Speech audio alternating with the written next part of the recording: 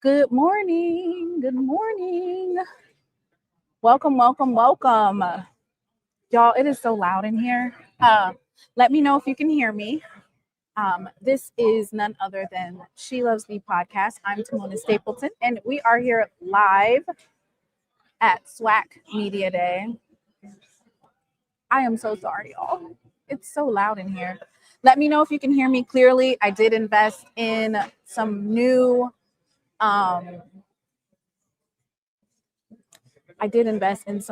microphones. So let me know if you can hear me clearly.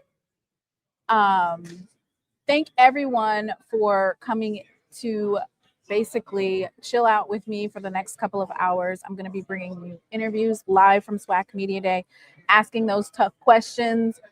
You guys can also ask questions in the chat. This particular SWAC Media Day is especially for my subscribers.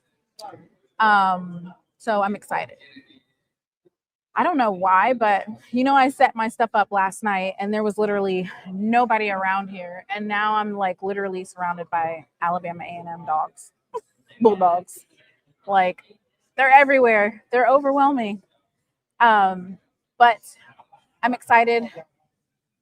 Y'all gonna have to bear with me because I pushed all of my stuff forward. So I have to remember I'm going to be looking at the camera, talking to you all, but also looking off at my computer. We are anticipating having a great day today. Lots of interviews, lots of great questions. I'm trying to see where I want to start. I think that I can start off today with the, of course, predicted order of finish. Let me know what you guys think of it, of course, while we wait on some folks to come through. We can talk about that. I definitely want to talk about this because I don't know. I'm trying to figure out if I agree or not. So obviously, the people that do the predicted order of finish for SWAC football don't necessarily do the Black College Poll because Alabama State, I want to say they were ranked 4th to finish in the Black College Poll. But in this particular predicted order of finish, they are predicted to finish 1st in the SWAC. Jackson State, of course, 2nd. Bethune-Cookman, I didn't expect that, but Bethune-Cookman is expected to finish 3rd. Florida A&M 4th in the SWAC East, Alabama A&M, and then Valley, of course. On the West Division, Prairie View is expected to repeat and clinch the SWAC West. Grambling State is expected to finish 2nd. Alcorn State 3rd, which if you can see, it's like 90 points and 93 points. And so Alcorn State and Grambling is a toss-up for 2nd. Texas Southern 4th, Southern 5th, which is interesting. And then, of course, UAPB is expected to finish last with 32 points. I'm so grateful for everybody who is tuning in at work. Thank you guys so much for your support. I'm excited to bring you guys all of these interviews, and I'm going to have some other podcasters get on as well. I do want to say this. So during the live, there are going to be certain coaches that may come on, and you might not agree with some of their philosophy, some of their tidbits, some things that they've done. So when we're live and it's, SWAC Saturday or whatever, y'all can cut up. Last night, y'all was cutting up. Mr. Ford definitely was cutting up. But my mods are on the lookout, and, let's be respectful when y'all can throw shade, right? There's a difference between throwing shade and being disrespectful. So as long as the shade is not disrespectful, let's have fun, let's ask those fun questions. Like, for instance, asking this question when Coach E. Rob comes on here. Please don't ask that question. There's nobody on here. So how about we do 30 seconds? Y'all say something that y'all been wanting to ask, not been wanting to ask, but if a certain coach gets on, that's what you ask. Wait. I might get lucky. Y'all. We got rules today. Stock Talk. We don't necessarily have rules. Y'all can throw shade, but don't be like uberly disrespectful. I'm gonna hide the chat on some of these anyway. I'll be right back. Y'all know how I am with the asking folks. What's going on? Hey. Already go. Good morning. Hey. How you doing? Good to see you too. Do you want to do an interview? Yes, can. Yay. Okay. I'm right over here. You want me to sit where? I'm gonna ask you to come this way. Yes. Thank you so much, Coach. Yay. Okay. Yes. I'm gonna get your. Okay. Thank you. Okay.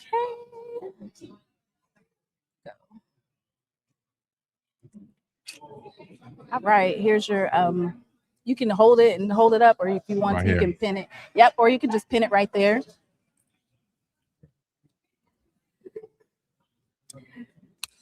Thank you so much. Right, yes, you are my first coach. I like your tie, Coach. thank you.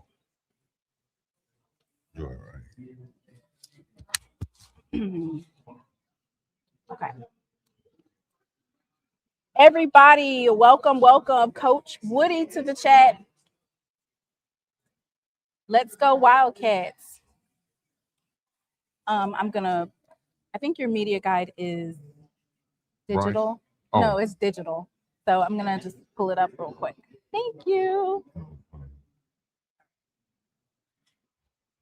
Oh man, is this You're fine. You're fine. fine? Can you hear me? Yes. Everybody, if you can hear Coach Woody, drop a cat in the chat if you can hear him well. Okay, and I know it's weird, but we're looking right here.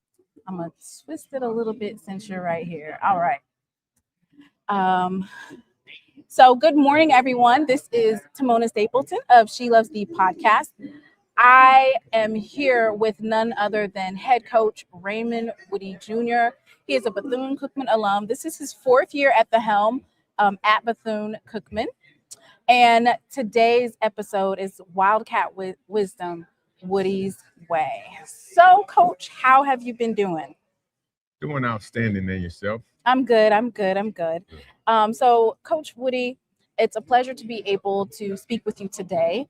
I'm going to have a couple people ask questions in the chat, and then I'm going to also be asking you some questions about your team. Okay.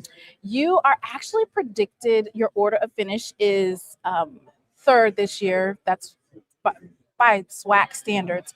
But I want to quickly talk about last year because you had a very dynamic offense. Yes.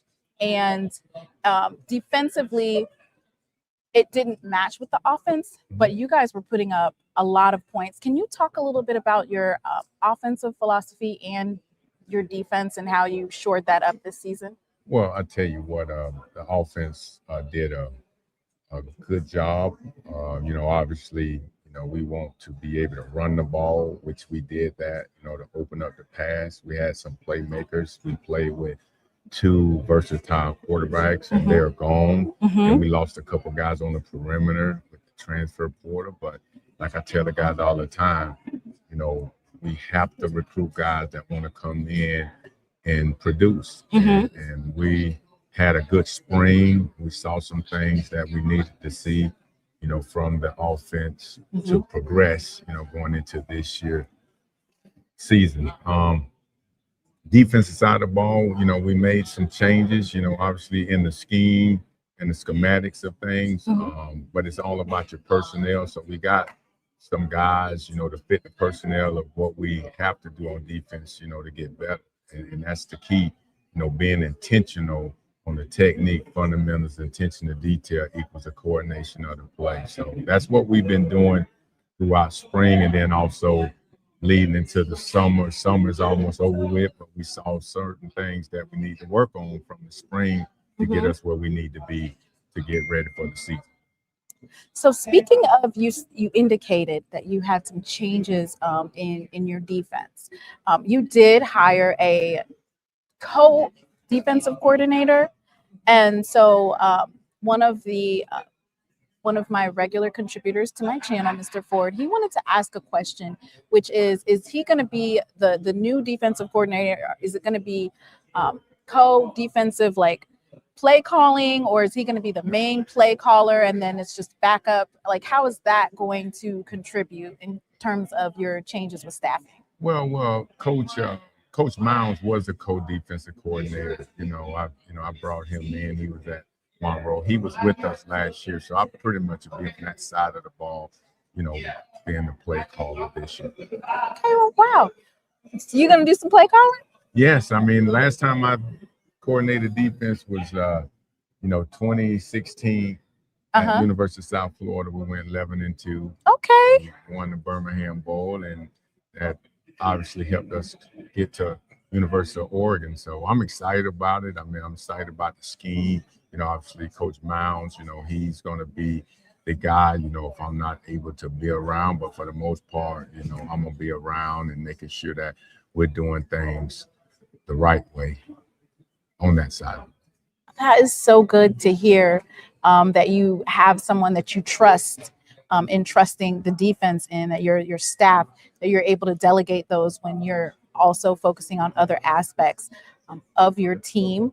Now I'm going to go ahead and take some questions from the chat. So I think most of these questions are the biggest. They're really honing in on your defense, because like they said, your offense was humming last year. And then your recruiting strategy, Central Florida and the state of Florida has some really fast student athletes there, some really talented student athletes.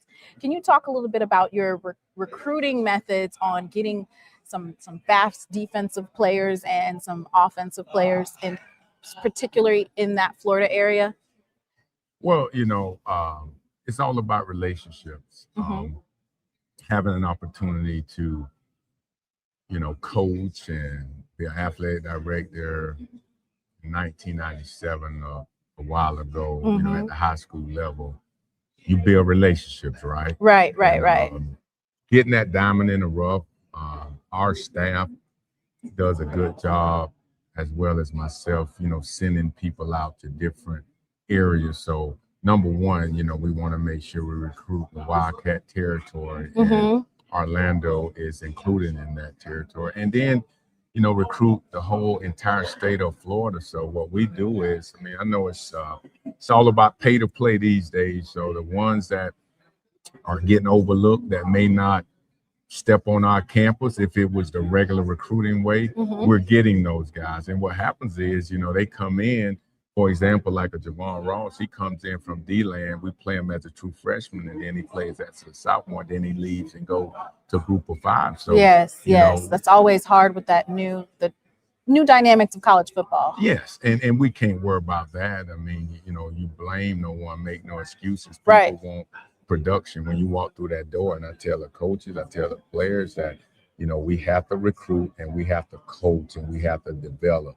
So come into BCU, we utilize that same term as it's all about playing early and us developing you. So we get a lot of true freshmen. We get a lot of guys, from smaller schools that come in and be impact players. Now we're working on trying to keep them, because you developing those guys to other schools, and a lot of times, like I said before, it's all about pay to play. So what we try to do is the culture, the standard is the standard, but now you're just really building rosters. Right.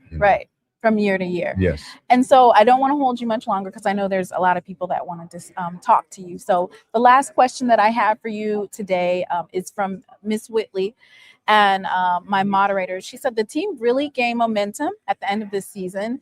The final question, how do you build on that to go into this upcoming season and continue to be successful? It's a new year. It's a new year. The past is the past. Nobody cares really about what you did in the past. It's a production world. So, we have to be intentional, like I keep saying, on the technique and the fundamentals and attention to detail and the coordination of the player be positive. All right. Thank you so much, Coach. Always a pleasure to get to interview you. I've got to actually interview every year. Yes. So I thank you. And of course, good luck to your continued success. Thanks so much for having me on. All right. And y'all, that was head coach Raymond Woody Jr. of Bethune-Cookman. Thank you. Thanks so much. You too. All right, y'all. My first interview knocked it out. I love that interview. Look.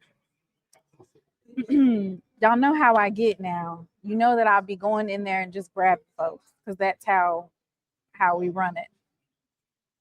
We definitely have to literally look at somebody and grab them like, hey, would you like to do an interview?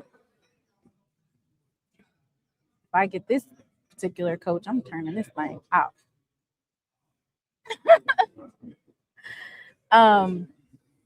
So you heard Bethune-Cookman. I think one of the biggest takeaways for Bethune-Cookman is, which I am thoroughly impressed, is this third place predicted order of finish. That is huge. That is really big. That they feel that Bethune-Cookman is going to finish. Good morning. Let me see. BCU will shake up the SWAC. I think so too.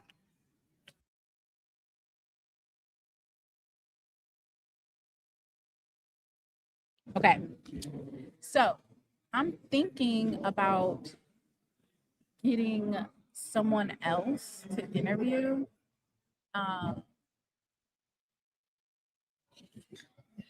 Hey, let me see if I can get this interview. Y'all gotta behave. No, y'all gotta behave, right? Hang on just a second. I'm gonna ask the question.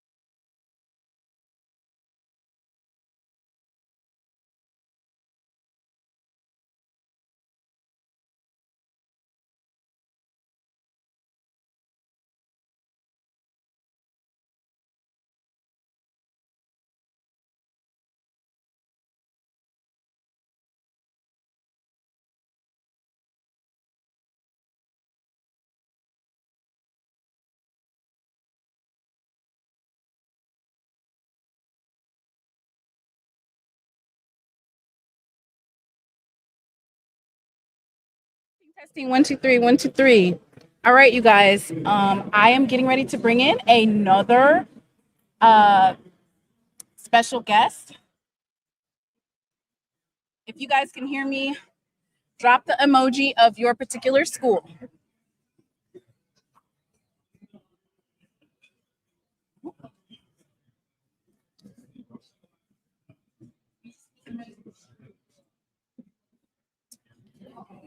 Good morning. Good morning.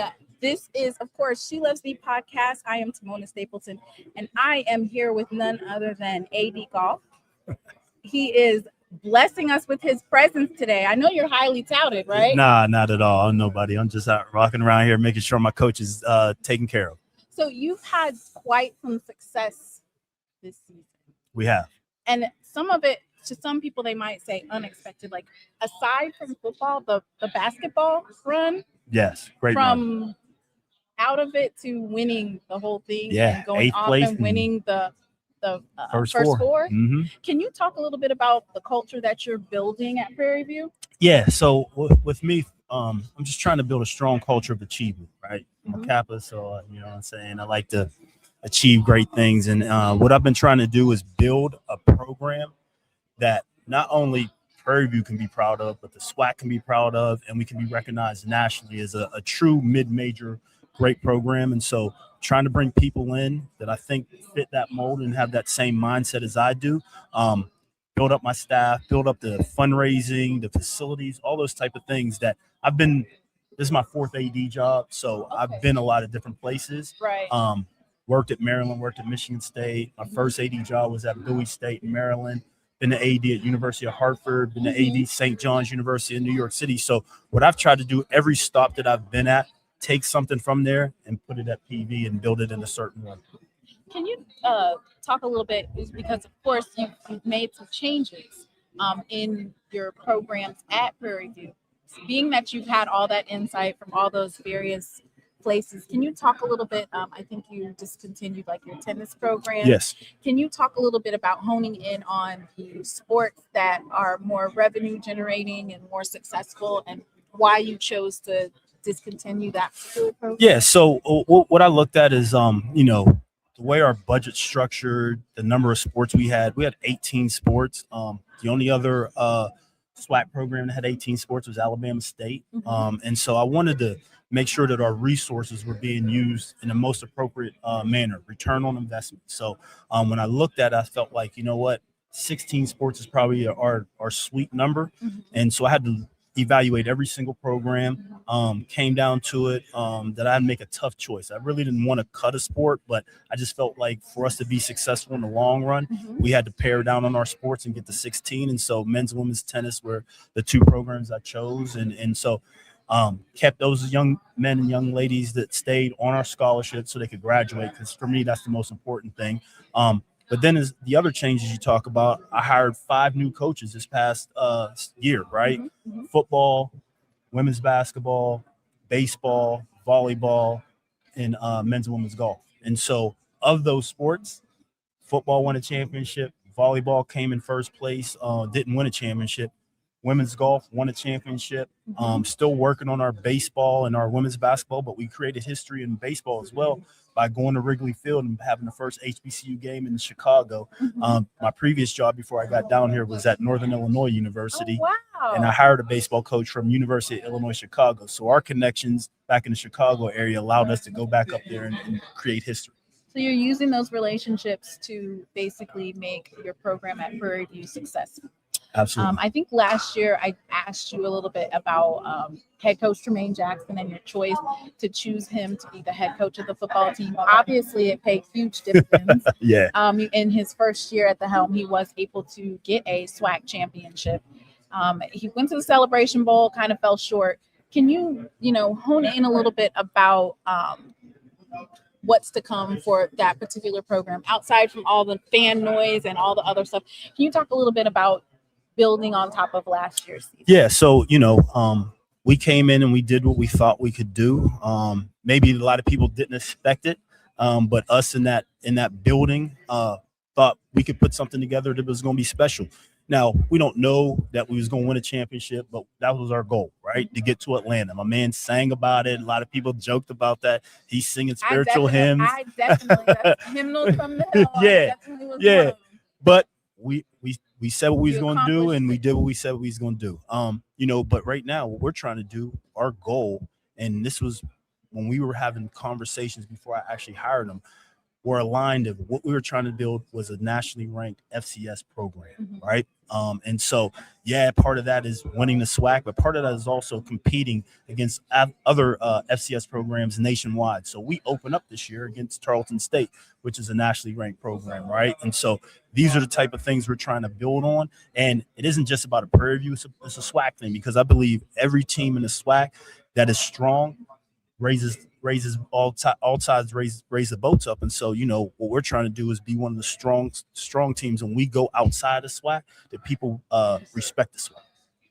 All right. Well, thank you so much for taking the time. Thanks for having me. Discuss with me. I definitely good luck for your season. Now, I'm just going to be honest. I don't want you to beat Jackson State again. I know you don't. If I know we you get don't. to the SWAC championship. But other than that, good No, luck it's on the good. SWAC West. It's Good all luck. good. I know you're gonna root for your team, but you know Ashley's my man and my frat brother. Yes, So yes. you know I spend a lot of time with y'all Jackson folks. So I respect y'all. All right. Thank you so much. Thank you. All right, you guys, and that was none other than AD Golf of Prairie View A&M. He, like he said, he has much success this past season in terms of championships. We look forward to seeing those matchups for the season. Thank you. Yep. Appreciate you. Thank you. You're welcome. All right, you guys.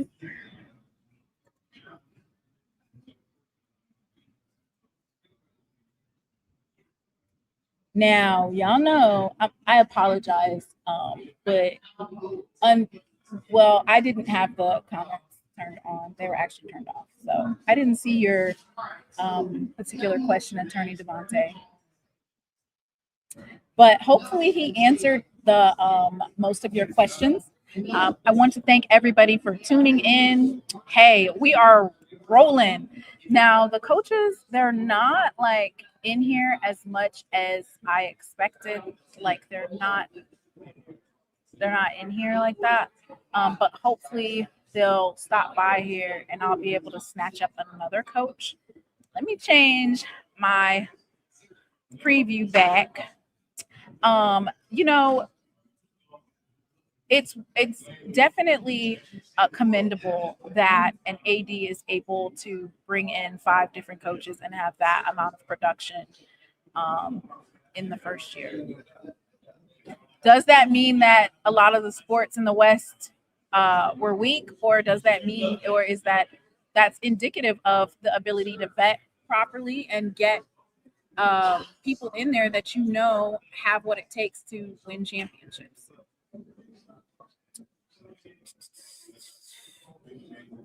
Okay, let me see what I got going over here. Sorry, y'all. I'm trying to get it together. Let me see if I see something. I see one.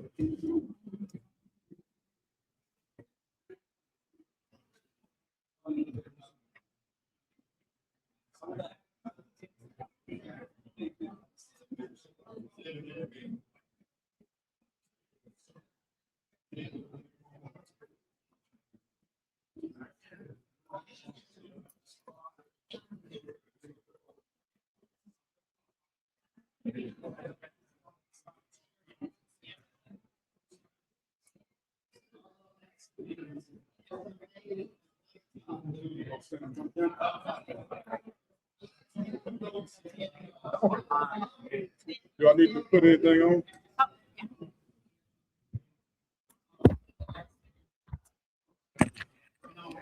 All right, y'all. We are rocking and rolling.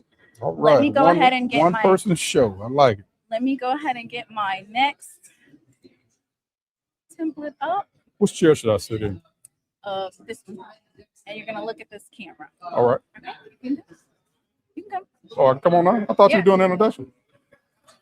I had to pull up you'll see it when you come over here. I had to pull it up. Right. See, I had to pull this up.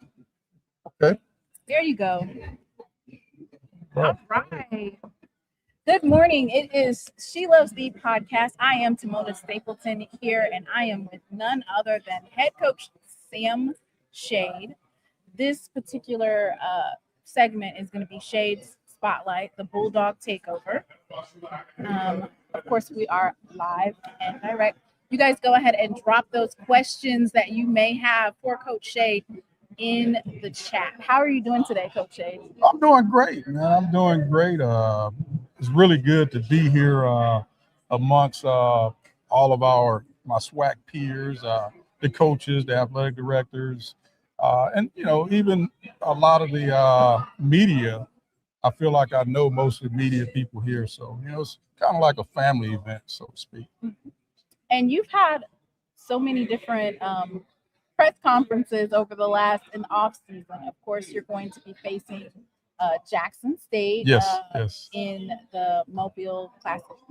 And then you have, of course, SWAC Challenge tomorrow. Yes. And then and then you have SWAC Media Day. Can you talk a little bit about what those games mean to your program and the platform that is going to place your young athletes on? Well, all of those games are on big stages, number one. And I know for myself, our coaching staff, our players, our fans, I feel like we all want to be on that big stage at some point. And the first game of the season for us, our SWAC Challenge, we're going to be on, I feel like, the biggest stage in college football that day, because we're going to be on prime time in Atlanta on ABC, a nationally televised football game. So, if you can't get excited and ready for that, then I got to check your posts and see if you're still living. Right. That's very exciting. Yes. The SWAC Challenge, I've been a couple times, and it's always great to be able to see HBCU football highlighted on that particular platform. Right. So, Just Brandy has a question for you. She Okay. says, after your first season in the SWAC, what adjustments have you made moving into season 2? Because offensively, it was like you guys were on point offensively. You bring back Quad Brown. You just have Mekhi Hagan. Yes. So you guys have a quarterback room. You Yes. had some talented wide receivers that are coming back as well. Can you talk a little bit about those adjustments that you've made moving into season 2? Well, we had to make adjustments across our football team. Offensively, we started out pretty strong.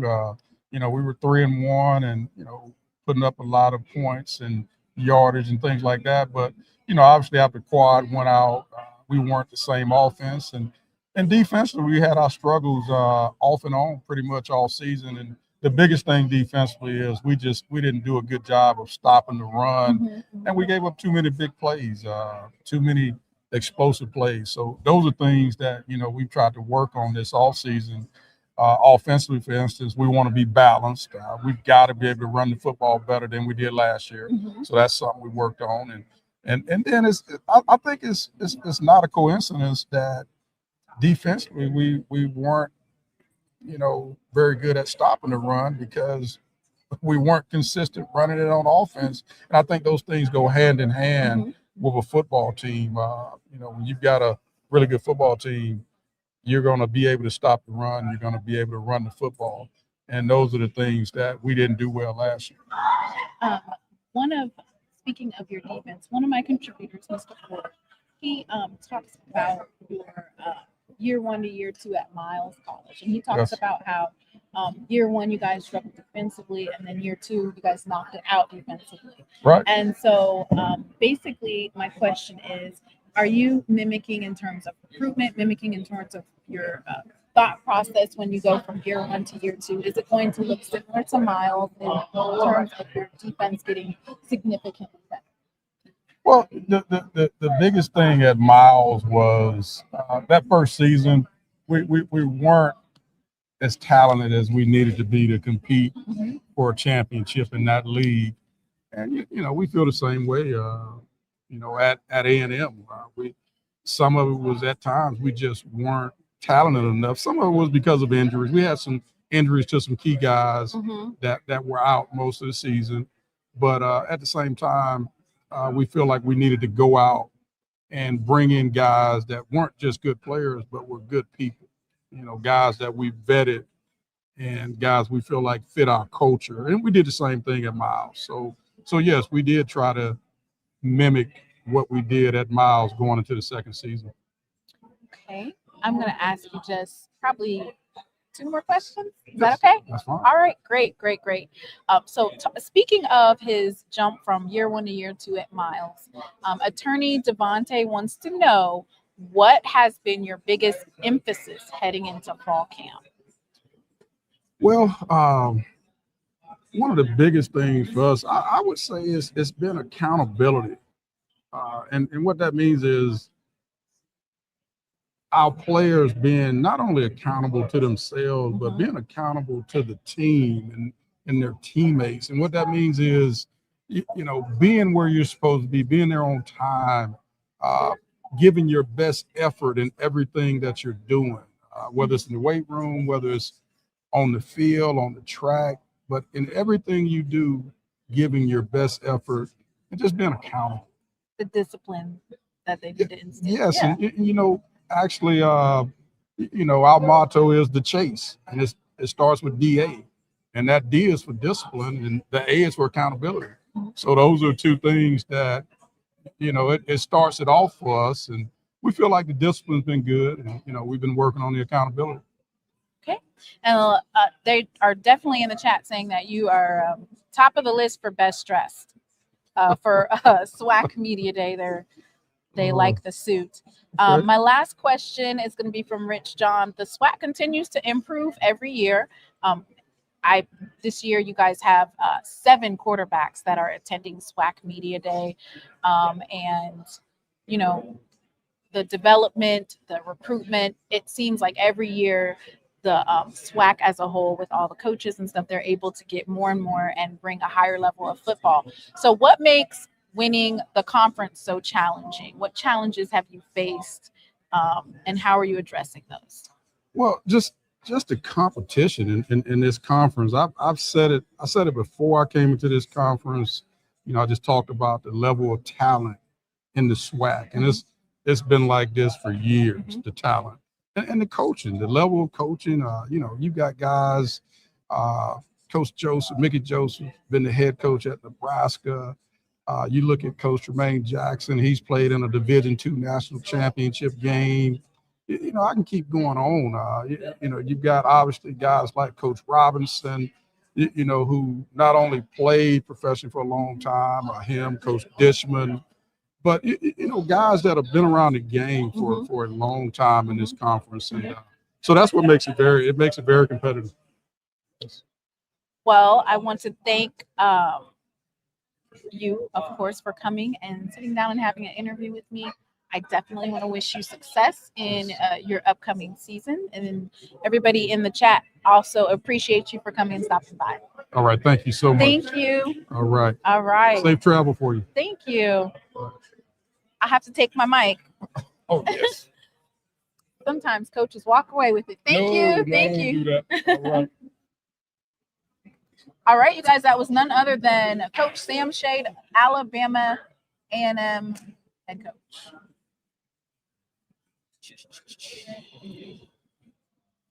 Okay.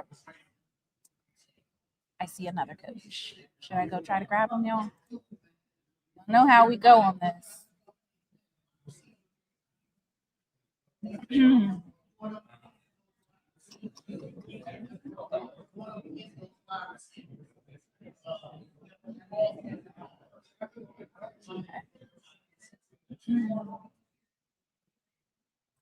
Oh, he dipped. Okay, that's fine.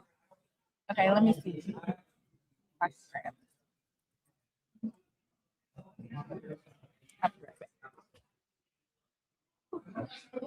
I'll be right back.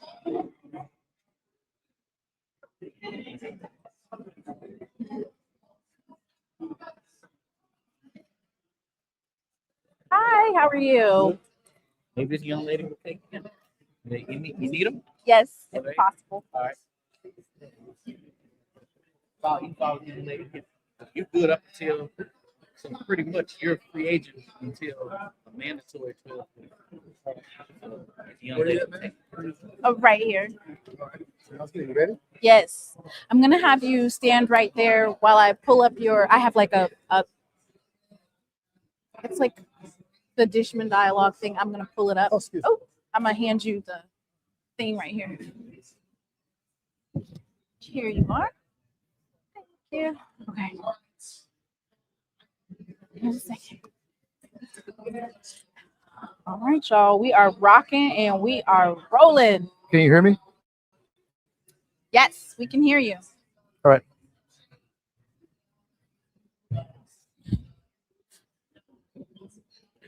So you're going to have to close in the gap Oh, so they can see you. look a sec. They can't see me. Yeah, there you go. All right. Welcome, welcome, welcome. Thank you guys so much for tuning in. This is She Loves Thee Podcast. I am Timona Stapleton. I am here with none other than Chris Dishman in year 3 here at Texas Southern. This particular segment is straight out of TSU, the Dishman Dialogue. All right. Well, let's go. All right. So how have you been doing? I've been great. You know, it's like I said, these 3 years has gone by very fast, but I'm having fun, and I think this year's going to be one of the better years. I know this is going to be one of the better years at Texas Southern. That's good to hear. I did see that you have a dynamic quarterback at the helm. You actually bought him today to SWAC Media Day, Cam McCoy. I bought Cam and I bought MJ also. Mhm. MJ left, and then it's decided that the grass is not always greener on the other side and came back. Okay, well, that speaks to how good your program is and the culture, right? Yes. Can you please elaborate a little bit? In the earlier years when I interviewed you or when you started out at the helm, I know you had a week-to-week type of philosophy Yes, in ma'am. terms of who was going to start. Can you talk a little bit if the transfer portal or just coaching for the last 3 years, if that has changed your aspect on that? No, it hasn't. I'm always a week to week, and everybody have to prove themselves each and every week. No one get a free pass, you know. And our players know that, and our players this year have accepted there's no free pass. If you don't perform in the classroom, you don't perform on the field. And one of my main things is if you're not going to class, you're not going to see the grass. So I push academics a lot.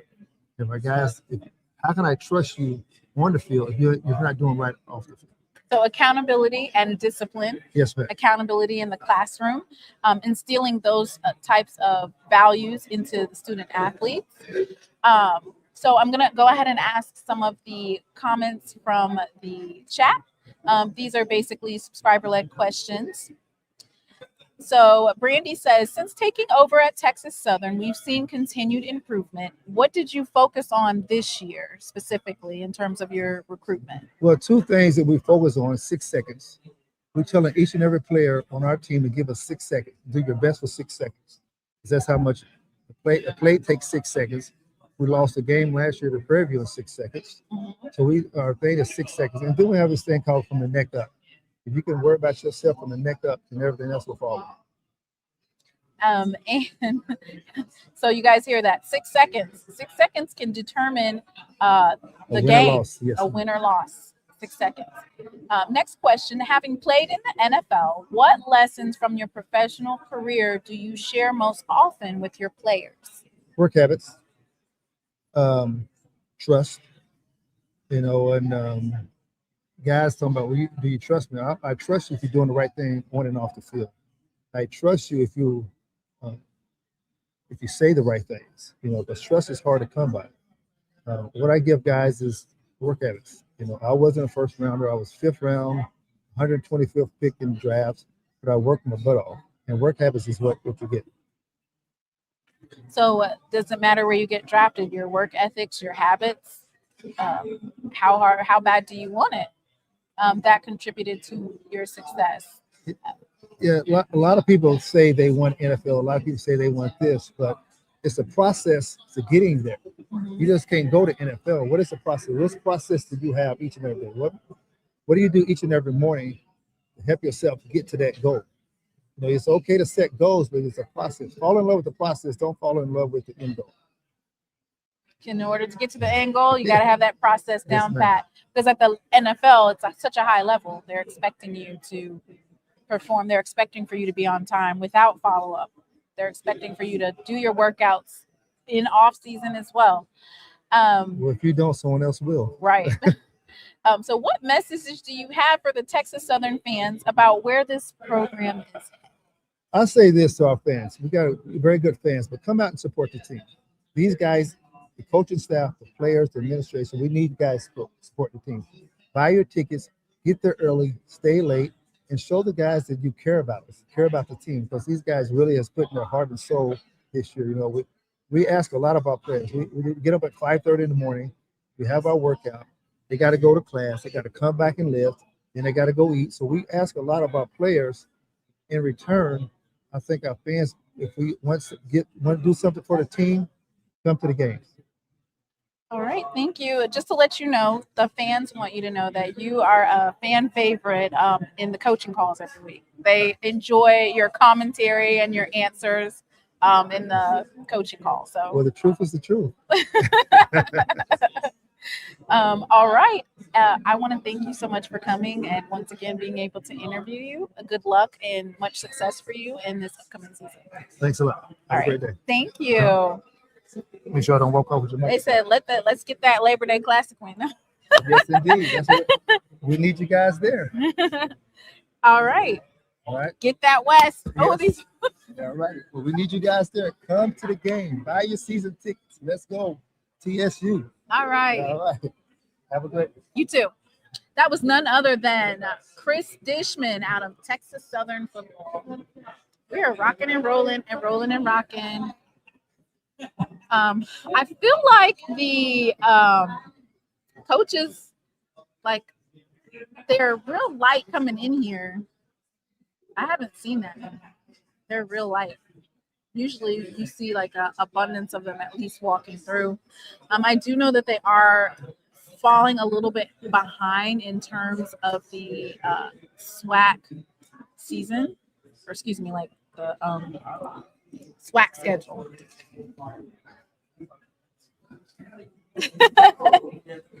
All right, y'all. What are you guys thinking?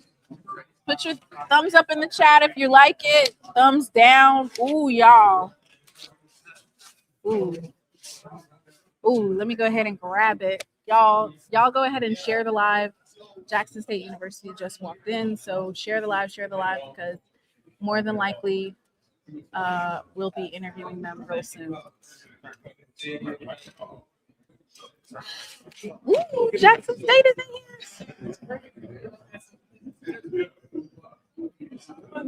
Let me make sure I get my food. All right, y'all. Y'all share the live. I need at least 150 people in here if I'm going to be interviewing anybody from Jackson State. So we're missing about 50 people. Y'all ain't ready.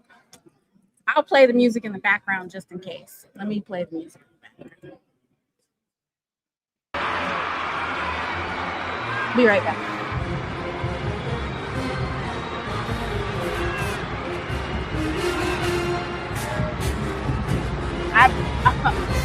I only see 112.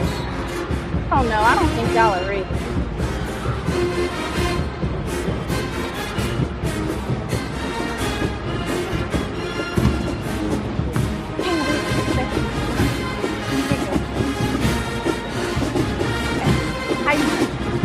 How you doing? No, probably each one because I have headed for each one. Okay, let me flip it. Let's see what we got.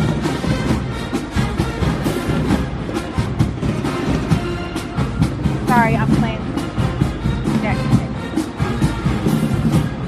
All right, y'all. I hope you guys got your pom-poms ready.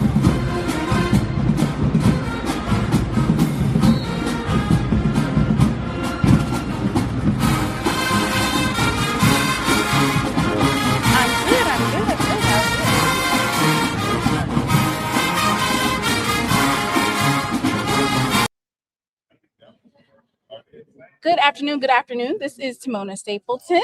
Of course, She Loves the Podcast. I am here with none other than the preseason Defensive Player of the Year, Cam Silas of the Jackson State University. How are you doing today, Cam? I'm doing great. How you doing? I'm good. I'm good. Of course,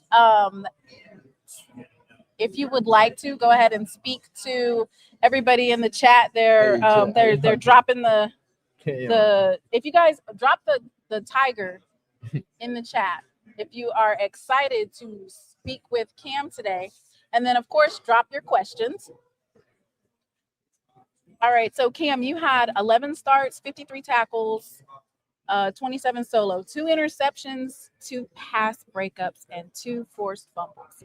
Can you talk a little bit about your season last year? What was your thought process, your achievements, and for you to be, of course, preseason Defensive Player of the Year? How does that feel? I was just want to get on the field, show what I can do. I just took it to a level that I didn't think I could take it to, but I was still room for improvement, but never satisfied. Just thankful for the opportunity.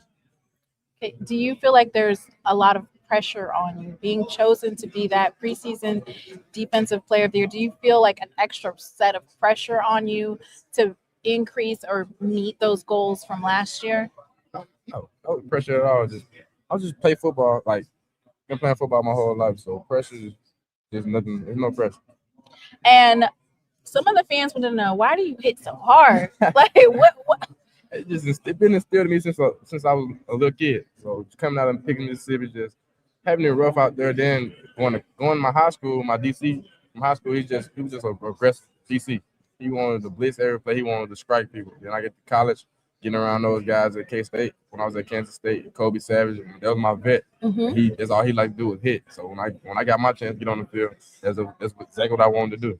So speaking of blitzing, you spoke about how much you love that and the aggressive play. Right. So you're in a blitz heavy defense. So that is basically fitting to your style of play. Right.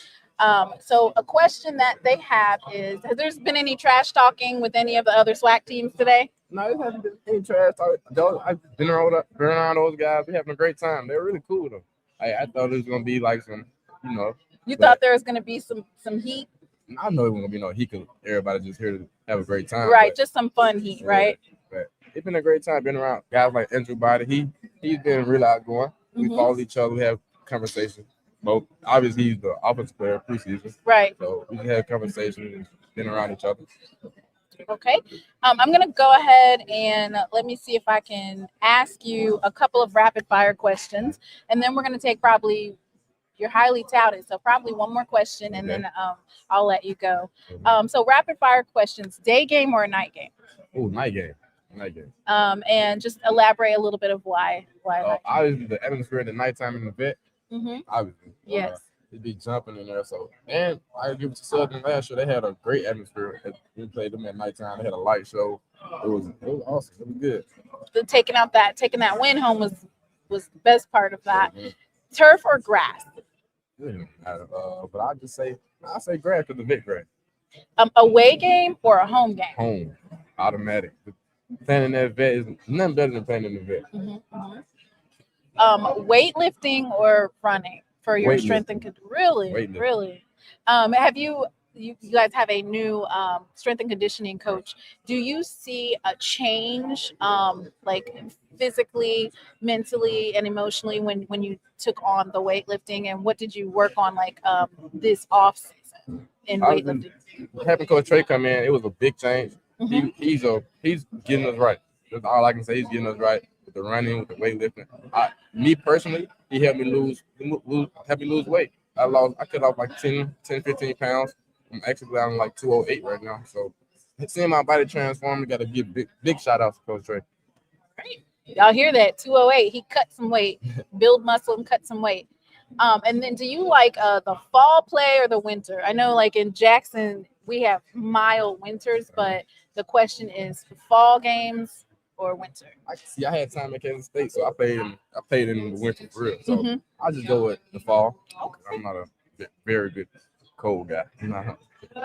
Last question is, Which classic game are you look most forward to playing? Probably, it don't matter, just which one on the schedule first. Probably which one on the schedule? Tennessee State. That's probably the first one on the schedule. So just go from John Merritt Classic. there. That's it. All right. And Thank that's you. it. Thank you so much, Thank you Cam. for having me. Good luck. Of course, I'm going to be following you all season long. And of course, everybody in the chat, thanks you for coming. Yeah, man. Thank Chat. you. Thank you, chat. All right.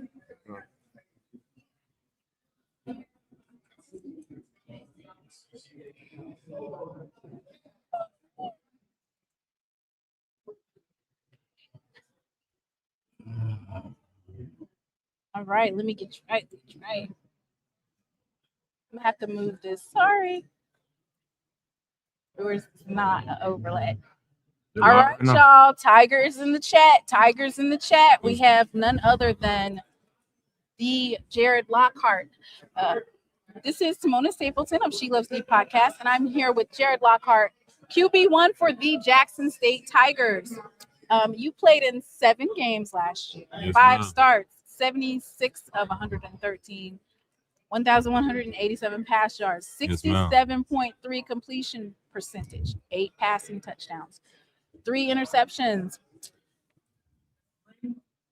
That's your you had 3 rushing touchdowns. Yep. Yes. How are you feeling at SWAC Media Day? Your first SWAC Media Day. How do you feel? I feel good. I'm just taking in the experience, with my brother Cam Salas, just enjoying the experience. Got to talk to some NFL guys yesterday. I just enjoyed that. But overall, I'm just enjoying the experience. Hey, what's going on, Tiger Nation? I ain't get to film and talk to Oh, y'all. I'm so sorry, y'all. Go ahead. They're dropping the tiger emojis and the hearts. Tiger Nation, what's going on? Yep, there's 121 people on the live right now, tuned in. What you can go ahead and say something to your fans. Hey, I meant to post this on my Instagram. I do see all y'all comments. I definitely appreciate the love that y'all showing me. If I'm not able to respond, I'm gonna make sure I'm gonna try to respond to everybody. But I do appreciate the love that y'all showing me. That really builds me up, and I take that love that y'all show me to the team. So I really appreciate that. Charlotte, North Carolina in the house. I'm actually live in Greensboro. I used to live in Charlotte. So can you talk a little bit about the change from North Carolina to Mississippi? Oh my God, the heat. Oh my God. Boy, the heat in Mississippi, man, you can't even be outside for like 15 minutes. Without sweating? Man, without sweating. Like going outside out there, like the only time I go outside is for workouts. But just to go outside, no, that's dead. I gotta stay inside. And it's too not hot. even August yet. Man, exactly.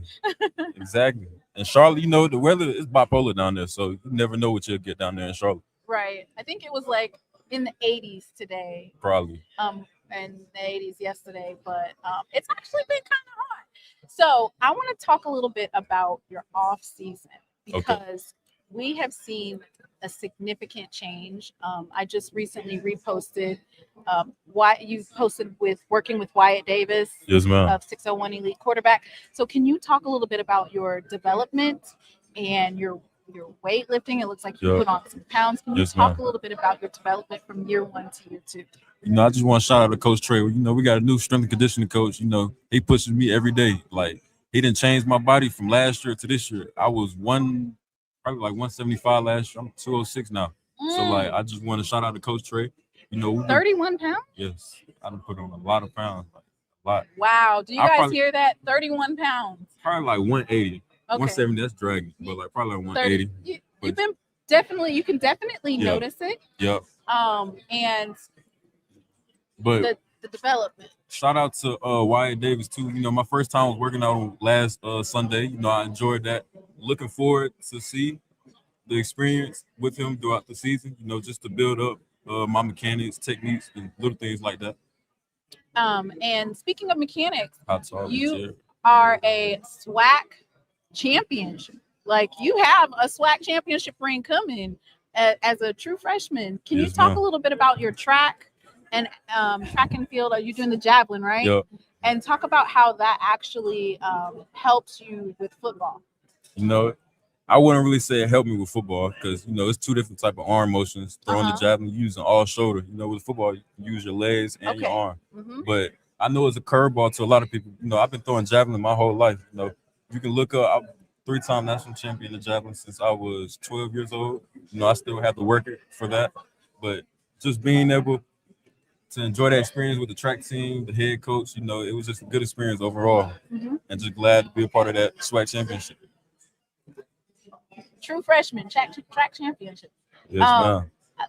I also wanted to ask a little bit about being a leader, Okay. because you are QB1. Yes, ma'am. Can you talk a little bit about fulfilling that role and going into the second year as a huge leader for the team and Yes, being ma'am. able to direct that offense? How is that going? You know, having a guy like Jacoby and Morgan, he, you know, you taught me everything. When I was coming to Jackson State, you know, I wanted to learn off of Jacoby.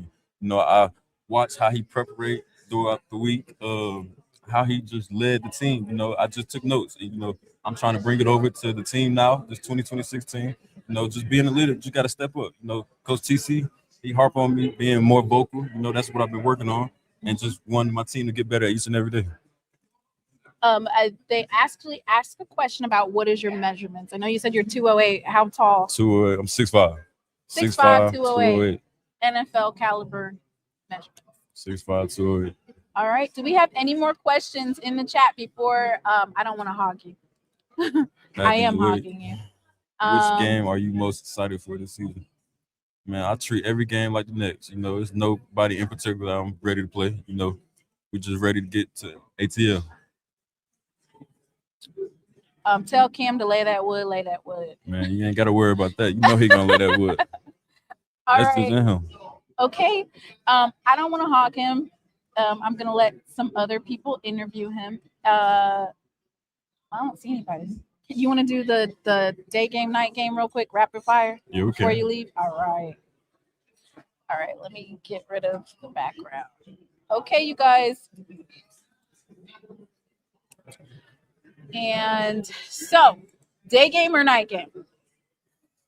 Night game. Turf or grass? Grass. Away game or home game? Home game. Yes. The vet is all is Man, it's the nothing experience. like it, man. It's so loud. I love it. You know, it's nothing like the vet. Weightlifting or running? Weightlifting. Running, no. No, I'd rather lift. And then would you rather play in the fall or the winter? Fall for sure. Fall for sure. All right. Well, everybody in the chat wants you to know how proud they are. We are ready for some football. Can't wait for this season to see you much success. Yes, and thank you so much for coming. I appreciate it. Nice meeting you. Nice to meet you too. All right, y'all. None other than the Jared Lockhart. That's QB1 of the Jackson State University. I don't want to be a homer, but no. All right, let's see who else can I grab?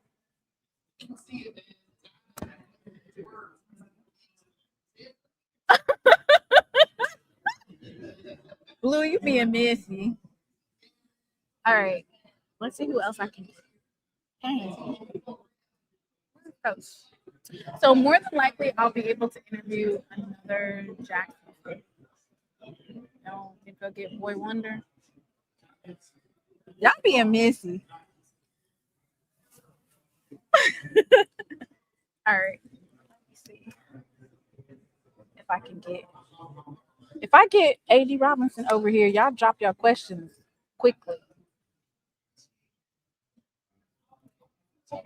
Oh, okay. All right, let me go see. Y'all.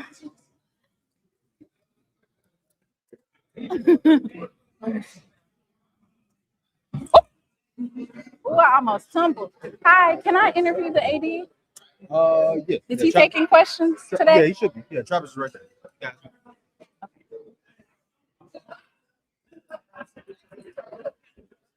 Hi. You do. He's got Boy Wonder. Mr. Ford calls him Boy Wonder. Boy, what? He does. That's a good one. I ain't heard that one. Yeah. How you doing? How you doing today? Good, Nice good. to see you as always. Yes. How you man doing? Get What big. you got in? Soccer. Good. At least soccer. Okay. Where you want me? Right here. Yes. Ooh, I got Boy Wonder. All right, here you go. A.D. Robinson. Okay. I am here with none other than A.D. Robinson, Coach of the Year times 3. Getting ready to be times 4. Of the Jackson State Tigers. It's always a pleasure to be able to interview you. Drop those Tigers in the chat. Drop those Tigers in the chat. We have roughly 130 people in here. All right. So thank you so much for agreeing to do an interview. You guys drop those questions in the chat. So, Coach TC Taylor, he's had a 7-win series, 7-win to begin his helm at Jackson State. Then he went 12-2, won 9 games. Can you talk a little bit about building that culture and what you're expecting for the upcoming season? You know, TC Taylor, you can't say enough about him. He loves Jackson State. He's a passionate coach. He paid his dues. He's done a really, really good job in his 3rd season. You know, the only national championship that we have, Celebration Bowl champ. And he's doing a really, really good job recruiting. He understands the tradition and the history of Jackson State. And, you know, Jackson State is a very unique place. You got to understand that passion of our fans and alumni, students, you know, Jackson State, we're here to build on the tradition of Jackson State. And Jackson State has a rich tradition. So it's not something that we created. It's something that we want to continue. Right. And I think this is being consistent. We want to continue to dominate, continue to do a really, really good job day in and day out, on and off the field. And that's something that we take pride in, that we plan for every single year in being successful. So, you know, we don't have a choice. We have to be successful. Anybody knows about Jackson State University. It doesn't matter what you have. It doesn't matter what you're working with. We have to be successful. And that's the only thing that we accept at Jackson State University. Thank you for that. They're all thanking you in the chat for the night games. Yeah, absolutely. So the question that I have from Copilot, he wants for you to elaborate about the scheduling and the advantages of JSU scheduling. I think for me and my platform, I'm always highlighting about the dynamic ability for Jackson State because we have such a large fan base and they support that maybe we can schedule for our home game and make as much as we would going to a guaranteed game. Can you hone in a little bit about that advantage and you being an AD of the year, how you highlight that or promote that? You know, when I got here in 2018, you know, alumni and fans wanted more home games.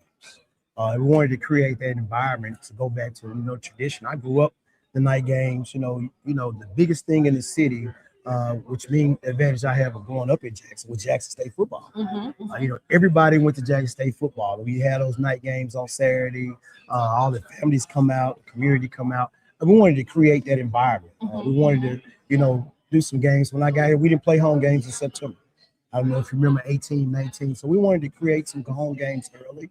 We wanted to be there for Labor Day. We wanted to bring the community out and do some community, you know, things in the city because we are, you know, the show in Jackson, Mississippi. The show in the SWAC. Right. The show in the SWAC. We are the pro team, you know, in the state of Mississippi. So we wanted to bring more home games and to create that environment for the community, our alumni and fans. You know, a lot, you know, people looked at the classics that we had and said, hey, AD, we're traveling a whole lot. We're spending a lot of money on traffic. So I wanted to, you know, take advantage of, okay, let's create some home games. Let's create some classic here.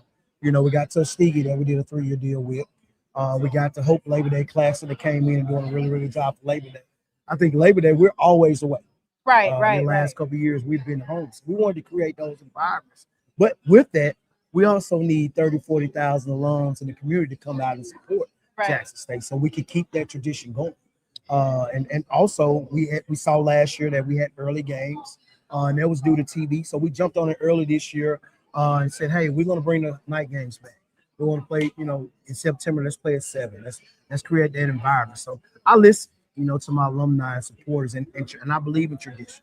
And I believe in that. You know, I tell people we don't know it all. We don't claim to know it all, but you have to listen to your supporters. You have to listen to your alumni. We have to make sure we support our coaches and our student athletes. And for me, that's what it's all about. It's not about me. The success I have is because of Jackson State University. It's not because of Ashley Robinson. It's because of my coaches, because of my administration staff, because of the faculty, the alumni, the cabinet, the president. Jackson State has a large base. Everywhere you go, you're going to get Jackson State University. And that's what it's all about. So we wanted to make sure we create that environment. But with that, I need everybody to come out and support. We need all our home games sold out. We need to show the city, to show the impact of the city, so that can come back and support Jackson State University. In other words, get your season tickets. There you go. Invest in your program. So there are a lot of questions in the chat. We're probably not going to be able to get all to them. I want to ask you probably one more question, and then I want to ask you a question about basketball, because we had a dynamic hire with the alum, and then of course the GM. So the question is, I know we talked about highlighting the home games. But what we also want to know is, what would it take for Jackson State to say, hey, this is a good deal? Last year we went to Vegas with Grambling versus Jackson State. That was a dynamic, wonderful classic. What would it take for a game in Charlotte, a game in Chicago? I know that there was supposed to possibly be something in Chicago, but they didn't handle their business. Can you talk a little bit about that? And then we did get into the John Merritt Classic. Yeah, that's right. And so what that means to renew that particular rivalry. When we talk about classics, it's more than just football. Right. You talk about the Sunny Boom of the South. You talk about our fan base. You talk about the faculty, staff. You talk about Jackson State. So we want to make sure from a support standpoint that everybody is right. We do classics. I can't just look at the football team. I have to look at the Sunny Boom of the South. I have to look at my faculty, staff. We have to look at travel. We have to look at those things to make sure it's a financial, great business decision. We have to make great business decisions in order to support our coaches and our student athletes. I'm open to look at all classics. It's all about classics. When you're talking about classics, especially like the Vegas Classic, the Mobile Classics, the Miami Classics, because those are all HBCU classics to where we can make the same amount of funds as playing a power. And playing a mid-major. I don't believe in, I don't think we should be playing Power Fives. That's just a great, really, really great deal. That's something that we really, really have to look at. That's something that we hadn't done here at Jackson State. We play USM, we play the Monroes every 3 to 4 years. But we have to support. And that's what I love about Jackson State. Say, hey, we're gonna create home game environments. We're gonna create conference classics, but we're gonna make sure that we're supporting when it comes from a business standpoint. And for us, all the decisions we make, it has to be a great business decision to support Jackson State University, not just athletics, but the university as a whole. And that's what it's all about when you start to look at classics and why we go to certain classes and why we don't go to certain classes. Because you think about, who benefits from a classic more than the classic when Jackson State is there. Right. Everybody the city that we're in. Right. The businesses that are there, the hotels. Yes. You're putting in sometimes millions of dollars into the economy for that particular weekend. I would love to see the impact of Nashville in a couple days. That's going to be huge. Jackson State, is going to be there. You're talking about going to impact the city of Nashville, and that's what Jackson State University do. So we have to make sure we make the best business decision for Jackson State University as a whole. And switching over to basketball, and I just let you go because I know you have a lot of people, but can you talk a little bit about Coach Trey Johnson, bringing him to be at the helm? Some would say that it's a dynamic similar to Deion Sanders, and then you have Mo Williams, who of course he was a hometown, but still celebrity status, and then bringing in that alum to the helm. Can you talk a little bit about your choice to elevate him, and then also this big Kendrick Perkins as the GM? Can you talk about your innovation as an AD? Like, what was your thought process behind that? You talk about the hiring of Trey Johnson, which a player that is the last time that we went to the NCAA first round. So you're talking about another, alumni that really understands Jackson State, that went out and paid his dues. And you look at our alumni coaches at Jackson State. That's one of my goals of mine. I think we have 6. But we don't just have 6 head coaches at Jackson State because they went to Jackson State. we have 6 head coaches in Jackson State because they really paid their dues and they deserve to be a head coach. When you talk about a Trey Johnson, you talk about what he did as a player. You talk about what he did as a coach. You talk about his passion for Jackson State and what his vision that he wants to have. You know, the Kendrick Perkins hire was Trey Johnson. It was a vision that he had for Jackson State to make sure we garnered the support. And also it was something that Kendrick Perkins really wanted to do. So, you know, that was a vision that Trey had that we talked about. And it's something that he really wanted to see happen. And I wanted to see happen as well. But those are the type of things that we have to do differently. When we want to talk about the support and want to talk about the exposure and the marketing for Jackson State University. And not only does that help athletics, you know, when I do things, it's not about just Jackson State athletics. It's about Jackson State University as a whole. So we want to make sure that we do things that's going to support us, but also we want to do things that's going to be suitable and best for Jackson State University. And I think that the things that Trey is doing, the things that he's going to do, you just look at the recruiting. Look at the kids he brought in. Yes, I definitely. mean, he did a really, really good job in a short amount of time. Right. And really his vision for the program. So, you know, very excited about Trey Johnson, a guy that paid his dues, a guy that, you know, set back as the number 2 and put a lot of things in place. No similar to TC Taylor that was patient and say, hey, you know, when it's my time, you know, I want to show you that, you know, things can be done. And we've done that in several sports. We've done that in volleyball. We've done that in football. We've done that in men's basketball. And those are the kind of things that, you know, we're very excited about. You look at Coach Mark Thorne in track. The last time we won an outdoor championship was 1990. Coach Mark Thorne was on their team. And we just won that. So I look at those type of things and you look at the passion. They just have a different passion for Jackson State. When you come in with a new golf program, Rod Ford Jr. we played at Jackson State, bringing a golf program. You know, he's doing exceptions well. But you look at all those alumni that come in and look at our coaches as a whole and what all our programs are really doing. And that's what it's all about. You know, I tell people there's no excuse at Jackson State. Either we successful or it won't be anything else. And I understand the mission, and that goes for me. That goes for everybody that works at Jackson State. So, you know, every day I wake up in the morning, I look in the mirror and say, what can I do today to make sure Jackson State is successful? What do we have negative going on that I can turn into a positive? And it's not just me doing that. It's about the people around me, you know, and I have to give a shout out to my administrative staff. They work 7 days a week. They make sure our coaches and our student athletes are taken care of. And that's what it's all about. You got to have good people and good staff to understand that it's all about our coaches and our student athletes to be successful. Because if it's not about your coaches and the student athletes, you shouldn't be working in athletics. Right. Or you shouldn't be working at Jackson State University. We're all about the students, and that's what it's about. So we want to continue that tradition and continue to do the things that we're doing. But Trey Johnson, you know, I love Trey, talk to him every single day. The things that he has and the vision he has for Jackson State University as a player, as a coach, you know, as a supporter, and that's what it's all about. So Trey, you know, I'm very excited about that hire. He did a really, really good job in bringing in Kendrick Perkins, and the best is yet to come when you talk about that particular hire and the program. Thank you so much. And you speaking of the success of the programs, so much so that we were able to clinch that SWAC Commissioner Cup. All right. First and year I saw back you of doing golf. the numbers, and everybody was looking at it. We hadn't won the Commissioner Cup since 2011. Yes. And that was one of our goals. You know, I had my 5 C's, and I had met all my 5 C's but the last one. You know, community, customer service, you know, communicate, championships, and commissions. So now we got all 5 C's. So now we got to start it over. And we got to, and those top 3 are very, very important to get to the last 2. We have to do a better job of communicating. We have to have great customer service. We have to engage the community. That brings championships. And now we bring the Commissioner's Cup. And that Commissioner's Cup is here to stay.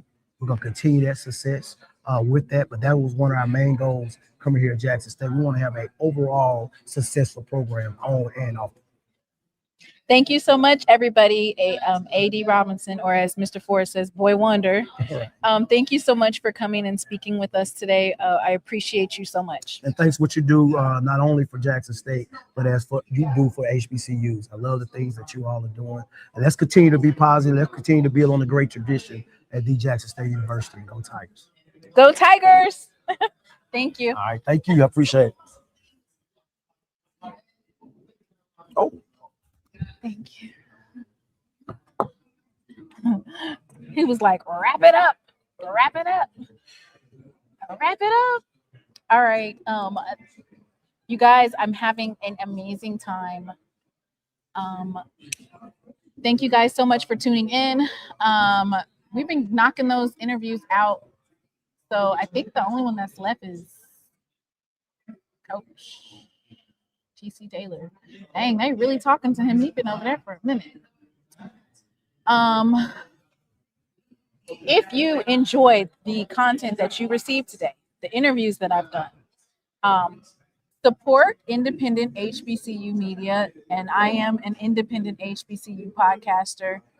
I am giving you guys inside track, allowing you guys to answer or ask questions, have a chance to have your question asked live. So please make a donation, because you guys want me to come back to these things and, highlight HBCU sports, but more importantly, be able to do these types of interviews. So making donations to my channel, that all goes back into the channel. Reimburse me for some of the costs associated with coming to SWAC Media Day. I really appreciate you guys supporting me. I want to continue to be able to come to SWAC Media Day, ask the questions that you want. So come on, y'all. All right. So I see 3 coaches that I could possibly interview, and got to be able to snatch them up when they're available.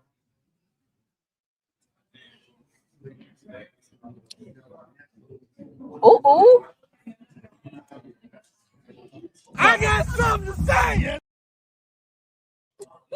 Whitley. Something to say. Oh my gosh. So usually folks get ready for lunch and then they get to dipping. I think I haven't done as many interviews as I usually do. I didn't do them. So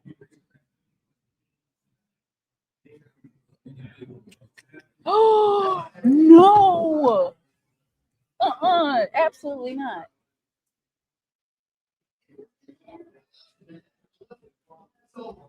I know you lying to me.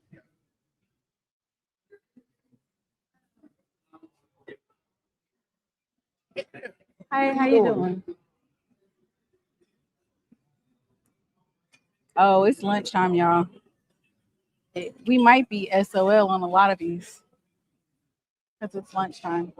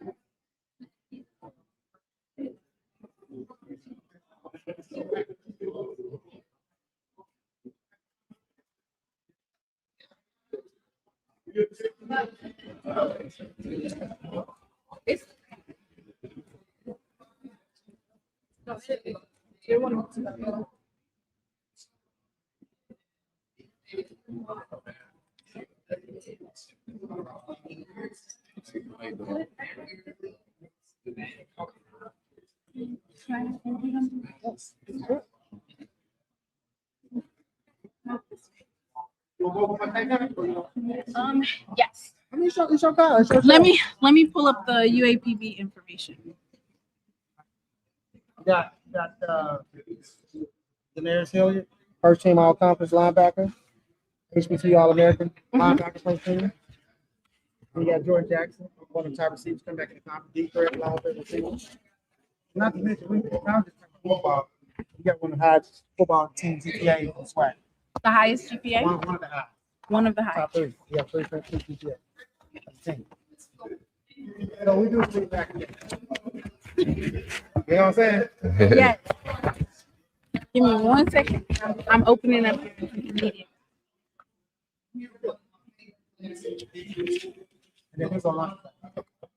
Oh, okay. Let me not interrupt your she said Daenerys? Yeah. Hilliard, right? Yes, ma'am. Okay, got you. Say your name, please. Got it. I'm serious. All right, you guys. You can come over here. I'll scoot down a little, y'all. All right. You can fit too. I think they'll be able to see you. If not, I could push it back. There we go. There we go. All right, y'all. I am Timona Stapleton. This is SheLovesThee Podcast, and I am here live with Daenerys Hilliard, linebacker. You from Hazelhurst, Mississippi? Yeah. Oh, he's from Hazelhurst, Mississippi, y'all, and he went to previous school with Southwest Community College. Mississippi grown, but you know, we're gonna let it slide that he's up in Arkansas. And then we also have Jordan Jackson, wide receiver, 6'3", 210 senior. Your home is Pine Bluff. Okay, that's so he's homegrown talent. Of course, this is for UAPB football, where the head coach is Alonzo Hampton. How are you guys doing today? Great. Amazing. Good. Can you guys tell me a little bit about your experience so far with all of the activities surrounding this weekend? I know you guys have been able to do some things with some of the other student athletes. And yeah, it been a bliss. Actually, I'm happy you said that because we had an activity yesterday. It was NCAA game. Yeah, I had won the 2K tournament yesterday. So yeah. You won a 2K. What did you win? PS5. Yeah. Yeah. So you definitely want to go to SWAC Media Day. You said you did a 2K tournament and you literally won a PS5. Bliss. So you're like that, or people just don't know how to play here? I mean, hey, I ain't gotta find it out. They gotta find it out. Great experience. Yeah. But for me, they gave us some gifts yesterday, a bag, Mhm. had some sweaters, and we had a panel. Let me get that. I don't know if you'll be They able came to and hear talked him. to us about. They came and talked to us about opportunities at the next level and things we can do to make our opportunities better at the next level. So that was great information that we got that we could take back to our teammates and let them know a little bit what the NFL thinks and stuff like that. Okay, I'm gonna do some just like some icebreaker questions. Okay, rapid fire. So would you guys rather participate in a day game or a night game? Night game. Can you expound on that a little bit about the atmosphere, or what is it about night games? The night game, I feel like the night game be better, but like during the day game, sometimes it be too hot. Like it be more hot. prone to cramp. Yeah. More prone to cramps. The night game, you get the cool. You ain't in the sun. You just Then feel the if breeze. If it's a packed house, it's nothing like playing under the lights. You play under the lights every time in high school, so it's just a great feeling. Turf or grass? Grass. I say grass too, cause my high school, I grew up playing on grass, so I ain't started playing on turf till I got the JUCO. So I say grass too. It just feels better on your feet, especially at receiver when you got to cut. Like I train on grass, so I preference. Okay. Away game or a home game? Home. Home. That's so easy. Home. That's so Most definitely home. home game. When you guys are doing your strength and conditioning, weightlifting or running? I say weightlifting. I say weightlifting. You're a wide receiver. I was gonna say, come on, you gotta run your route. Yeah, I take pride in that weight room as well, though. Yeah, I gotta go running. Fall or winter? Fall. I say I winter. like the cold. I like the Don't cold. like I like the the cold cold. at all. I like the cold. I like to sleep in the cold. I like waking up. It when it's cold be too outside. hot for me sometimes, so I like the cold for sure.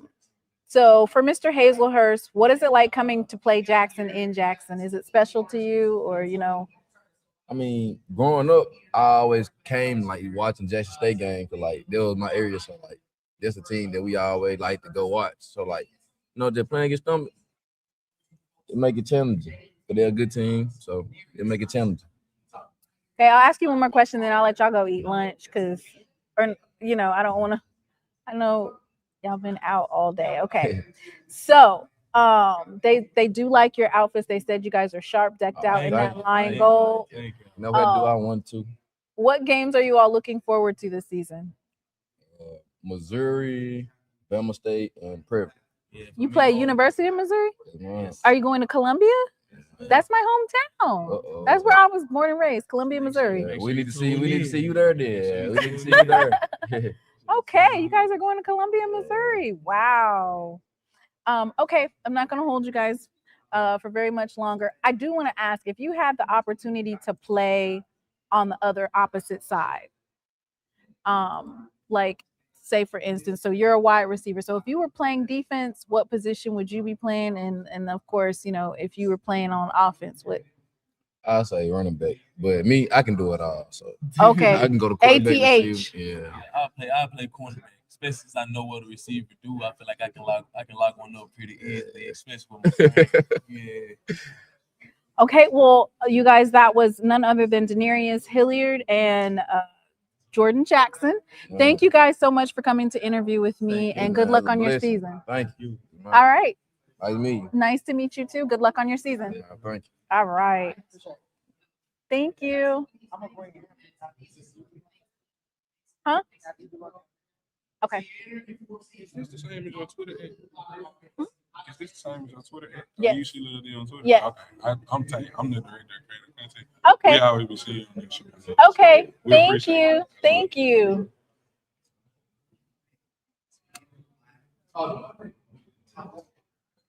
Y'all, it's lunchtime. It's probably a wrap, really. I don't even think I did half as many interviews as I did last year, but I had some quality interviews. But in terms of like actually being able to interview folks, it's a wrap because it's lunchtime. Folks are eating lunch. Ooh.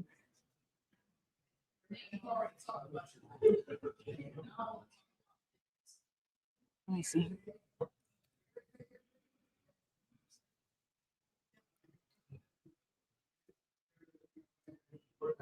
Hey, can you come here for a second? Come on over here. Come up here. This is my guy. Yeah, I got my guy. This is my guy right here, y'all. I'm in the This building. is- I got something to say. Yeah. I Mr. got something to say. Okay. I got something. What do you got to say about Alcorn? You think we gotta win? It's simple. There ain't really much to say. Ain't really much to talk about. We gotta win. You know, it is what it is. Ain't no more talking. That's all you do is talk. I know, but this year our motto been turn down the noise, turn up the volume. Oh, So really, you ever been to Starbucks? turn down the noise. Yeah. You ever been to Starbucks? You're sitting there, everybody working, and you got one in there with some headphones on. We don't want to know with the headphones on to doing our work. Since when has G ever been one to put his headphone on and Because do work? they say I was the jinx. They say you're the jinx. So I'm gonna try it different this year. And if it works, I'm gonna have to set up. Tomato. We're throwing tomatoes because they don't believe you. That's all you do is talk. I know. I'll be back talking soon. I'm gonna be back talking soon.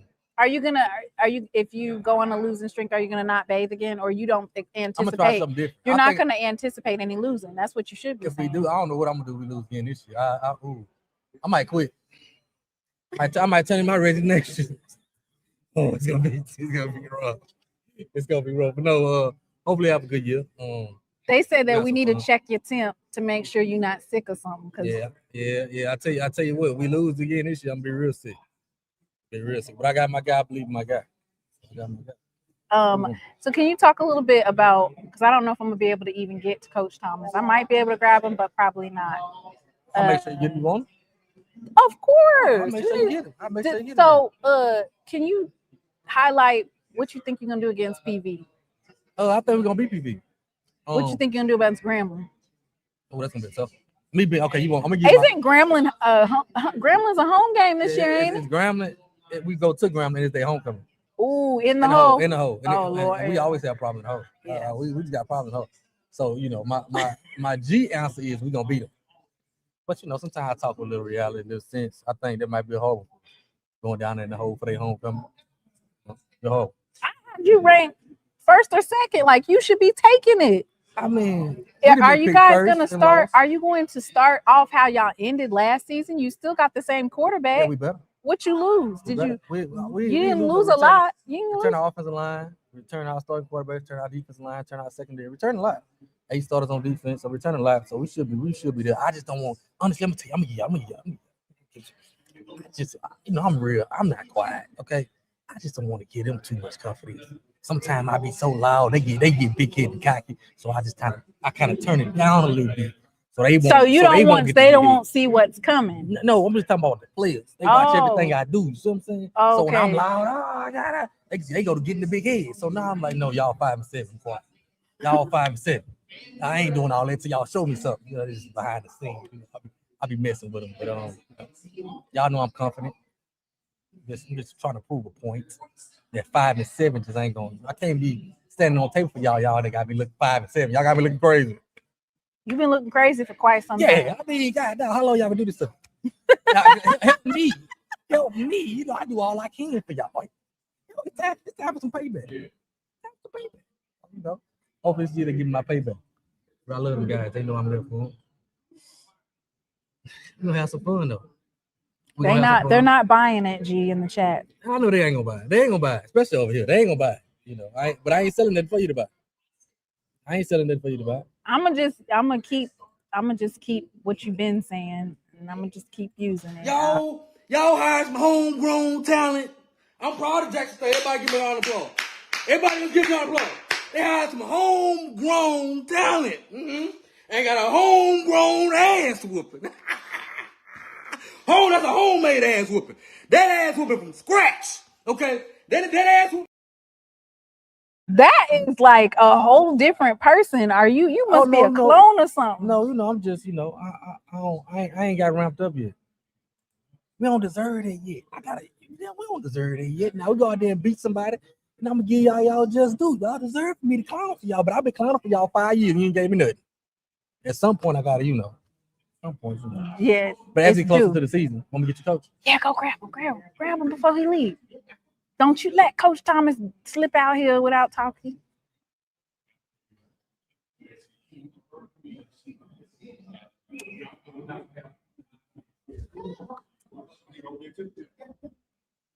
They're coming back.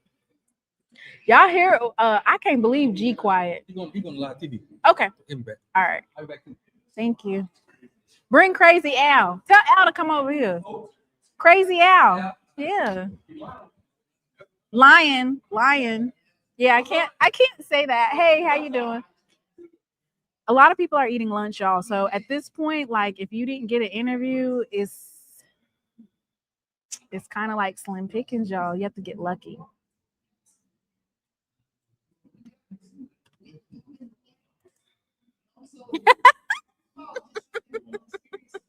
Yeah, so G is someone that y'all can definitely troll. Y'all put all the trolling in the chat. Get it out so you don't do it when the coaches or the kids come in here.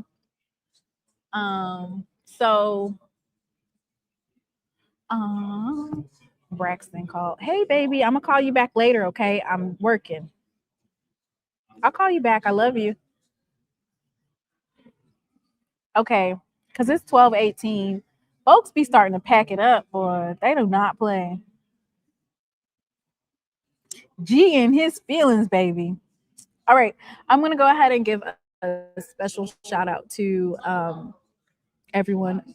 I definitely want to thank you guys for supporting my channel. Like, I really, really appreciate it. Such a blessing to be able to be supported. Thank you, Miss Moore. Thank you, Mr. Allen. Thank you. Believe in yourself.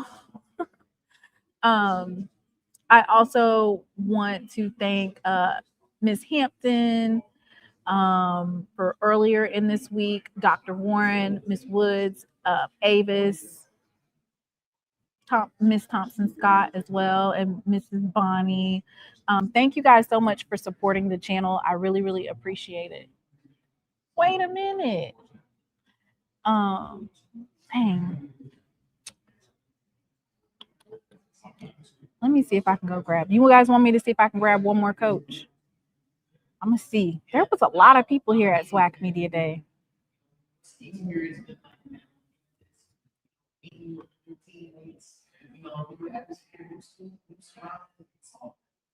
Let me go see y'all.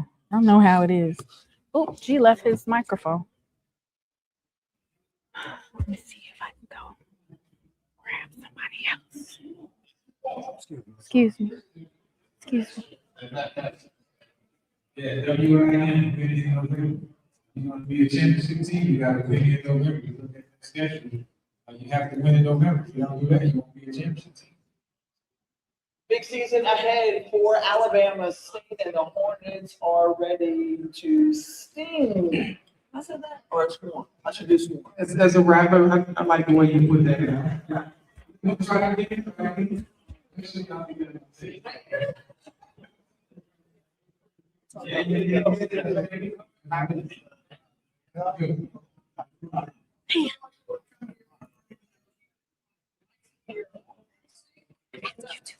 Later.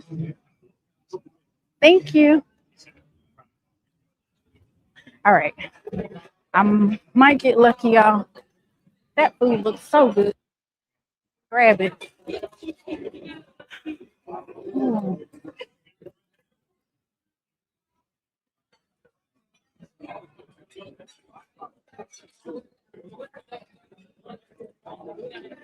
Oh, you don't need to eat that. You could left this mic. Can you come over here?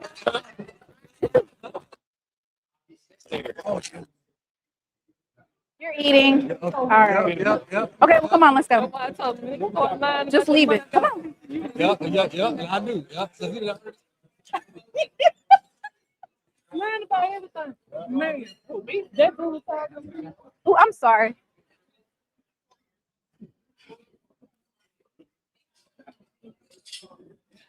Y'all know it's lunchtime, folks is eating.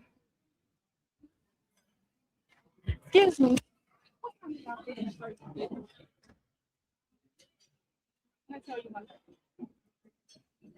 There's something to go for because I can't come out. I'm live. So we only have to step out for the plate. All right.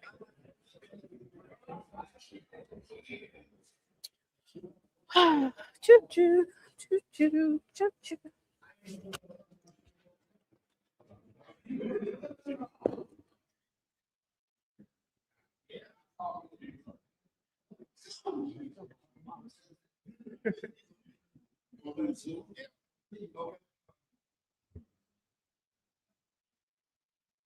See the SID? Hello. Y'all. Sorry. All right.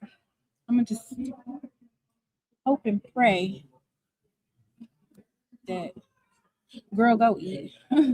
I know I need to go and eat, but I don't want to leave. The reason why I don't want to go eat is because there's some people that are coming after they eat.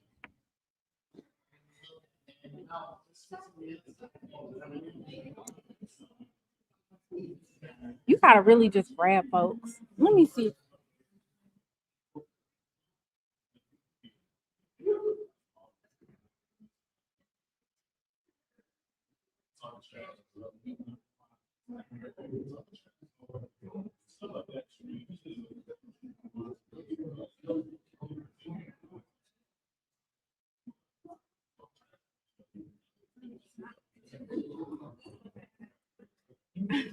There's like an order that you're supposed to go through when asking to interview coaches. You're supposed to ask their SID first. So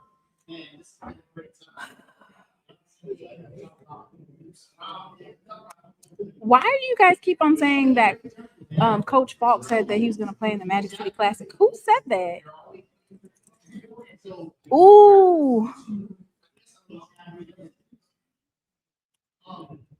OMG is going to be live tonight. That's good, because I might just.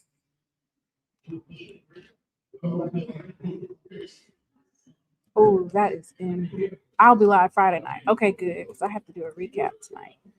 So, Unc said he'll be back. It's hard getting.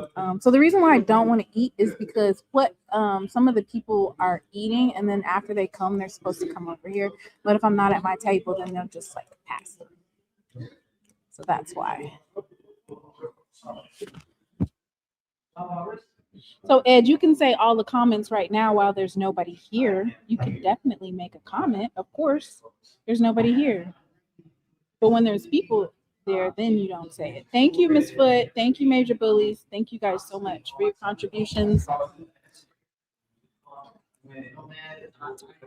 Be having.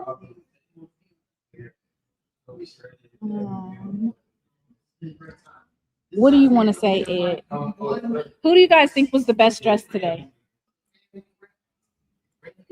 Yeah, I'm probably gonna have to get DoorDash. I want to make sure that I don't miss someone by going into lunch, and then I just asked could I get a to-go box, but then I would have just made it like up in the table. She said that's only for food.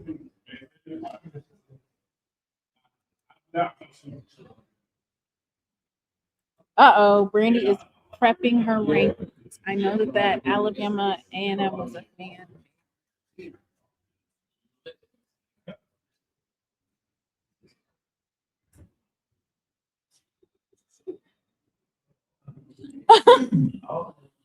Ed, why would you say that? I was trying to get Lion Ass out on here in place of Falk. But he was eating.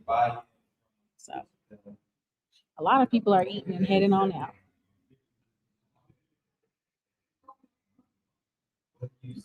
Ooh, okay.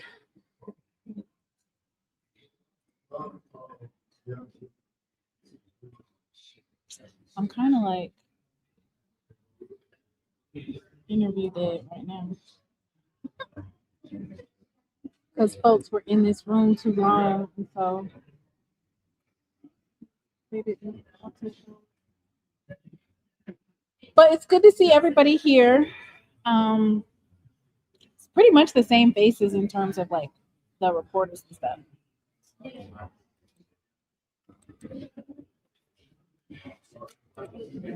I'm excited for tonight's show where we can unpack everything.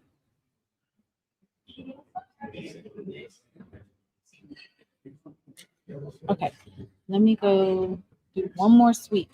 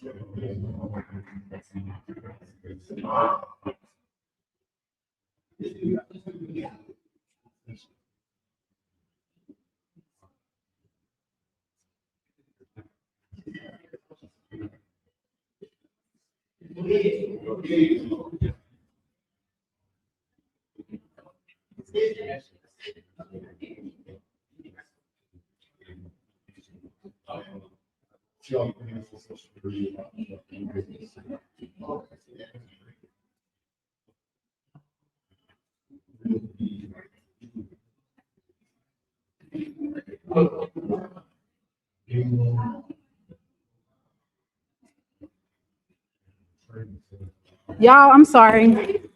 I'm sorry, y'all. I was making sure that the one didn't get away. Okay, so if I only did one more interview, drop in the chat who you would want that to be. If I only have one more interview, drop in the chat who you want that to be.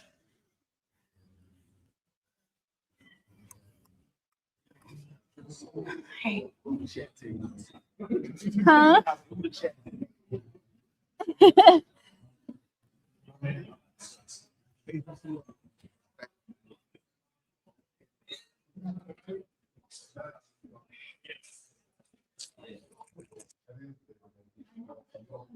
Man, I like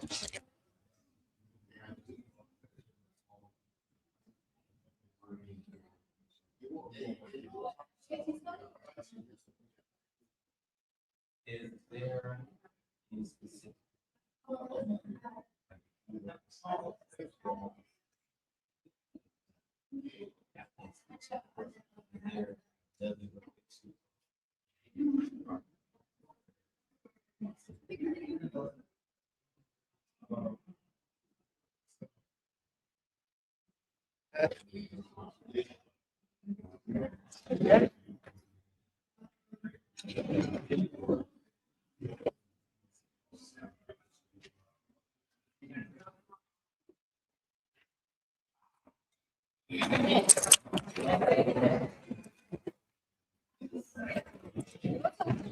Oh God.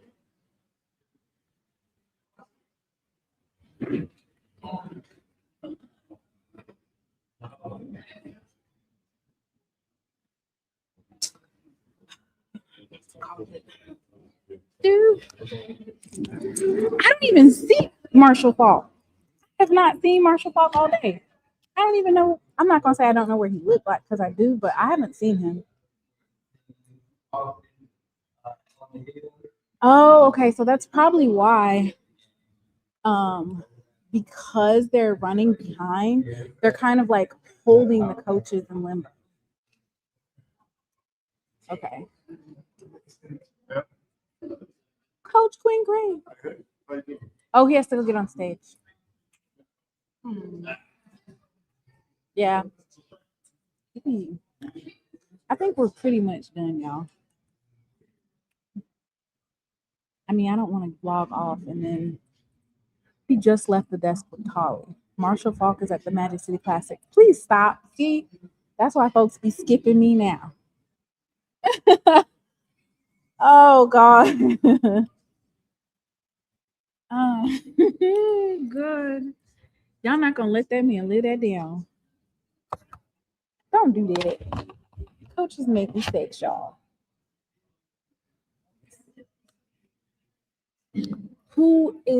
who in the bulk? You know, sometimes you misspeak. I mean, Alabama State versus Alabama A&M is one of the biggest HBCU classics. I think they get like 70,000 to come out there. So, you know, he meant the Bayou Classic, I'm sure. I'm sure he meant the Bayou Classic.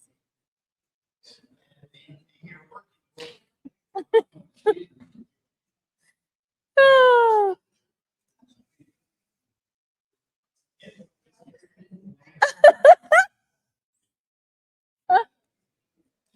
Huh? Yeah, I'm live. You want to say hi? Yeah, I say something. It's slim pickings now. Everybody's gone for the most part. Sit with my We buddy. have the Wayne Cartwright, none other than the host of the ride. How you doing? How was your SWAC Media Day so far? It's been great. We've interviewed 6 or 7, I can't even count. And then I've interviewed a good amount of the players. I interviewed both of your players. Mhm.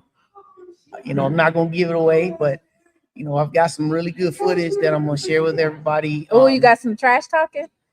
Maybe. And maybe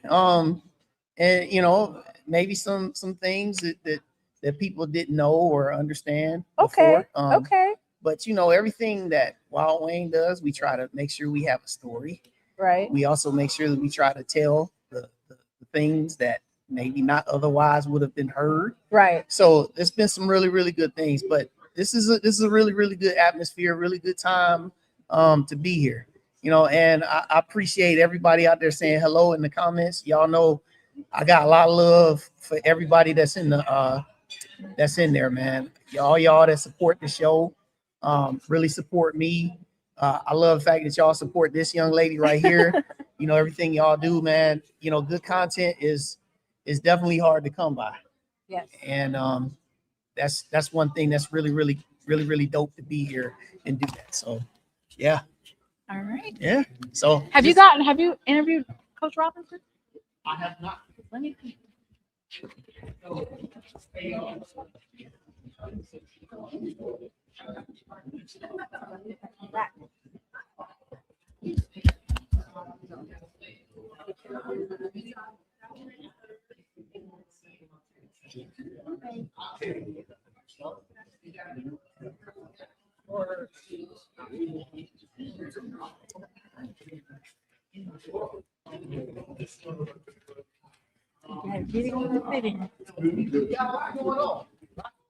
Oh, I know you guys can't hear me because the microphone. No, there should be one right there. Oh, they said they can't hear you. Oh, yeah, yeah. Instead? Yeah. So okay. y'all can hear me? Okay, so y'all can hear me now. So what I said was,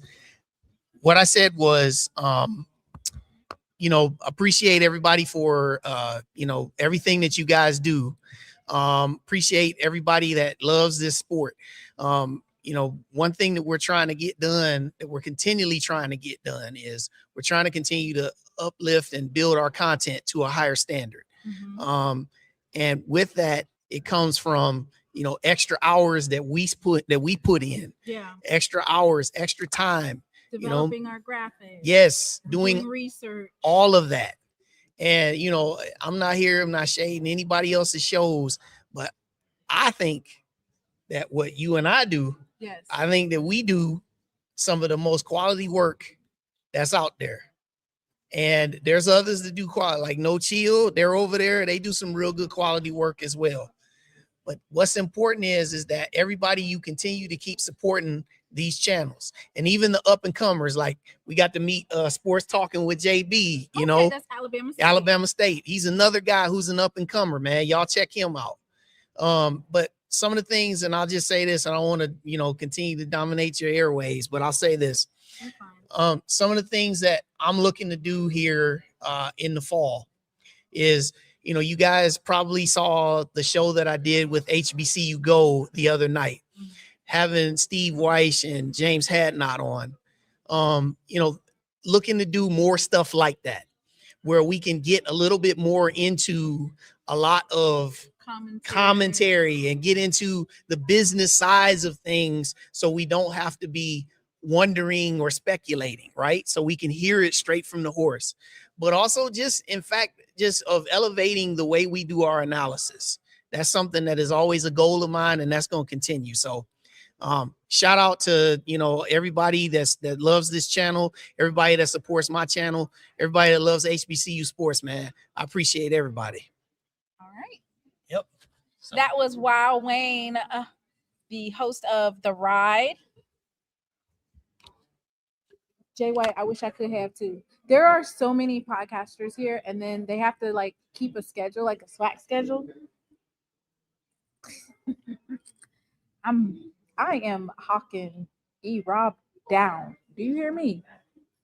I'm hawking him down. Like, yeah, come over here. But he has to go to another place for an interview. It's one of those waiting games that you have to like wait it out to see.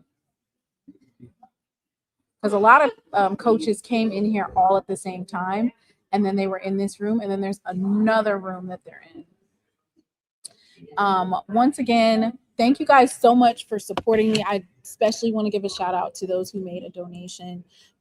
You are helping support independent HBCU media, which it helps offset those costs associated with having a podcast, traveling, SWAC Media Day. Like Wayne said, you want your production to be a certain level, so investing. Falk around and find out. I have not seen him. I think folks are eating and leaving for real, for real.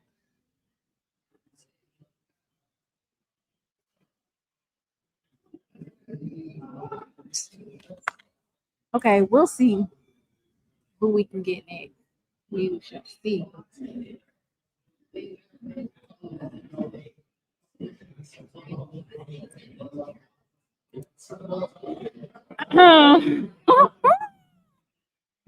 Lord, Ed, not today. Wait till the after show. Wait till the after show.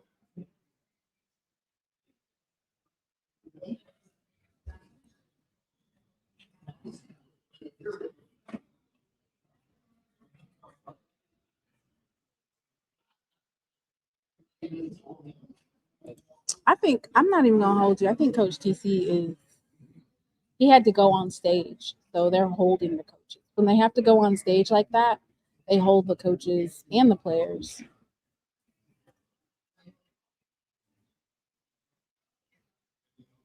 They are.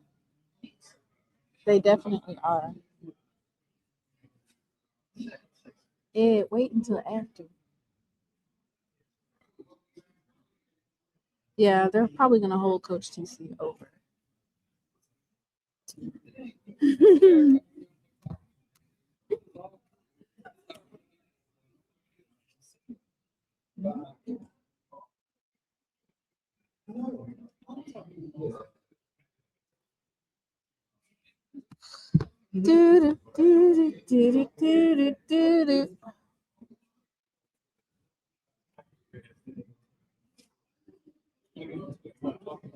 Okay.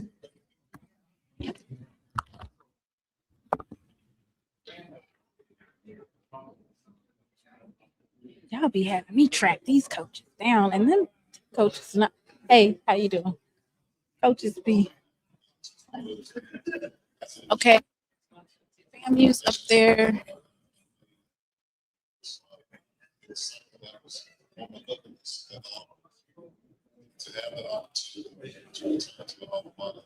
I don't even see.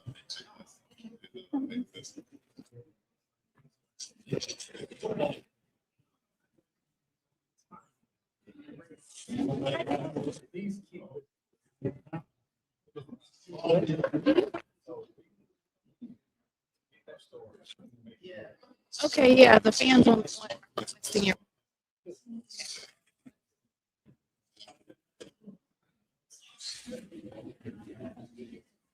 ooh, ooh.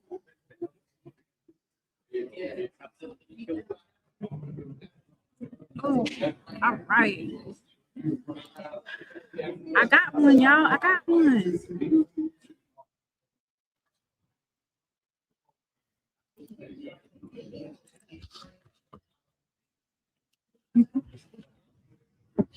All right.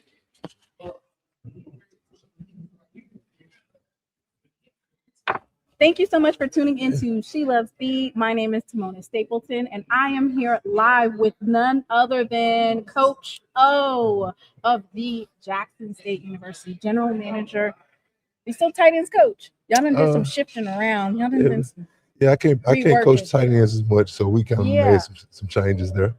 All right. You guys drop some tigers in the chat and drop your questions.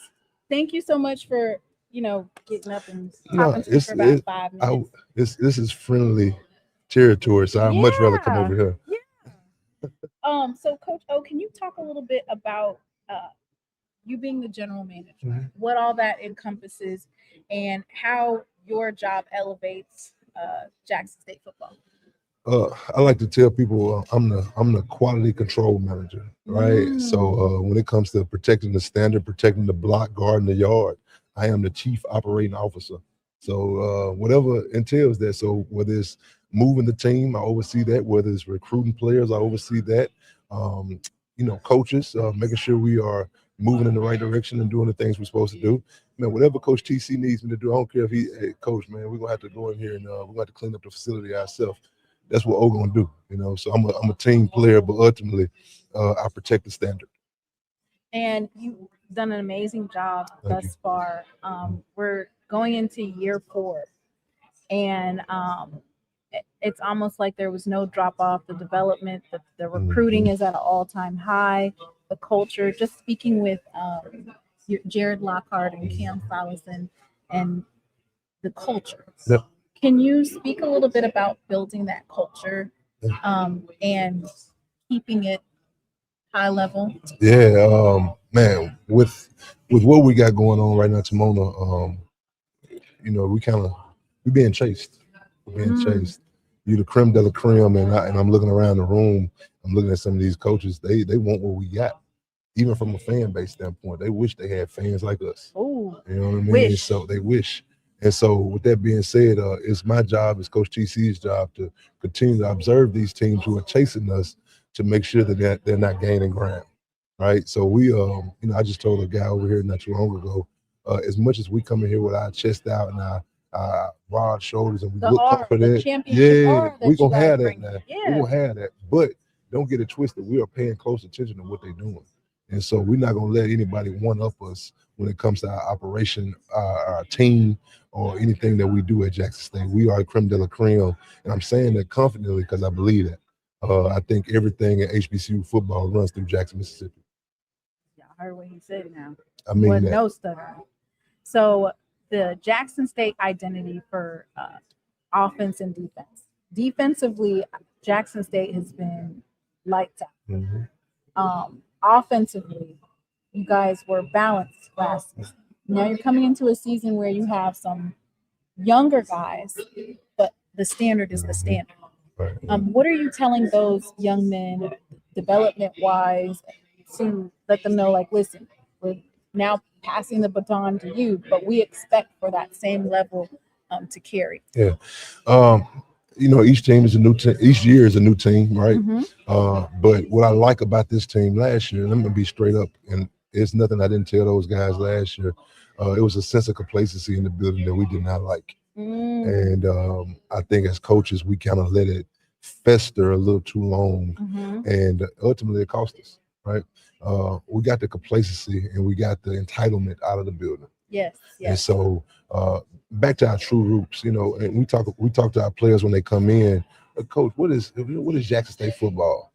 We are a mirror of the city of Jackson. We are blue collar workers. We love to have fun doing what we're doing. Resilient, like you said. But at the end of the day, you mess with us, you're gonna get it. And so that's the mindset we put in our players. We protect this school at all costs. We love Jackson State, and the thing I like about us, Timona, we're recruiting guys that love the city and love the school. I can see it in the students when I ask them about home game or an away game, or if I ask them day game or night game. When they talk about the fans, they talk about the love of the city, the community, and how important it is, and how that is a huge recruiting tool for these young men. Is the community, the camaraderie, all of it encompasses more? You know, when Coach Jones he makes that comment, we get shysted on Saturdays in Jackson, Mississippi. He don't say in Jackson State. We represent every citizen in that. I don't care if they're Alcorn fans. At the end of the day, you live in our city. In Jackson, Yeah. Mississippi. And so at the end of the day, I mean, like I said a minute ago, everything about HBCU football goes through 1400 JR Lynch. Yes. I'm gonna keep saying that. Yes. So I don't want to hold you long, but the last question. We can talk tomorrow. I ain't got nothing to do. Good. Yeah, All you take right, your time. y'all I'm go straight. ahead. Y'all hear that? So get y'all questions in. This is the Coach O, the GM. If there's any questions you have, go ahead and drop them now. If everything goes to plan this season, what will people be saying about your program when the year is over? They are who we thought they were. I mean, you know, you can't, you know, the guy over there said a minute ago, he said, "Oh, they still celebrating the 2024 national championship." It's real, ain't it? The last time we checked, the SWAC, last SWAC national championship was who? I looked around the room and I told him, I said, "Look, I see some champions in here, but not no national champions." they can learn a thing or two from the Jack. And speaking of championships and the championship culture, you were talking about how when you guys walk in the room, and I even said the other day, like whenever Jackson State walks into the building, there's like a championship aura. It's not arrogance. It's just knowing thyself, believing in thyself, and carrying it just like that. Hey man. So like when you know, so if anybody knows me and Coach TC, and even AD Ashley, VP Ashley, I'm sorry, but if anybody knows us, we're not arrogant men. Right.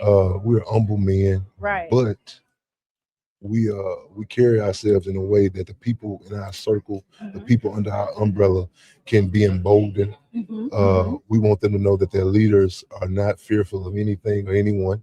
And so when we walk boldly because we know what we got behind us. Right. You know, so when we come to settings like this, you know, even with your show tomorrow, I'm looking at the setup. You got the best setup in here because you care about the standard. You get what I'm saying? Right, and that's what a lot of people don't like about Jackson State. You know, some people talk about the standard, but we actually live it day to day. You know, and so when you see us walk up and you feel that aura, it is not a prescription drug. It is our way of life. So we're gonna move around. We're gonna do what we're supposed to do. And even in this setting, we're still recruiting because I guarantee you, there's somebody in this room on another roster that may want to come to Jackson State. just by seeing how you operate, yes, how it goes, and it may be a coach. You'll be surprised. Some of these coaches don't want to be at their schools. They want to come to Jackson State because they know the type of operation we run. Not only that, the development of coaching. Can you talk a little bit about, because we talk about the players, but the coaching development, the tree. Can you talk a little bit about that? You've had several coaches just in the last couple of years that have elevated to Power 5, NFL. Yep. And then you go back and you go get a Breland Speed. Relationships. And I think the biggest thing is we tell our coaches, we're not going to hold you hostage. We want you to grow. Me and TC are from Mississippi. We love Mississippi. It's not for us to go out and be everywhere else in the world, right? Mississippi is home for us, so it feels good. That may not be the case for some of these young men we bring in to coach. They still got their careers ahead of them. And so we encourage them. First of all, I want your best. Your best will get you your next job. If you come in here and you half step it, guess what? You won't be here or at another school. So give me your best. So that part of our culture, it kind of just trickles down. Me and Coach TC move in a certain way and our coaches fall in line. But we also make sure our coaches understand that they're the head coaches of their room. And so we're trying to develop you to become a head coach of a football team. So control your room, and not just X and O's. People think, and let me say this tomorrow. All right. So people think we are an X and O school. Like it's just football. Our young men are doing a book study this summer. We are a program. They're Win in the Dark. And that's a book that's out right now. And our guys have read that book front to back. You know what I'm saying? So these other programs, mentally, you're mentally, physically, you got them in. You got a brand new strength and conditioning. Yep. Mentally, he said that he's got a book study for the summer. Emotionally, you're developing them Wholly. We develop men. We don't develop football players. Yes. And so, and me and Coach TC say this all the time. If we develop the man, we're gonna play good football. If you develop a good football player, you don't necessarily develop a good man. Right. So we're gonna develop the man first. Y'all hear that? And that's what we talk about when we talk about the standard. Academically excelling, physically excelling. Can you hone in a little bit about your new strength and conditioning? Because I've seen we can physically see the dividends in a lot of your players. Like it's like I'm not going to say mind-boggling, but from a couple of months, we're seeing the dividends. But you know, in any when you make improvements, you want to make sure you hire good people. That's the first thing. He's a good person. Trey up to grow. Yeah, he's a great person, but he's also hungry for success. His mindset is so similar to me. Like we hire like-minded people, and so we told him what we were lacking, what we needed, and we told him the type of program we run. We want to outwork everybody, and people say that, but they don't do it. Right. Listen, this is why we're hiring you. Right. This is why this job is open. Right. We need this to change. And man, since day one, and you see what we're talking about. Yes, we've seen several of the players. I think the biggest that I've seen is, of course, your QB1, Jared Lockhart. Man, he looks the part, doesn't he? Yeah. Last year he was like NFL ready, and in terms of his size. Last year he was a beanstalk. Now he's really coming together. Yes, so. yes. And so and just not with him, man. We got a lot of players. They are 600 pounds. I've been posting, reposting squats. Come on. Bench squat. What? Whatever is squat, 600 pounds, whatever the weight is, we just want to move it. Good Lord. We just want to move it. And but again, he's doing a phenomenal job and protecting the brand, protecting the block, guarding the yard. That's what it is. Guarding the yard. Mm-hmm. Yep. All right, Coach O. Thank you so much for coming. I appreciate it, Timona. Appreciate you for coming through and everybody, the chat, 124 people in here listening to Coach O, and there's going to be many more to watch. Well, I'm going to say this before I go. I know if you're live, I know Coach TC is on the main stage, and I'm going to go out here and mess with him in the background, throw up some little, make him laugh. But I want to say this to y'all as fans. Please don't get it twisted. We love y'all. And not because anything you've done individually, it's because the collective sum, you get it. You get what it takes to win. And Jackson, Mississippi, Jackson State is such a special place. It's such a special place. And what I need y'all to understand is when we say guard the yard, that is what we're talking about. Guarding the special nature of Jackson, Mississippi. That aura we got that aura because our fans allow us to walk like that. And I really need y'all to hear me when I say this from the bottom of my heart. We love you. We appreciate you. If you hadn't gotten your season tickets, get them. Guess what? On the flip side of that, it's somebody that that hadn't gotten their season tickets. You need to have an accountability session with them, because as Jackson State football goes, the city of Jackson goes, and we need every bright, positive situation in our city we need that light shined on it. Mm-hmm. So on Saturday, this Timona, we have 40,000 people in that stadium, and it's peaceful. People not used to seeing us come together like that, and it's peaceful. Right. Jackson, Mississippi, let's show these people how to party with 40 to 50 to 60,000 of us together, having a blast, and it's all done in excellence. That's what I look forward to this 2026 season. All right. Thank you so much, Coach. I'm going to show y'all something before I go. I got to show everybody this before I go.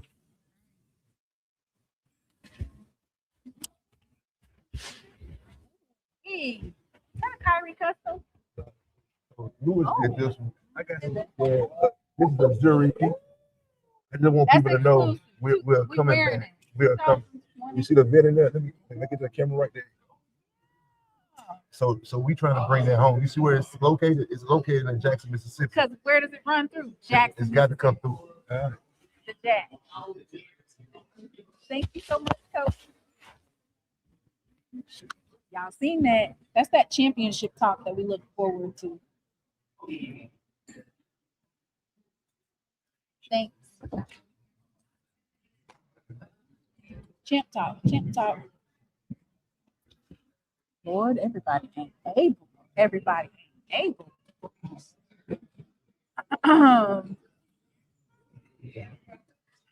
Hi, how you doing? Oh, you already Oaks. Okay. I'm about to come see you, Oaks. All right. How you doing? How you doing? Calvin Carter.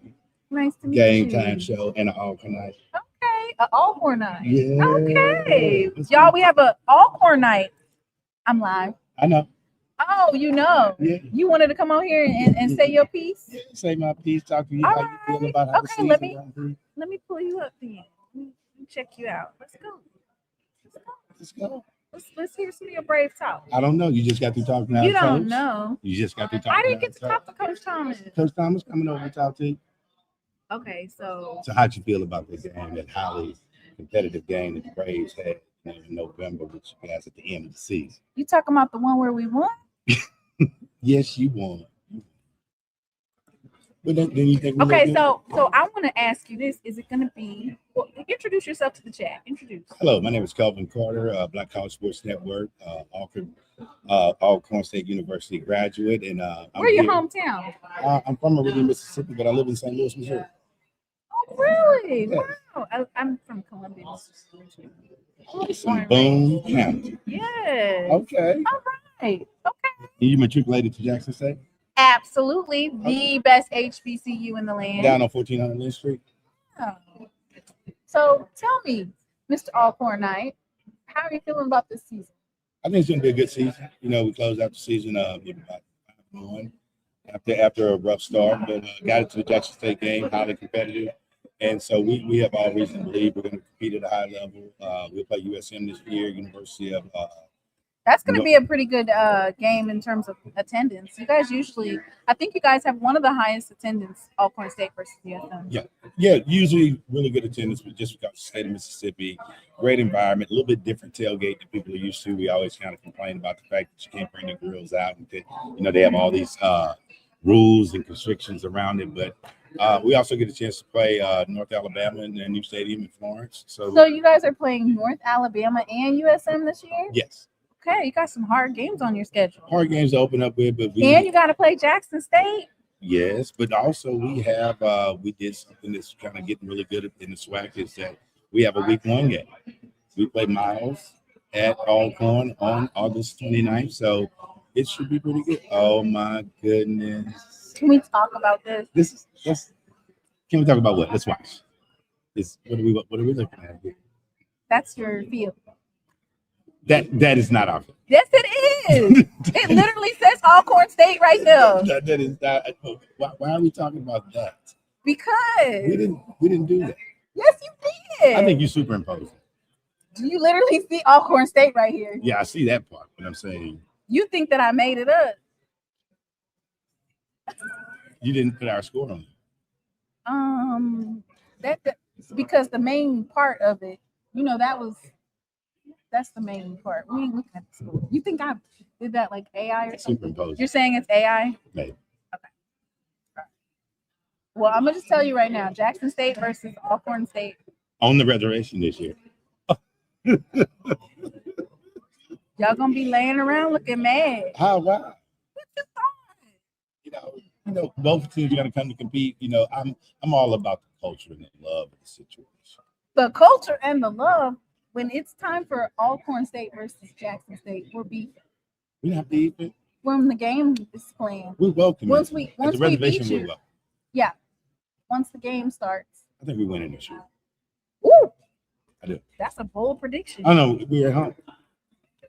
You was at home that year too. Yeah, but we're at home this So year. you hear Mr. Alcorn Knight, he said that Alcorn versus Jackson State, y'all gonna win. So let's talk about the games that matter this season. All right, let's go. Grambling, We're winning. Prairie View, We go to PV. I think it's gonna be an upset. We win by 2. okay. You don't believe? No, Why? I just don't. Well, let me ask you a couple questions. How you enjoy SWAC Media? I'm doing good. You doing good? The Twitter feed. Sorry, I'm all over the place. You I be should be. trying to look and see who's available and grab them quickly before. I know, because you want to grab Coach Thomas. Please. Okay. I mean, you saying that, but G said he was too. I need to ask him a couple questions. I need to ask him about, He's coming right over here. So you see how actively engaged over there. So he's got it. Okay, as long as he comes. Ooh, they said all corners win in the West. We gonna see you in the SWAC championship. Yes, in Jackson. Okay, I'm with that. 65,000 strong. All right. Yeah, just gonna say it. Okay. You heard it. You heard it here first. All right. Joseph. You had Grambling already? No, I didn't. Hey, okay. Okay. Oh wait, You want me to leave? no, just tell him your conclusion. Go ahead. And Conclusion, I do tell him to believe. shout out your YouTube channel. YouTube channel. Oh, my JBN. It's right here. Oh, my JBN, Black College Sports Network. We have the Game Time Show every Sunday afternoon where we recap what's happening on Saturday in the SWAC. Also, too, everybody tune in to every HBCU game on 8/29 because it's a big day for historically Black college sports. We have the MEAC SWAC Challenge in Atlanta. And we also have North Carolina Central play in Texas Southern. And we have a plethora of really, really great games on that day. So I think it's going to be good. Thank you. You're welcome. And I'll get Coach Graham along with Coach Thomas. Dang, you got the pool for both of them? Yeah. Oh yeah. Tell him to come over. All right, I got you. Thank you. You're welcome. I'm sorry I was all over the place, y'all. When I see Coach, hey, how you doing? Oh, you want to come on? Come on here and talk. Yeah, come shout out your Alabama State, right? Alabama State. Yeah, come on up here. Hi, how you doing? Yeah. All right, let me get I ain't got that much better. hang on, let me pull up Bama State. All right. There we go. Okay. All right. Yep. Okay. All right, this is JB. Go ahead and What's shout going your channel out. What's up, everybody? Black and Gold Shoulder. I'm the host, JB. The channel is Sports Talking with JB. Go ahead and subscribe to that to get all your Alabama State content because you know that's what we're doing. And shout out to everybody who comes in. A lot of Jackson State people come in. Shout out to Israel and some of the guys. They always come to support us. Yes, yes. Thank you so much. It's nice to finally meet you. Yes, you know what? We were supposed to do a show. We need, okay, so can we lock that in? We got to lock it in. So it's going to be JB Sports. She loves thee. We're going to do our breakdown on Thursday, the Thursday before the Alabama State. Alabama State Jackson. Yeah, Thursday or Tuesday. You don't know. All right, let me know. We You gonna gotta do pick it. your players. I'm gonna pick mine. We locked in. You coming This to? Are you coming handshake- to? Are you coming to Montgomery? Yes. For the game. Yes. Okay. This handshake, I'm locking You in see for our. it, man. You see You got Man, it. she got All the right. picture. All We right. locked in this year for sure. All right. So You we got doing it big JB. over there. I got to give you your shot. Oh, thank You do you. it big. You know what I'm saying? Thank you. And you be on Saturday nights. You do it. Oh, thank you so much. And he's an up and coming content creator. He has all the deets on Alabama State. So make sure that you like and subscribe.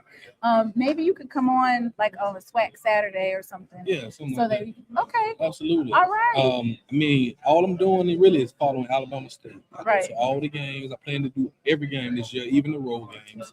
And on Sundays is where I do my recap show. All right. And Wednesday we do the Black and Gold show. They go Israel right there, man. What's up with you? I see you in the comments right there. Absolutely. All right, JB. All right. I'm excited. It's gonna be good. We're locked in. It's gonna be a good season. We're gonna have a good show. And you it's know, gonna be a good match. you know we number one in the SWAC right now. And by next week, I'm gonna get him to confirm what day you're doing it. Okay. Got you. Got you. Even though it don't really mean anything, we number one in the preseason poll. Oh, he's here to talk a little mess too. No, I just All want to right. leave He you with want- that. I he just want want to everybody leave that to on know your mind. that when it comes to preseason, Alabama State is picked to win the SWAC East. It's out the jacket, so we had to. I just had to. But yeah, man, y'all appreciate y'all, man. You know what's going down. Black and Gold show. Tonight, we got Khalil Stewart on tonight, 8 p.m. We're going to recap Media Day, and we're going to talk about that preseason. So y'all join us at 8 o'clock tonight on Sports Talk with JB. All right. All right? Nice to Thank meet you. you. Nice We to meet you logged too. in. I'm going to see you soon. All right. That was JB. Sports Talk with JB, Alabama State, y'all.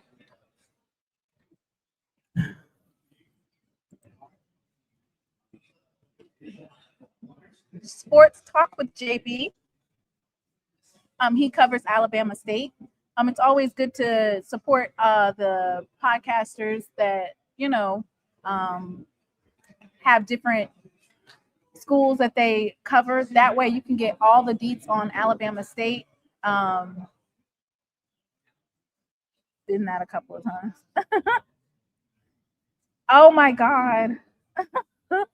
Look at you guys talking, man. I love it. So right now is the time where you don't want to actually have anybody in your chair. I don't want to look like I'm whatchamacallit, but now is not the time.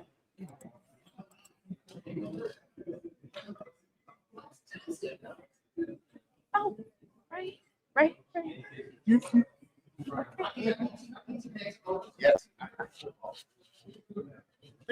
Here you go. Let me pull up your stuff first before you come over here.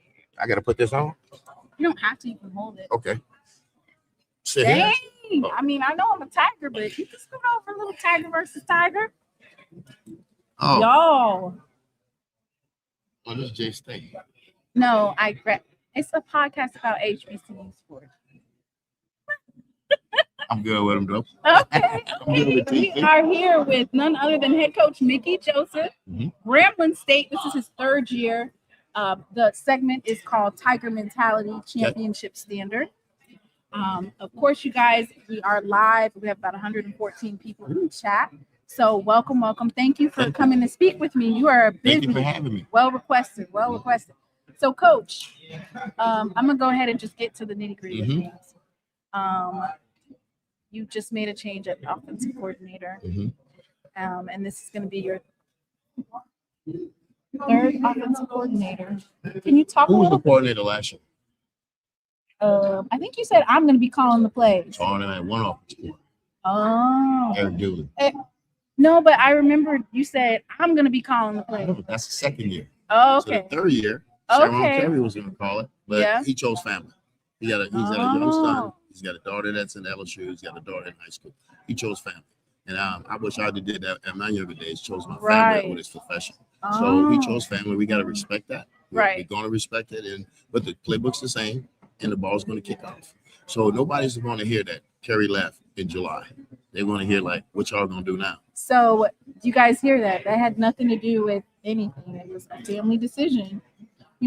Because it was left open for conjecture. Everybody started, if you know how football is. Social media, they can, everybody forms an opinion. I mean, you're guilty to proving innocent on social media. Right. Yeah. So there's another rumor about Bruce Eugene. Is that true, or is there some truth to him possibly coming? Bruce is a person that I've been knowing Bruce a long time. I knew Bruce since he was in high school. I coached against Bruce when he was at Grambling. I kept up with Bruce. Bruce is at Syracuse at this moment, and people got to be careful when they start keeping names out there, because they have these schools that they don't play that. They don't know if Bruce is on the contract. They don't know that. So when they start saying stuff like this, now he gets called in. So if it does happen, it happens. But we're gonna do what's best for Grambling. We're gonna bring the person in that's the best fit for this offense and the best fit for the remainder of these offensive coaches. So Bruce is a name that we have spoken to. We have spoken to 2 or 3 other guys also. But if Bruce comes back, then it's gonna be a blessing. Whoever we put in there is gonna be the best fit for Grambling. Right. Do you hear that, you guys? Because there's been a lot of buzz about Grambling and what they're gonna do offensively. Yeah. So what does player development look like in your program on and off the field? 62% of our guys are going on their 3rd year with us. So that's huge, because that means you're able to keep them in the program. Yes. Until people, but we lost 15 also in the portal since I've taken the job. So we lost some kids. But the thing about it is that we have retention with our kids. We do a great job with the grades. We do a great job just holding them. But the thing about it is we have an open door policy for these kids. These kids understand. And what we do as coaches is that we listen. A lot of people don't listen to these kids today. We listen to them, and we make sure that we understand where they're coming from. And sometimes we got to meet a kid where he's at to bring him where you want him to go. So we do that. We meet right here in the middle. We don't meet on this side. We meet right in the middle. And I love this team. I love this coaching staff. You have built and developed your team. I can remember your first year. You did focus kind of like on the high school. Yes. But it looks like it's paid dividends if you're able to keep that many students, and this is their 3rd year. It looks like it's paying dividends. Redshirted, we had 34 come in. We had 2 of them that played, that played that's with the 5th year, they'll get their 5th year back. And then we had one that went to Penn State. So those kids been with me going on their 3rd year. I redshirted that entire class except 2 of them. So that's where the nucleus come out, and that's a good sophomore class. And everybody in the country knows that they're gonna target my sophomores. That's what they're gonna try to get. Right. It's a very talented class, but everybody's on this roster has been handpicked by me, except 1 or 2 of them that's holdover from here. So, but everybody, they're my biological kids now. You know, so I don't have to deal with I know these kids. I didn't know these kids coming in. I didn't know how they worked and things like this. So now I know them. I know what buttons to push. They know what buttons to push with me. You know, and we family, and sometimes we get after each other, but we family, and I have some great young men. So my last question is, I don't want to hold you. I know there's other people. You talked about handpicking your players. In the spring, you had Jacoby Roberson, yes. Robertson, and then now we see RJ Johnson recently. Yeah, we're watching. I'm still watching. So can you talk a little bit about your quarterback room, and because that's a big pickup. So is there still a competition, or what does that look like, especially with you getting a new offensive coordinator or adding some more offensive stuff? The playbook stays the same. So the kids that's returning on offense, this is their 3rd year going into playbook. RJ's in the building because he's a talented kid and he's a great kid. He had a hiccup at UMass. We figured what the hiccup was. We figured at Grambling we can handle it because it's not a hiccup where he wasn't playing well. He just, he didn't fit their culture, but he fits ours. Because what we don't do, we don't put him off the team. I work with you. I work with you. But that quarterback room is very, very talented. And when you say competition, it's a competition every day you go in there. Nobody can walk in there and be comfortable. Everybody's going to be uncomfortable, so you're going to battle. So if you don't want to battle, that guy next to you wants to battle. So we have 5 capable kids now in there right now that we think that can play. So we're excited about that room. That room's talented, and they're going to battle. All right, you guys heard it first. You got a lot of clarification from Coach Mickey Joseph straight from his mouth, so you don't have to listen to the blogs or the news articles. He told it straight from his mouth. Thank you so much for coming and talking with me today, and I will see you in the hole. Yes. Yeah, don't be a stranger. Come on. All right. Thank you. Thank you. All right. Thank you. Ooh, y'all. Coach TC's back. Thank you. I'm not putting another.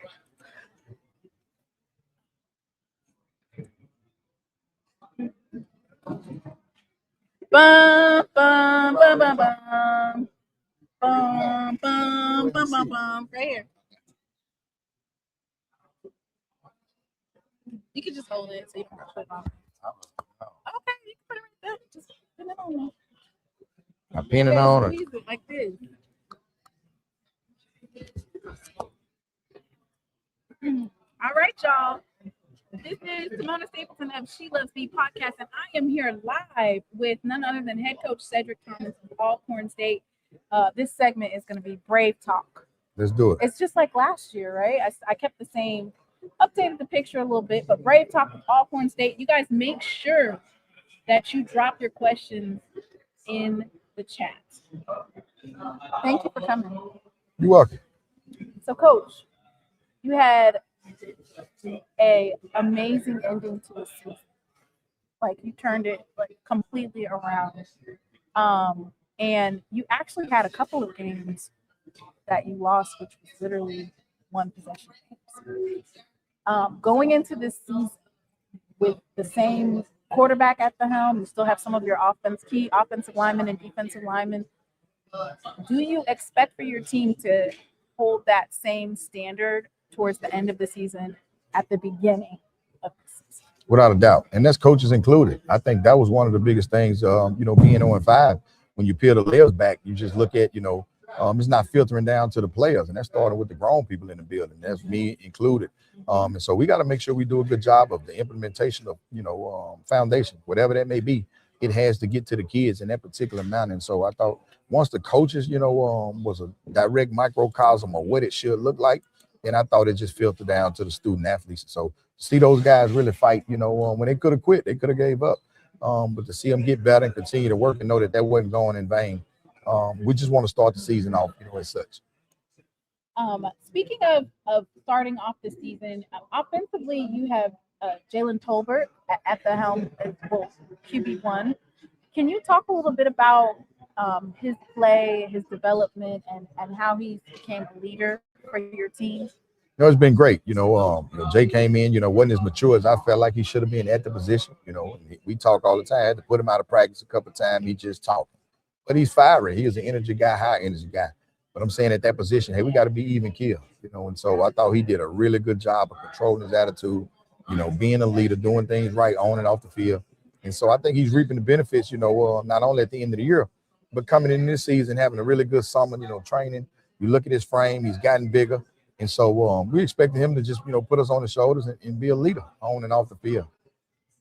So the people in the chat are saying we need to see you twice this week.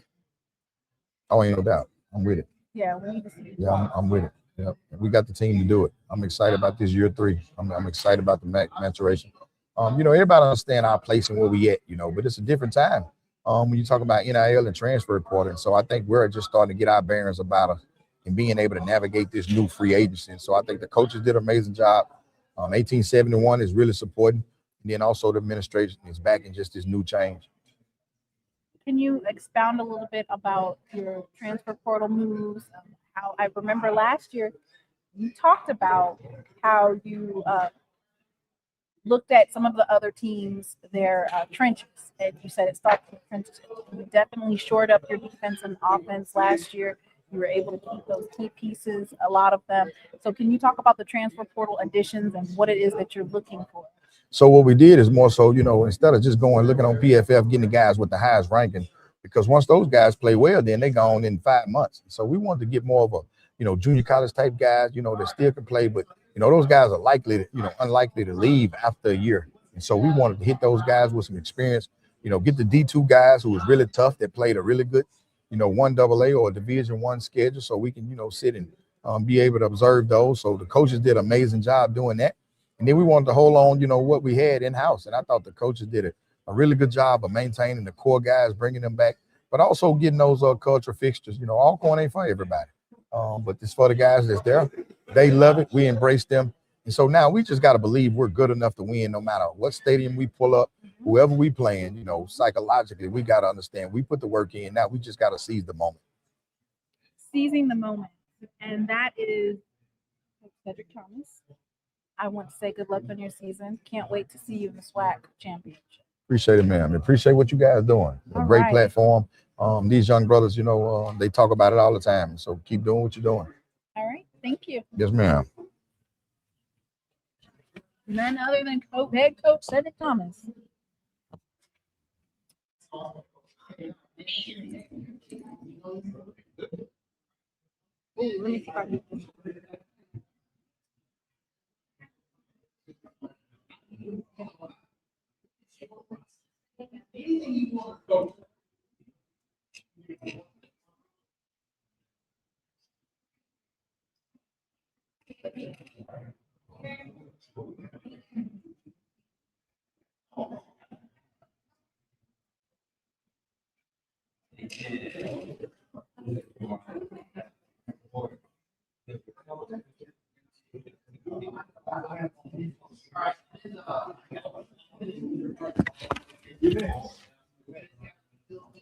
I got another interview.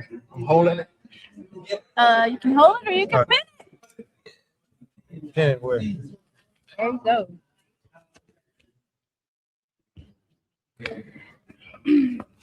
Y'all put some fire emojis in the chat. I have 148 people watching, and of course, this is none other than the Commissioner Charles McClellan of the Southwestern Athletic Conference. I'm going to pick the 2 questions. I'm not going to keep you long. Thank you so much. No, thank you for having me. So, Commissioner McClellan, you have the SWAC TV. You're building the brand. What is your top priority for the SWAC over the next 5 years? What does that look like? Well, I think SWAC TV is the future for the Southwestern Athletic Conference. We just kicked SWAC TV off, but the revenue opportunity that SWAC TV can build for us is enormous.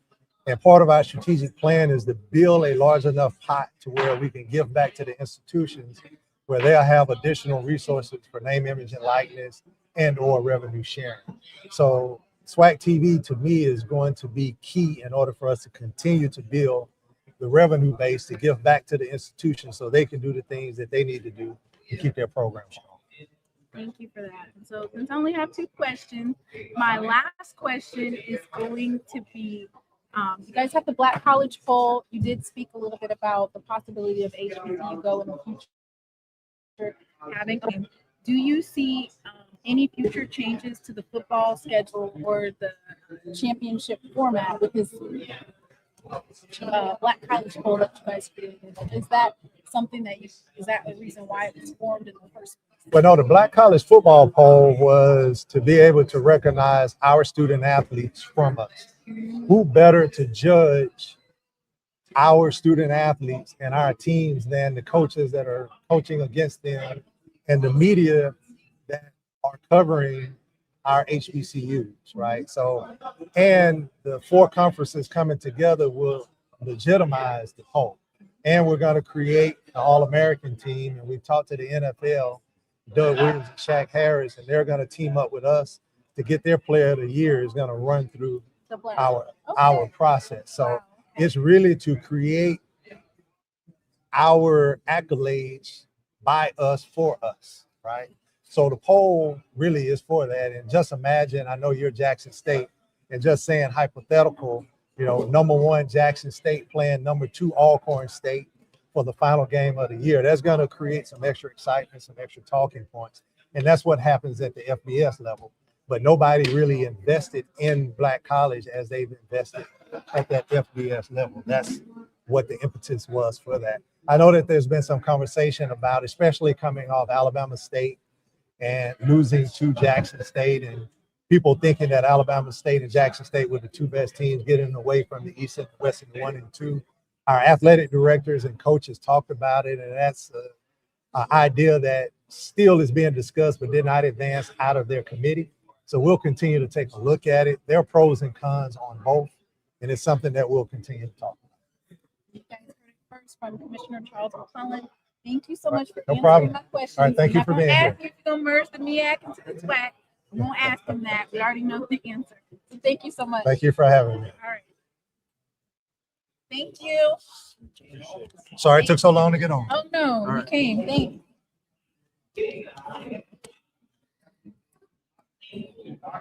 Oh, Lord. Hey, Dr. Kanisha. All right, so that's the only person that I have left then is Coach TC. I feel like I got Commissioner McClellan, got all the Jackson State coaches, and all the State coaches. I think I did pretty good today. I didn't do as many student athletes as I used to do, but I got the main ones, Jackson State. Now, you know, that'll be a wasted question. I had 2 questions, y'all. I'm not getting ready to waste my time asking the MEAC going to be merged into the SWAC. That would be a wasted question because he would have been looking at me crazy. So that's probably the last interview that I want to do, which is Coach TC. So I won't put nobody else in my chair. I'm not going to put anybody else in my chair. It is kind of tight though, but he did say he'll get to me. So I have faith that Coach TC will not forsake and forget about me. I have faith that he won't. I know that Travis is probably like, you are getting on my nerves, girl. He's probably like, dang, girl, leave me alone. So you know what I'm gonna have you guys do? Can you guys go ahead and drop the questions that you have for TC now? So if you have a question for Coach TC, please drop them now. Please make them really good questions, not questions that have been asked before. Oh, there's Coach T Buck. I didn't get a chance to interview him. I'm not gonna put another coach in my. All the picks I've seen, these young men look sharp. Yes. So y'all hurry up and drop the question. Drop the question. Drop the question. So that it'll be ready. I'll just star them, put them to the side.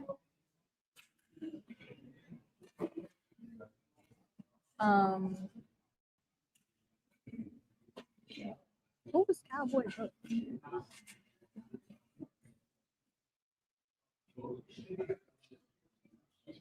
Y'all talking about special teams.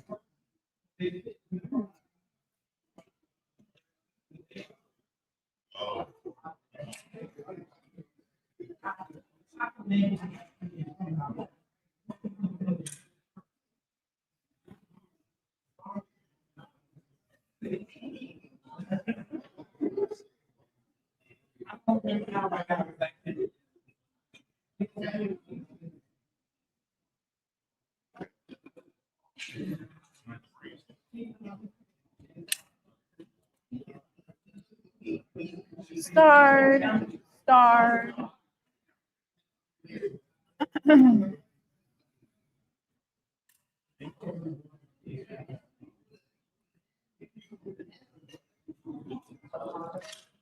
I do want to talk about special teams. Well, Israel, I could say with conjecture that they did make some coaching changes with special teams. There's now a co special teams coach.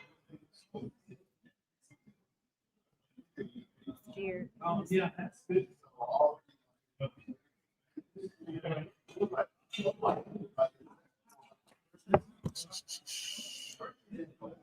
Ooh.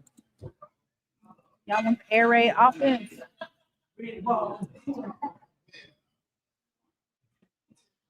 Y'all. So I see Coach T-Buck, but like I said, it's kind of risky putting another coach in my chair because then or not a coach, but like just somebody coming if they see me already talking. Okay, starring that one.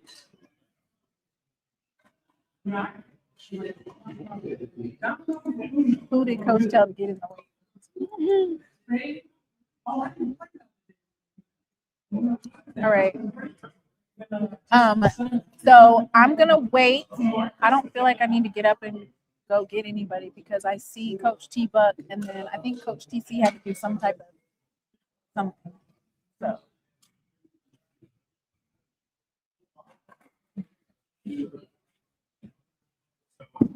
ooh.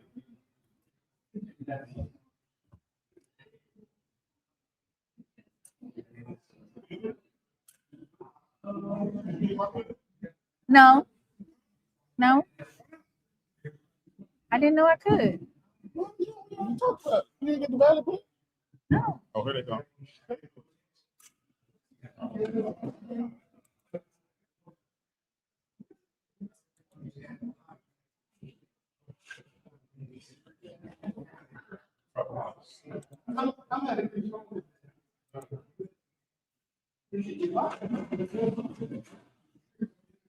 Oh, okay. I see what you're saying. Well, I know that they did make some coaching changes. So I saw that for myself, the coaching changes.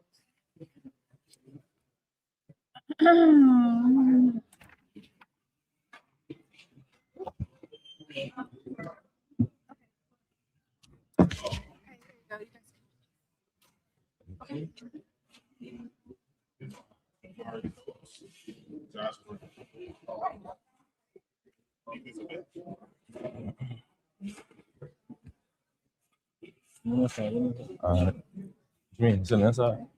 Yeah, you guys come around here. Right. We are live. I am here with Mississippi Valley State players. Go ahead and introduce yourself. My name is Kamari Stokes, defensive back. Josh Brown, quarterback.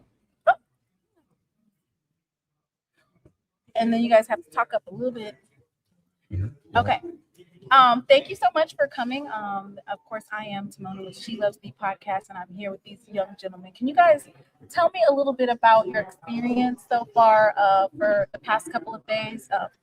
Honored to be chosen to represent at SWAC Media Day for your team. I feel good. Let me know that I'm doing something right. My family doing something right. Everybody that's pushing me forward. Doing something good. Yeah, it's definitely a blessing. So it's a blessing to be here, a blessing to represent my school, represent my family, and represent myself as well. So represent the team. So I'm excited. And you know what? Josh Brown, actually, I just made the update this morning for my HBCU or the SWAC Quarterback Club, of course. A little bit about Josh Brown. You are highly touted for this incoming season. What type of goals are you looking to achieve in terms of your touchdowns? Do you have a goal that you're looking to meet? A specific goal, I would say, not really a goal, just really just improve on my footwork, improve on my reads, making sure everything is moving simultaneously, to improve on my accuracy, my completion percentage, to be in the high 60s, low 70s range, and just improving to be a leader on and off the field. That's my biggest personal goals. And what about you? What is your personal goals for this upcoming season? Fix all my flaws, alignment and assignment, just overall just knowing the game from the collegiate level.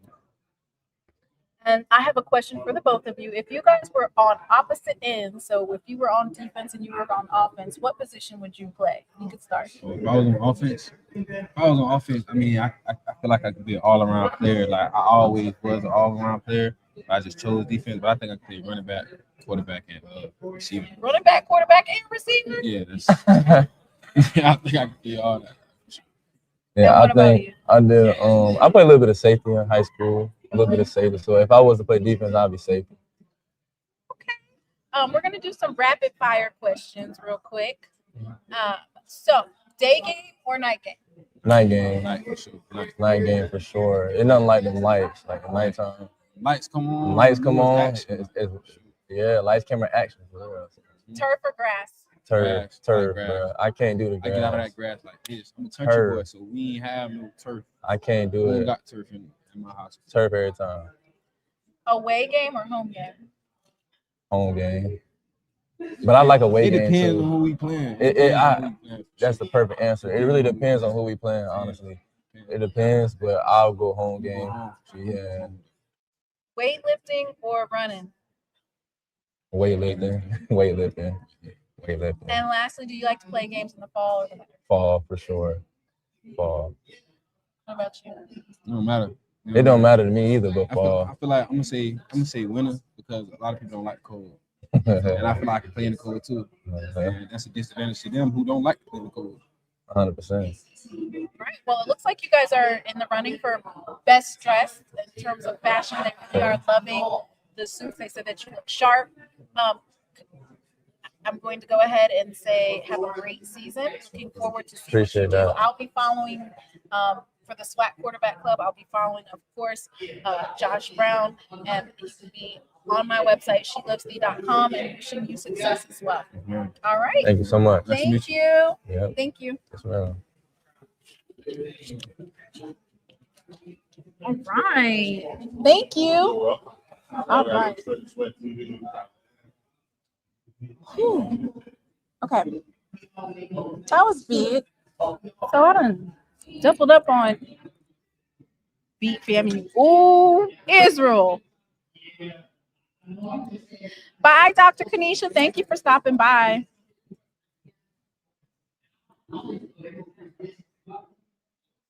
Okay. So I guess I'm just gonna wait here for Coach TC. I'm excited, y'all. That you see how after they eat, they get some rejuvenation. Now it does look like I'm probably not gonna be able to catch Alabama State.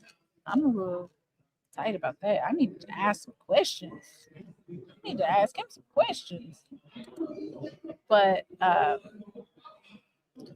while we wait, let me go ahead and pull this up. These are the SWAC Media Day. Oh, yeah. Come on over. Who? Oh, yeah, I talked about it.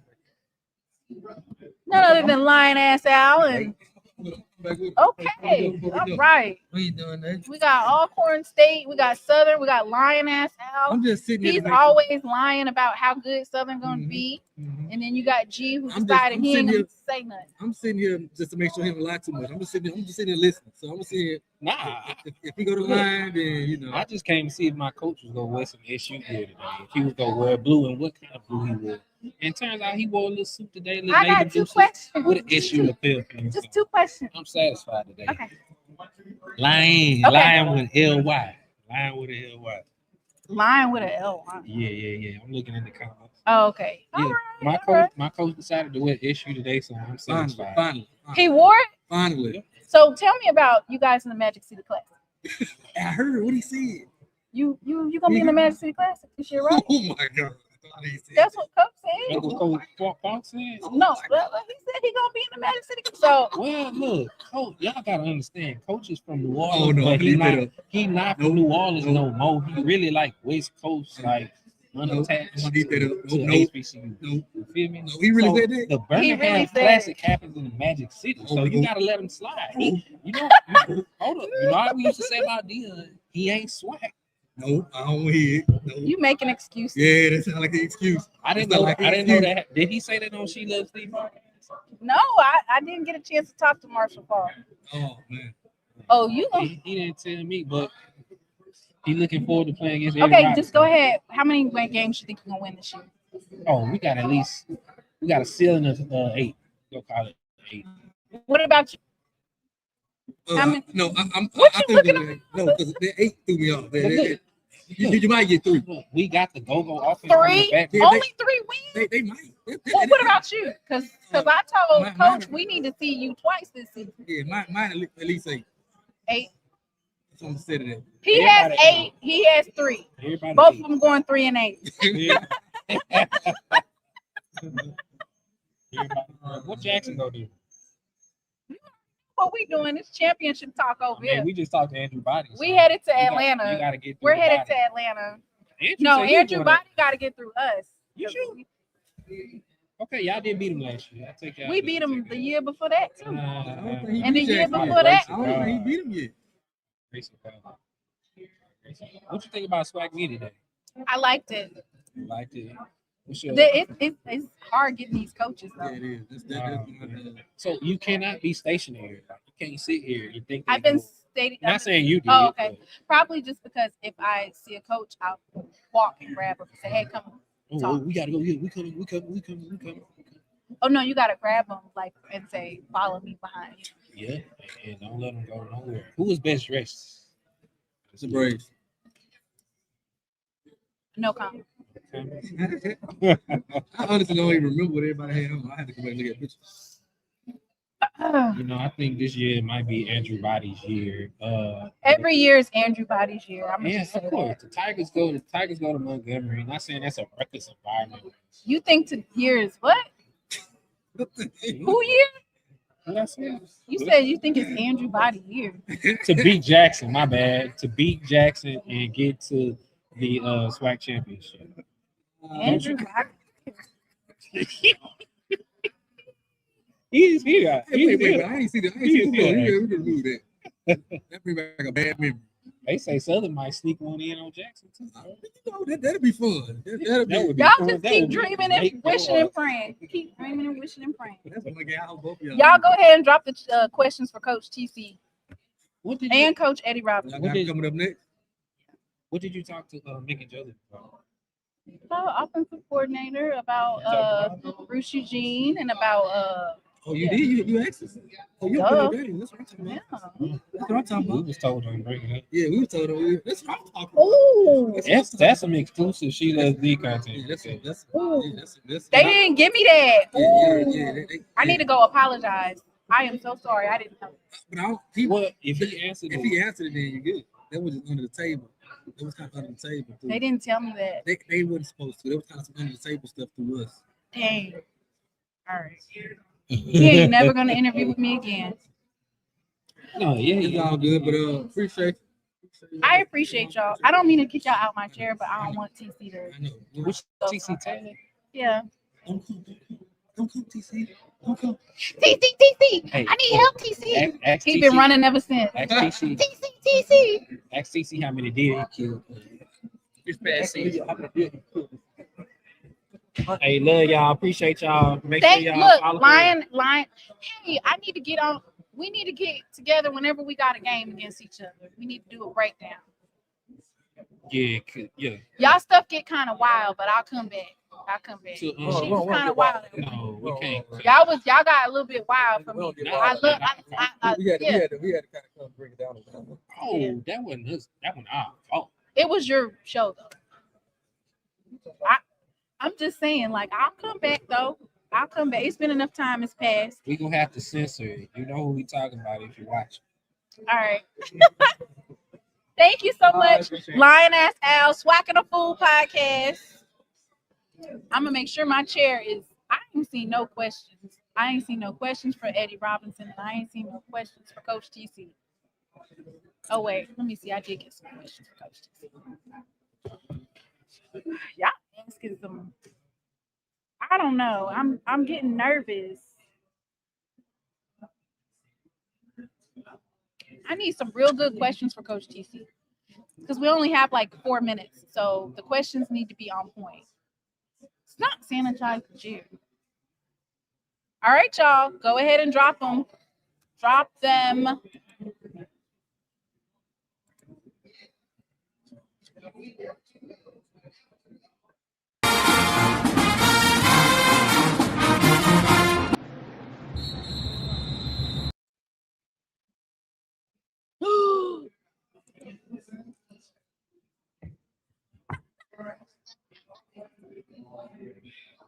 What questions y'all got for if the Alabama State coach would come over here, what questions do you have? Hurry up, and y'all going too slow. Y'all gotta go faster than that. If you gotta move, you gotta move.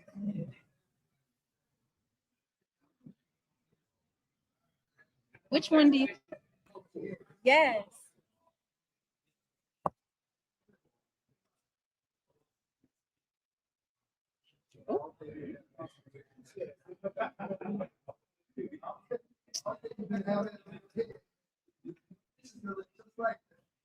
I hope not. I got him. Coach. You got my picture queued up and everything. Yeah, I got all the specs. Thank you. All right. This is SheLovesThee Podcast. I'm Simona Stapleton, and I am here. This particular segment is Stinging Truth. We have the Alabama State head coach, Eddie Robinson Jr., going into your 5th year at the helm. 5th year. Last year, you went 10-2. That was something that hadn't been done for a couple of decades for the 10-win season. Can you talk a little bit about your offensive or preseason offensive player of the year, Andrew Body? Can you talk a little bit about that quarterback room as well? Because you have some other quarterbacks in there as well that are really talented. Absolutely, man. First of all, thank you for hanging out with us and for covering the SWAC. And I know you cover the whole conference and not just Jackson State, so we appreciate that. So, but I think with Andrew Body, I think it all starts off with you talking about a guy that the biggest thing about him is when the play is not going well. And the defense, they've selected the right play. They have people in position to stop you. He's a guy that can do something outside of the X's and O's. And those type of players can be special, and that's what we like about him. And he's a leader. I mean, the guys follow him on and off the field. He has that charismatic type personality. So I think that goes a long way when you're in a tough situation, whether it's a hard practice or whatever, somebody that can galvanize the guys and say, hey, let's keep working. And this is part of what we have come here to accomplish. I like that a lot. And SWAC has acknowledged the depth and the talent on your team. You have 9 players that made those preseason accolades. Can you talk a little bit about Tony Hull that you brought in as offensive coordinator? What does that offensive scheme look like? Is it going to be a carryover where you're trying to emulate last year because it was so successful, or is he going to be trying to install his own type of offense? I think it's a little bit of both. I think, when coordinators come in, you got to look at the type of talent that you have. You can say, I want to do this, but then you have to say, okay, what is my team good at? So obviously the guys are good at certain things, the misdirection, the counters, the things that we did last year. So it'll be a lot of that. But then ultimately he's going to put his own spin on it. I mean, he's been successful in this conference at a couple schools. And so we know he's going to have his own different aspect of what we're trying to accomplish, and all the coaches are buying into that. The players are buying into it, so we're excited about it. I mean, it's still football. The guys still have to go out there and block and make the people play miss. has to be done on the field. Yes, you got to execute. But I think his ability. I think what I was looking for is a guy that can be the head coach of the offense. So I don't have to peek my head in there. I don't have to wonder what's going on. You can just trust his decision. I can trust his decision making. So and he's a leader. And I think you're trying to really build and develop young men at the end of the day. And that doesn't start on Saturday. That starts every day during the week. So as you're the most tenured coach in the SWAC, this is Ms. Whitley asking you, can you speak to the trajectory of where the conference has grown and the competitiveness, of the conference? It's a beautiful thing to see, and I'm just blessed to be a part of it. You think about, when the WC Gardens and Eddie Robinson, Marino Chasms in the conference in the 70s and the 80s, and all the players in the 90s that were going to the NFL, and how competitive the games were and the conference were, and the coaches had that type of camaraderie, but they still had a highly competitive streak against each other. And I think we're right back there. I mean, TC and I we don't go fishing together, but we got a lot of respect for each other. Right. A lot of respect. Both from the SWAC. Right, but we know on game day, hey, he's going at me, I'm coming at him, and then after that, I'm rooting for him. I'm rooting for Jackson State when they're playing Southern Miss, and he's rooting for me. I definitely root for Alabama State when you're not playing Jackson Exactly, State. as it should be. And so when we have those out of conference matchups, we know how important it is for us to go out there and do well. And Prairie View has some really good, early season matchups. Well, we need PV to win those games. That helps the whole conference out. So I think that's the beauty of it, that you have some guys that on game day is no friends. But after that, we know we're moving in the same direction. All right. So I'm not going to keep you very long. I see your SID eyeing me. So I'm going to let you go. But I really appreciate you coming over here because you've had a busy day. Thank you. I appreciate it. We'll see you in Montgomery in November. I'm coming to I know you will be there. I'm going to be front and center. Right. Front and center. Welcome to the Gump. All right. All right. Thank you. Appreciate it. Thank you. My mic. Thanks, Coach. You're welcome. Great job, too. Thank you. All right, y'all. That was none other than the Eddie Robinson Jr., head coach of Alabama State. So, are they going to come over here? Oh, if they come over here, I can do them both at the same time. Okay, cool. Okay, it's Andrew Body, and the other one is Tayshawn Sin. I think I have it in here. Tayshawn Sin. Yep. I'll make sure they make their way. Okay, what number is Tayshawn? Number 6. 6. Okay. Thank you. Yep, no problem. All right, y'all. So I might get one of them. I might get one of them ones. Y'all. So you guys just be prepared for it, okay? Thank you guys so much for tuning in to a live of She Loves Thee. I also want to go ahead and shout out that tonight we will be having a recap show. Everybody else gonna be driving home, but I'm gonna still be in the room. I'm gonna get something to eat, and I'm gonna take a nap, and then we're gonna be right back at it at I forgot what time, probably 9:30, 9 o'clock, 9:30, I think. Thank Miss Whitley. Everybody, you guys go ahead and put some hand claps in the chat for my moderators. Please put some hand claps for my moderators, because when I tell you they have been a godsend. Let me go ahead and do this. Get y'all riled up. Y'all go ahead and share, and drop those questions for Coach TC. He's next.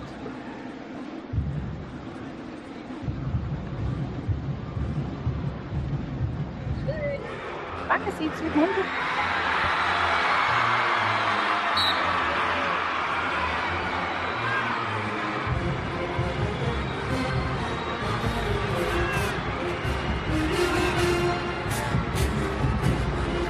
I need those questions.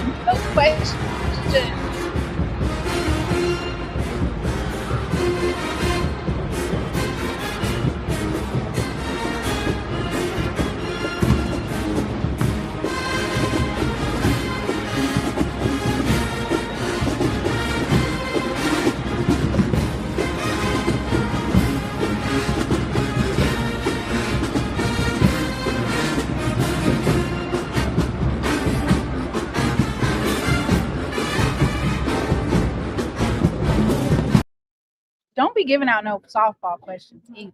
We need real questions. All right. Like, if you only had 2 minutes to talk to Coach TC, what would you ask?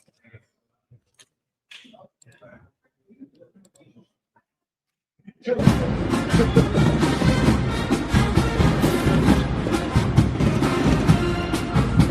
over there ready to tear this place down. Do I need to go this whole thing? You can just hold it.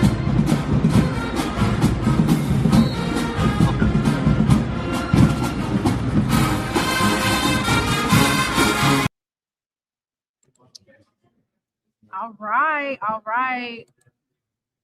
The man of the hour. We had the student athletes of the hour, but we got the man of the hour. This is Timona Stapleton on SheLovesThee Podcast. And of course, this is none other than the head coach, T.C. Taylor III, here to grace us with his presence. Thank you so much, Coach, for coming. Okay. I was hawking y'all down.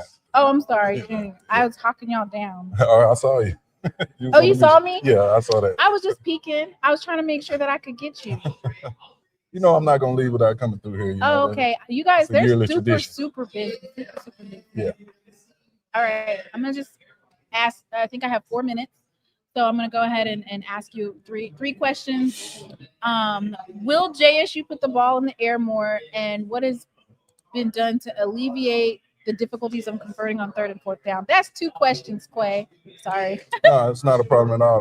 We're gonna do what these quarterbacks allow us to do, and we're gonna do whatever it takes to win football games. You know, the best friend to a quarterback is a good run game, and we've done that over the last 3 seasons here. But you know, Jared, he can throw the football. We do know that. You know, he's gotten better in this offseason. So I'm excited about his growth. It's about the men around him too, with those receivers and tight ends. That room might be one of the more talented groups I've had since I've been here. Is that receiver room and the wide receiver? Yes, I'm very excited about those guys and what they're going to bring to the table. Bunch of names that haven't been called. You know, a bunch of new guys in the building that I'm excited about. When you talk about the convert on 3rd and 4th down, it's about situational football. I think that was something that was tough on us in the Prairie View game, in the SWAC championship game. We got to be better in situational football, and I take that upon myself as the head coach. We work it each and every day, and we just got to be better in those situations when they get there. So when you talk about getting better, you made a lot of off-season changes. It looks like your coaching staff changed as well. And one of the ones that's noticeable is the special teams. It looks like you have 2 coaches on co-special teams coach. So can you talk a little bit about improving special teams and what you did in the off season to shore up that particular position? Yeah, first things first, you know, Devance Jones still leads that charge at special teams. I got total faith in him in directing and leading those young men on our special teams. Coach Marshall will help some on the special teams with the special teams going into this year. But you know, just getting guys to buy in back like we were in 24. We were very explosive on special teams in 2024. Had some fall off with I thought our kicking game fell off a little bit last year. But we got 2 new kickers in the building that one had an awesome spring. His spring preparation and things he's doing this summer is going to be intricate going into this season. But that's another emphasis that we did want to get better at. And I think roster, once you bring in new players, you want to make sure that they're bought in and you want to make a contribution to special teams. And when you talk about bringing in new players, can you discuss what are some non-negotiables that you have when you're recruiting some young men into your program? What are some things that you look at? Because you've been able to recruit on a high level for 4 years in a row. You've been able to recruit on a high level, and you're actually able to keep a lot of those young men into the blessed program. for that, just making sure they're fit for what we want to do, you know, and then we're looking for winners. You know, that's the expectation. That's the JSU football standard. First thing first, they have the measurables. We look at the height, you know, the weight of those young men, depending on the position. Can they be a force at their position? You know, you got your smaller guys at receiver we got out there too, but they're 9 times out of 10 they can run. But the main thing is just, are they coachable young men? We do a great job of whether they come from high school, talking to the people that's around them, the coaches that had them. Same with transfers, you know, the schools that they previously came from, what type of young men are they on a day-to-day basis. And then some of them may have a troubled past, but can we reach them, you know, and rehabilitate this young man and get him in the right situation? One thing we pride ourselves on here at Jackson State right now, we got a great culture. And these young men understand when they come to work, we're all about the work. Our coaches do a great job of not only getting them coached up, but mentoring these dudes and, being concerned about their day-to-day life as well. So you spoke a little bit about developing the young men off the field and on the field, and taking a chance and developing them. Can you talk a little bit about your culture, because you've experienced it and now you're implementing those changes into the young men as well? Can you talk a little bit about what it means to you to be able to be the head of that Jackson State culture? Well, I've been where they're at, and now mental health is a real thing. It's not so much pressure in our programming for these young men to be successful. These fans put a lot of pressure on these young men. These coaches, we're grown men, they can handle it, we can handle it. But these players, sometimes they don't understand that. So you got to check on their day-to-day. Then what's going on at home day-to-day for these young men? But, me being a former player, it makes me understand that all our staff are former players. So they get it. They know the things to ask, what's going on in these young men's life on a day-to-day basis. Great. I don't want to keep you. You said limit you to 4 minutes. You got one more. Go ahead. Oh, I got one more. Two more. I got two more. Okay. Coach TC, as a former Tiger, what does it mean to have legacy guys still on the team in the NIL era? It means everything. I was talking. I told Quay Davis that the other day. All-American offensive tackle. Just to see him come in as a freshman and ending as a senior, that means a lot. Amari Matthews, Kobe Paul. They continue that JSU tradition. Jency Riley, that's the old man. That's what I call him. He's been around forever. But you're gonna have some you lose, but you're gonna have quite a few guys that stay as well. And it lets me know they believe in me as a head coach. All right. Thank you so much, Coach TC. All right, we good? Yeah. All right, thank you. Go Tigers. Go Tigers. All right. Yay, I did it. All right, I'm done. Woo. Lord have mercy.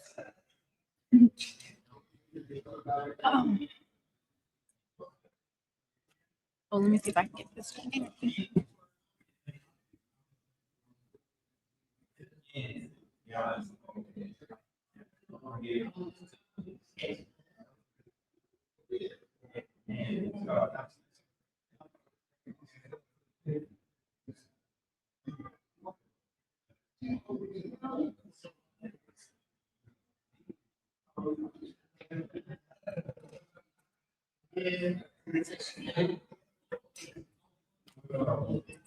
You guys ask and I deliver. Ew. All right. Ooh, I ain't done this in a minute. Are you good? We have none other than the Austin Robinson, Director of Digital Media. Oh yeah, you can get it. Okay. Director of Digital Media at Jackson State University for Jackson State football. With his stunner shades on. There was a lot of SWAC drama going on. I had to keep the shades on so my eyes. Ooh, the hater blockers. Yeah, I had the hater blockers on. I had to keep my eyes looking, but they can't see my eyes, so it's gonna be. Okay, so Austin, you guys hurry up and ask your questions. He only has 2, so I'm gonna ask 1. All right, you guys are highly requested over here. So can you talk a little bit about your vision for this season? Because I know that you usually, at the beginning of the season, you have something that a map of what you feel like the season is going to be, the story that you want to tell. Without delving and revealing too much, can you talk a little bit about how you choose what story you want to tell? I think first, I think TC trusts me to kind of tell that story. So anything that I put out, I think he's right behind it. Also, I believe that this season is really about just setting the tone. I don't think we need to come out with revenge, but I think just setting the tone for everything. Like, we don't care about people complaining about the schedule. The schedule, it is what it is. And so we still got to show up. Anybody can get beat any day. And so that's the motto. Like, we're going to take these first 3-4 games. That's going to show us like who we are as a team. I think I'm really excited about the defense. Like, I think I'm really excited about the defense, especially the stuff that I've seen we are gonna have some super sleepers on offense. Like I don't think people realize what we got until y'all start to see that. So that's the one thing that I want to make sure that we definitely like showcase. I'm not worried about any position group really right now because I think we really got some really good coaches. Like I love Coach Gallen. Coach Marshall is like phenomenal with the receivers, and we want to make plays. Like we want to be explosive, and I think they'll be catching it. yeah, and I think Jared took another step as a leader. We already know he's going to grow and get better as a player because he just got raw talent anyway. So, but I think as a leader, I think that's what I'm ready to see from Jared because I think we're gonna face some adversity in the season. I don't think this is going to be like a easy cakewalk, but I think because everybody comes and be ready to play for Jackson State, but I think this year is just setting the tone. Every time I put something out, I'm gonna set the tone. I'm gonna make sure that there's a gap between me and everybody else in terms of media. So that's the last question that we have, which is what was that strategy behind producing Jackson State football content? Can you speak about your students and what you're developing all of your content creators as well? So can you talk a little bit about that, and then we'll end it because he's busy. Okay, so as far as like strategy, like I think it's just I'm allowing them to create. I think most programs don't allow their young students to create. I got a young core, then I got an older core. And that older core is going to be moving on after this season. So I'm trying to make sure that they get right. So I'm really trying to make sure they understand, don't wait now to get their portfolio together. Don't wait till December, May, and you're about to graduate. Now you're scrambling for a job. Go ahead and do the work now while you're contributing to Jackson State football. And then maybe hopefully I can like nudge my UA friends and get them on a program. That's really what I'm working on right now, like trying to get them to understand like somebody's always going to be watching. Like, I mean, if you've been following me, everybody saw that I shot for Dwayne Wade. Yeah, Dwayne Wade. But the reason why he said, hey, I want to book him, I love his eye, he saw that We're Gonna Be All Right video. So that was like one of the sizzle reels that I sent him and his team. And then they started looking at all the Jack State stuff. That's what ended up happening. But I told them, like, that's the only way that you're going to be able to get picked up. Somebody's always watching, whether you putting in the work in or you're not. But if you putting the work in, somebody's going to see it. And the right people's going to see it. You'll get paid the right way. And then you're going to be fine. So, but I'm definitely excited. I will give y'all this tidbit before I leave. I am filming something very good, something really, really great next week. And I'm probably going to try to put it out in August. And that's going to set the tone. Ooh. That's going to set the tone. Like, I don't think there's going to be another SWAC school doing nothing like that. You heard it first here. That's a little tidbit. Not too much, just a little bit. Thank you so much, No Austin, problem, for no coming. problem. Yeah. And it's always good to talk with you. For sure. Look, y'all behave in this comment section, please. I told him to cut up after.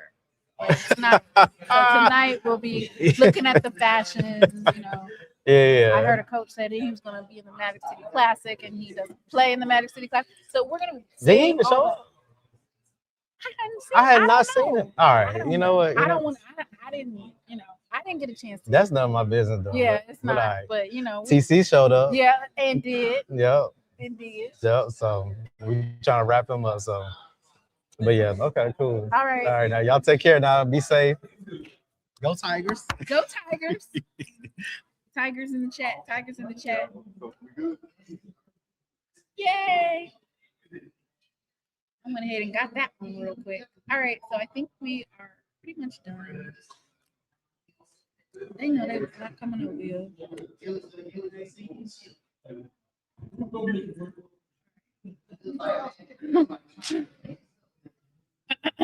Somebody said go. Yeah, Miss Flint said go eat, go get a nap, and get ready for Mr. Ford. Is it 2:00? That's when they usually end it. Uh-oh, my phone died. Okay. Well, you guys, I think I did pretty good. Okay, 2:07 something. That's perfect because I'm gonna clean up and then, like you guys said, find me something to eat.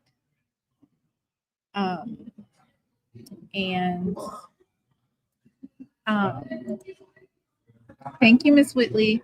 Of course, I am still taking donations, right? Because of asking you all to support independent HBCU media. It's been great. I don't know about y'all, but I had fun. I think that this is one of the best SWAC Media days that I've had thus far.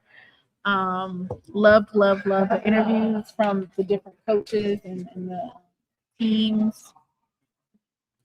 I was told that some student athletes are going to come over here. Let me just go check on that real quick because I'm pretty sure this particular student athlete is highly touted. So I'm going to just go make sure real quick that he is not going to come over here. And then if he's not, then we will get off. They told me he was coming over here.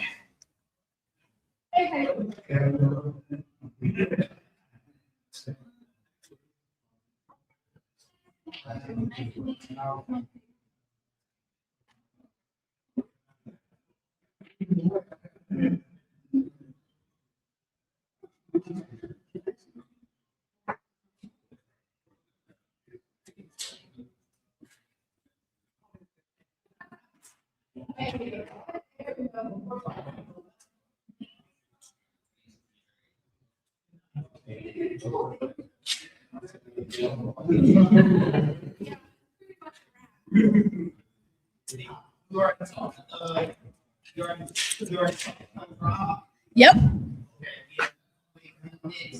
Did you? Yeah, that's what I was gonna say. I think that's a wrap. Yeah. Tomorrow. You're leaving today? This evening? Oh no, absolutely not.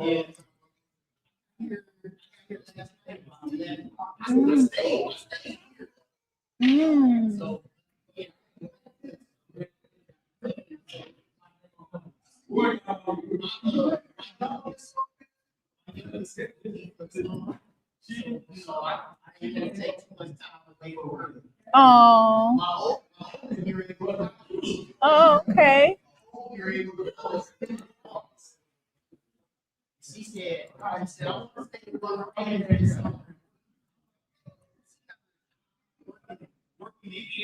Thank you, Miss Gina. Oh, wow. Thank you guys so much. Thank you guys so much. I'm going to just sit here for about 5 more minutes because I was told that I could interview some people, but I don't know if they're coming.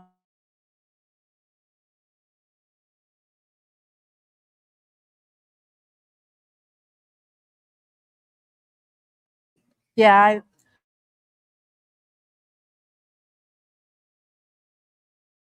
That's why I said I didn't want to stop. All right, y'all. Let's look at these standings. So I don't mean to like hold you guys over. It's just that I was told that I do have the ability to interview these 2 student athletes. So I don't want to miss the opportunity to talk to them if they are going to. If they are going to come over here, I don't want to miss the opportunity. So I'm just going to stay on here.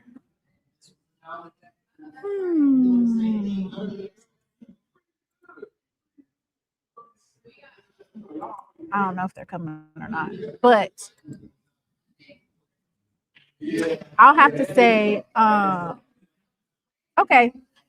Thank you so much, Dukes, for your donation. Thank you.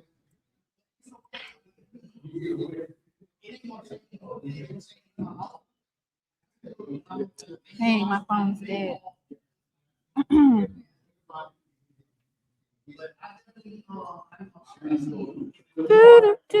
So,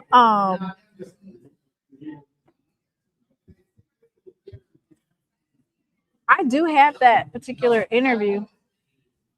Y'all are being shit. I'll have it for tonight, the interview where the coach misspoke. But you know what? It's a lot of times that people can misspeak. You know. Preseason is voters' opinions based on what they know, and most of us don't know anything about the most teams. 2 and 10 is what is in voters' heads. Quay All-American video. Okay. You guys can send it to me on X. If you send it to me on X, then I'll be able to pull it up tonight. Once again, I am so sorry, but my phone is dead, so I can't actually tell you what time did I say I was going on. I think it has to be 8:30 Eastern time.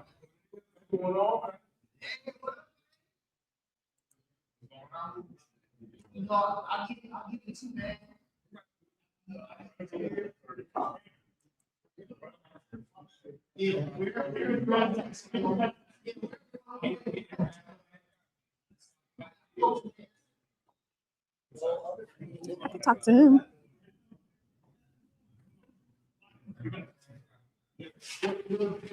Okay, so those particular student athletes are in here.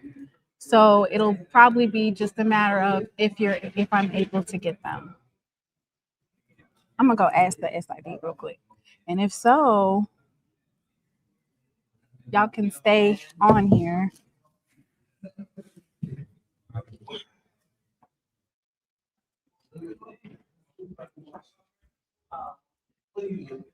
Hey, do you have availability for the student athletes? He'll be up next. He'll be free up next. He has, I think, everybody in this room, I guess. So. Okay, so can I just add myself? Yeah, of course. Yeah, of course. Okay, thank Send you. him to you next. Okay, that's Tavares Sims, correct? Yes. Yeah, Station. Tayshawn. What number is he? Oh, ooh, Tayshawn. Okay. I don't know, y'all. Let me pull up. Let me see.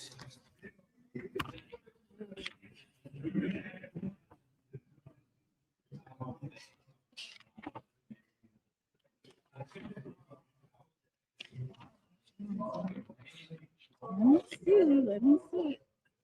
doesn't even have it. What's going on? Take time. Safe.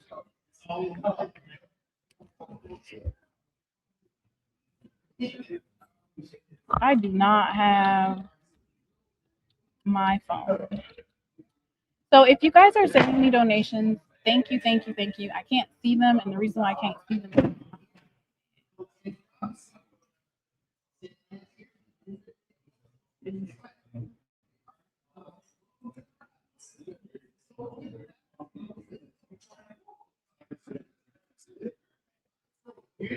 oh, I remember him.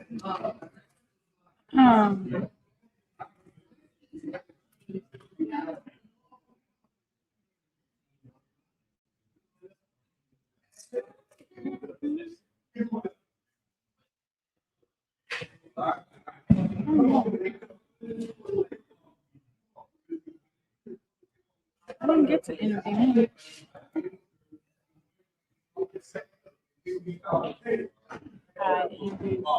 That's a change for me. I usually don't get to interview Coach.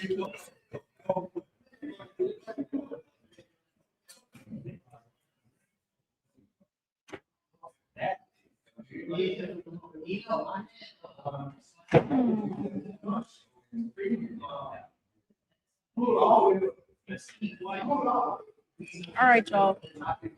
So right now we are biding our time because I am participating in the interview, but you know, you can't be like selfish and bogart people.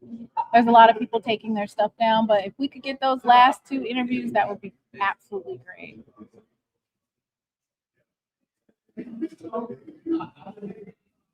That's why for me it's always big when you know these folks be watching. You know these folks be watching the TV screen. And then some people do watch our podcast. So not you wanted to ask him about the nasty Jackson State.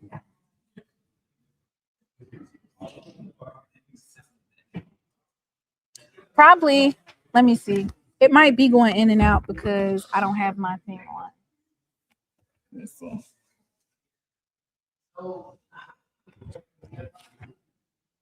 No, we're still charged. We're still charged.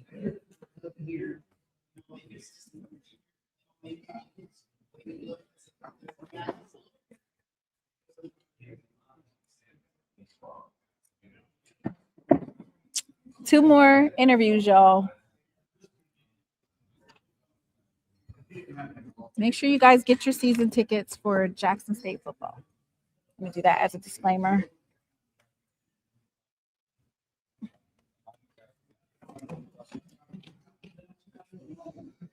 Ooh, Lord have mercy. All right, I'm gonna plug up my phone.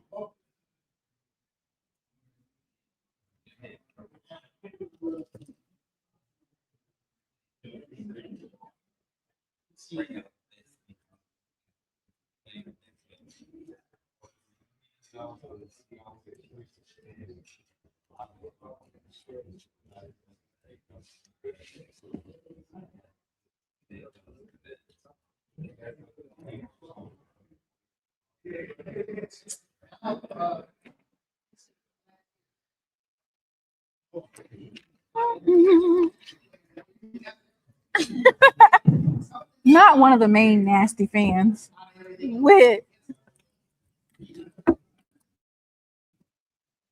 I'm trying to plug my phone up because it is dead. There we go. We're going to see if we can get these last two interviews.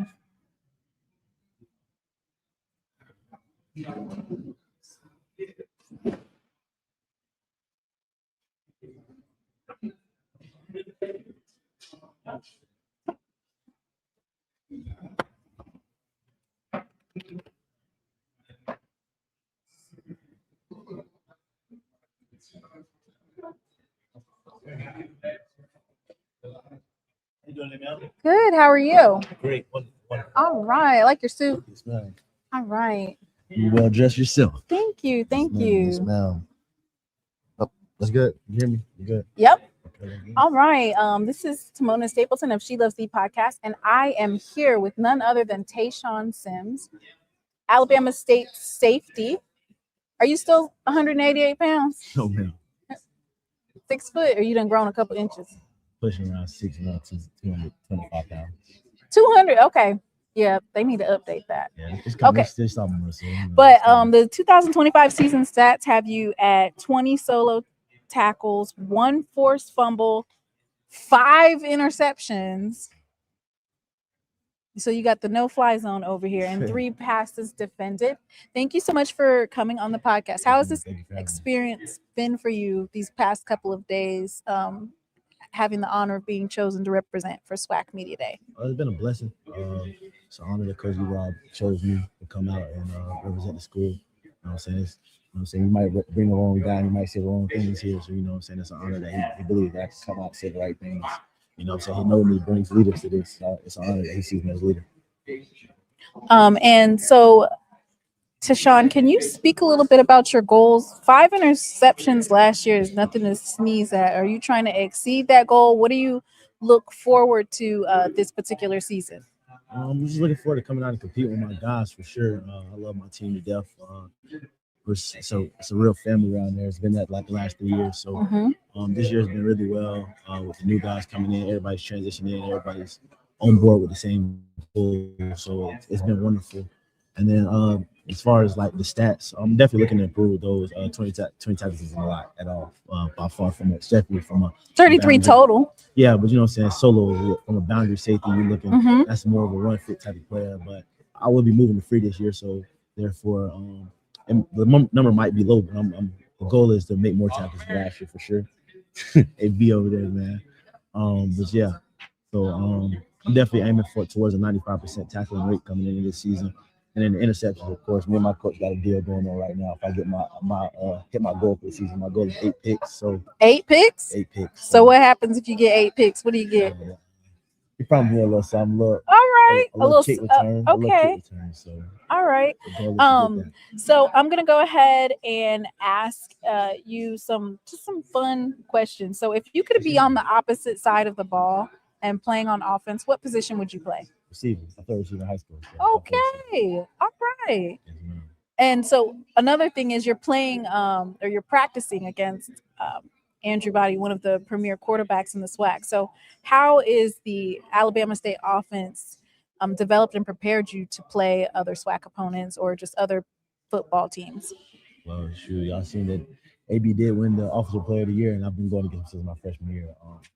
Coming in freshman year was AB and another quarterback we had, and they used to do me the worst way. I ain't gonna lie. They used to do you bad. Just toy with me because I was a freshman coming in. I didn't know much. You know what I'm saying? I was just going out raw talent coming out of high school. But you know what I'm saying, with coaching, and you know what I'm saying, again with AB asking the question like, what did you see? What did I do here that made you throw the ball there? So he'll sit down with me. He'll be like, yeah, I see you opened your hips too early before I put my hands up and put my head down.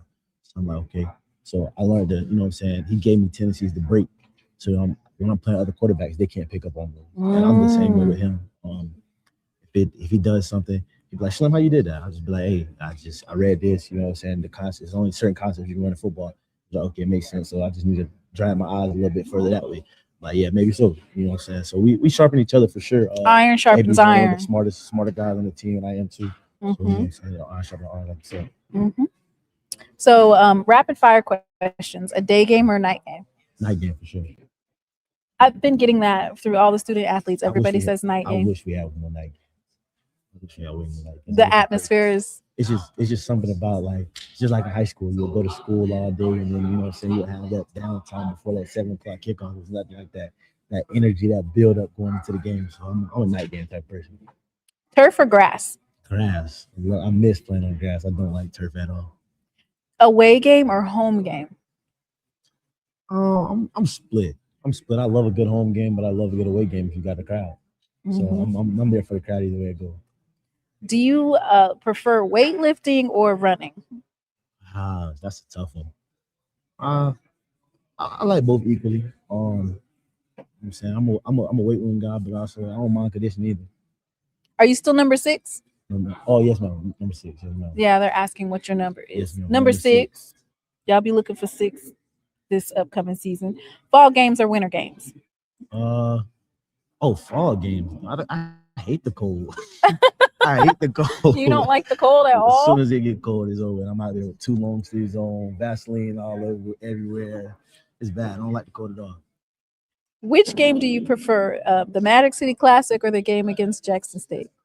You talking about looking forward to this year, or we talking about previous years? You could do both if you want. Previous years, I'd say Maddox City Classic is, you know what I'm saying, that's important. Our head coach, he's an Alabama State alum himself. Right. Played the Maddox City Classic. So it's a big game for the whole school. So, you know what I'm saying, we take much pride in it. A lot of people's jobs don't allow when that game rolls around. So right. We got to take it as serious as possible. If you care for your coaches like they care for you, you got to come out there and play ball. So I love Jack State game too. It's a great feudal rivalry that's been going on since the whole Deion Sanders and the coach. It's going to be in Montgomery this year. It will be in Montgomery this year, so we're excited. We're going to try to take over. Jack State? Yeah. Oh, man. That shit told me this before I sat down. No, I'm just playing. No disrespect to my people out there at Jackson State. No. I cover all of the SWAC. I interviewed your head coach. Okay. Yeah. Coach Rob. Yeah. He said, man, y'all should have told me that. All right. Which interception last year was the most special to you and why? Turkey Day. So my last pick six of the season, only pick 6 of the season. During Turkey Day, it was a crazy play. I was supposed to be blitzing, and I just happened to see the ball and I picked it up. And then funny enough, I caught 2 that day, but we went back and we were in the interview room and I was looking at the stat sheet or whatever, and it showed 42 yards. And then it was a 42-yard pick. So, and then my your pick 6. Oh wow! So therefore, every time the number 42 pops up, something good goes my way. It was my granddad's number, who passed away when I was younger. So okay, did your granddad play football too? No, man, he played basketball at Howard. Basketball at Howard, okay. So he's got some HBCU blood running, some legacy blood for HBCU. You said he played basketball? Yes, ma'am. Wow. Okay. And so that's Mr. Moore. He's Southern, by the way. Okay. So we're all, it's a community. There's 151 folks in the chat. Yeah, thank you. So we're a community. All right. Well, I won't hold you anymore. To Sean Sims, we will be watching and looking out for you. Hopefully you'll exceed that pit goal. Don't do it against Jackson State. The deal that you got, just don't do it against Jackson State. We'll see. Do you want to say anything to the chat? Really, thank y'all. Thank you for having me. All right. Thank you. All right, y'all. And that was none other than Tayshawn Sims. 5 interceptions. Woo. 2-in-1 game and a pick 6. Let me look out for that defense right there. I liked how he honed in on the fact that playing iron sharpens iron, playing good offenses increased his talent. And it's really good that he stayed.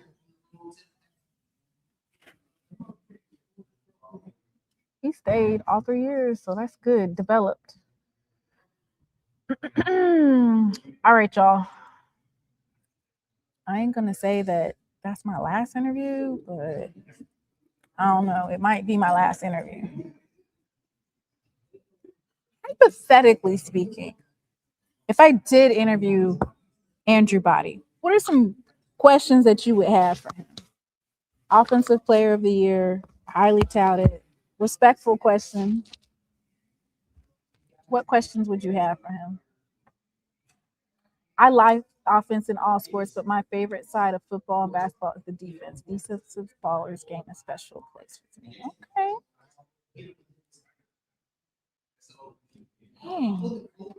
It's not on the charge.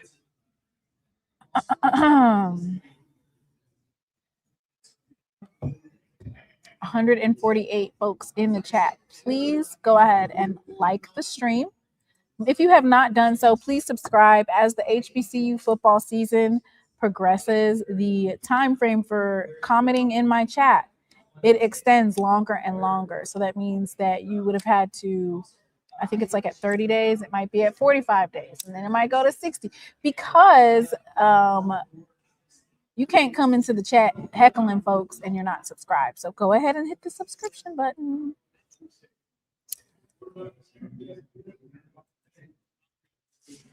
Okay.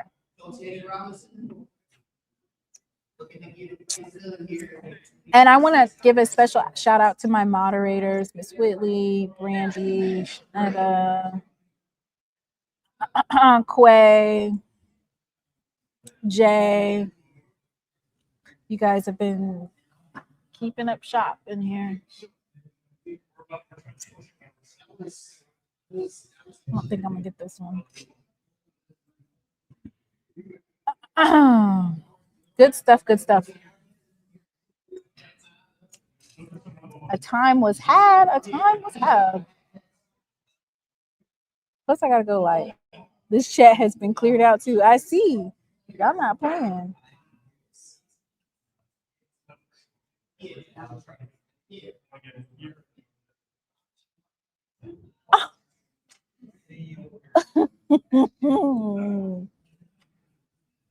DJ Mr. Key, why is you clowning like that? One male and the Glam Squad moderators.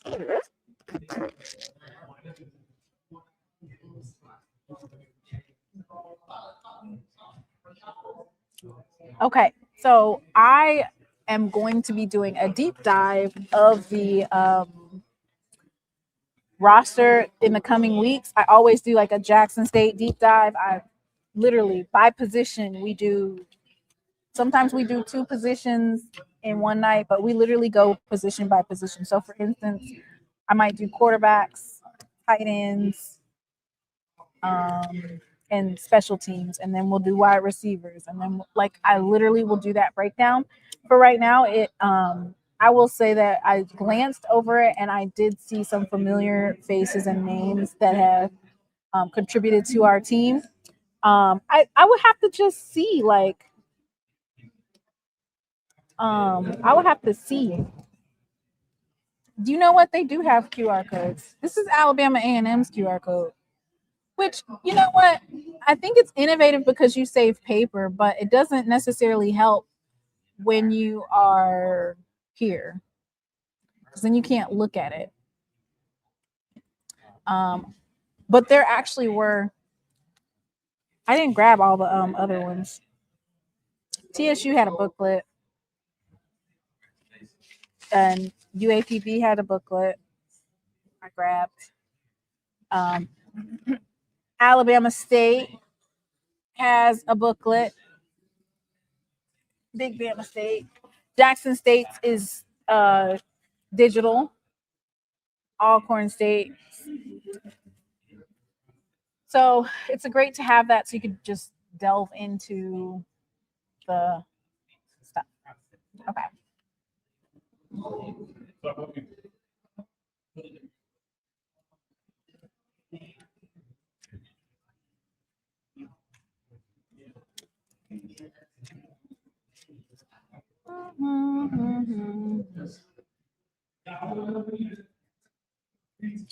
All our death row security moving like Suge in the night.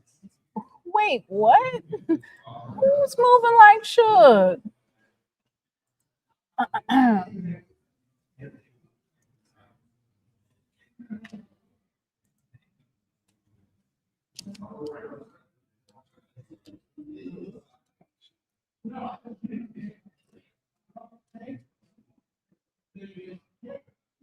They're pretty much done elsewhere.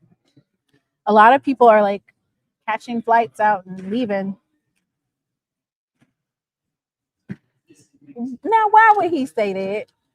Just know, keep your head on the swivel.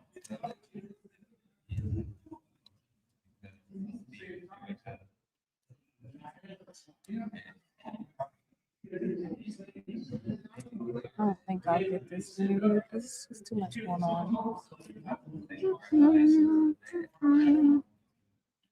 What do you guys think? If you guys could rank SWAC Media Day out of 10, you guys drop in the chat. What did you rank SWAC Media Day in terms of if you guys were able to watch SWAC TV, if you guys were able to watch other people's podcasts, including mine? What would you rank the overall for SWAC Media Day, and what would you do to improve it?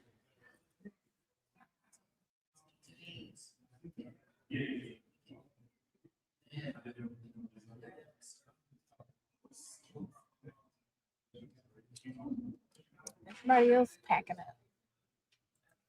Okay. Israel, what would you do to improve it? Yeah.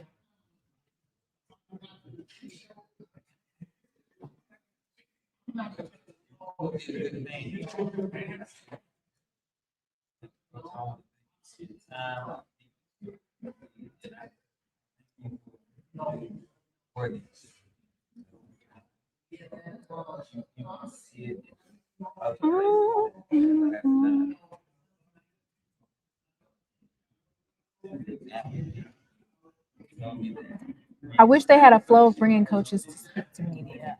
Yeah, it is so all over the place, and that's probably because there's so many different podcasters, and then you could be speaking to a coach, and then he's supposed to be somewhere, so they have to cut it short and move him. So they have a flow for the bigger outlets. So basically, they have a digital, they have photos to take, they have the SWAC TV, and then they have HBCU Go.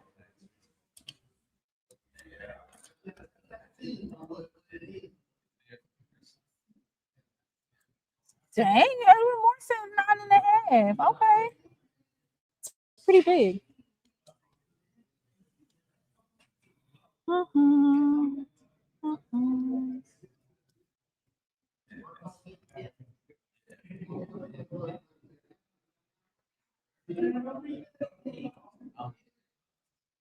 I will say that overall, I believe I like the investment that they take.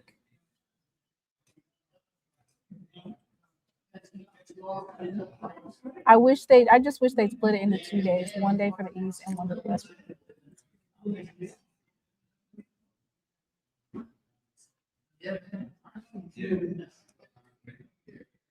So I actually will be getting that interview because this SID just pointed at me. So we are standing by my last interview of the afternoon.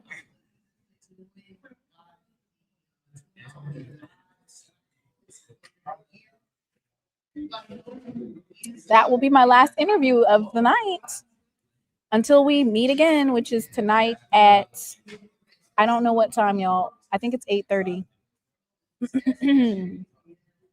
It would be 8:30 because usually I come on at 9:30 Eastern Standard Time. So it'll be 8:30. And we'll be doing a recap. If you guys see any fashion, tag me on Twitter or send it to my inbox on Twitter so we can pull it up. So if you see a picture of a certain coach and you think that it should be entered into, go ahead and go ahead and send it to me. On the docket, we will be talking about the fashions. We will talk about a recap. You guys can share what you liked about it, what you didn't like. What you mean we can't end with Andrew? It's 2:00. There's nobody else, sweetie. There's no one else to interview. He's the only one. That's it. All gone. Everybody else has left the building. Some folks are headed to Atlanta. Some folks are headed home. The coach's personalities really came out this year. TC is real comfortable. He's talking to home. Okay. All right. Most of the players had great personality on their interviews. That's true. Oh, God. Get the janitor. Not get the janitor. I am done. Why would you say that? All right.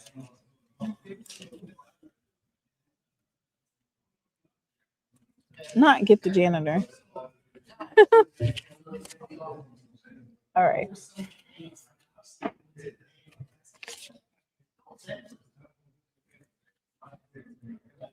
I think that they did really well with the fashions this year.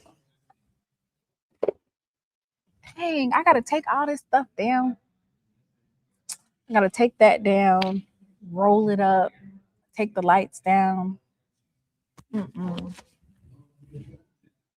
That's too much.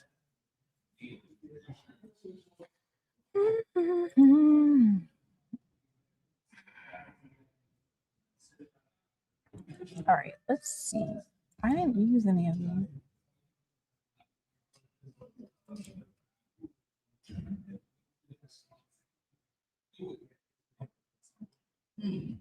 I didn't even get to ask this question.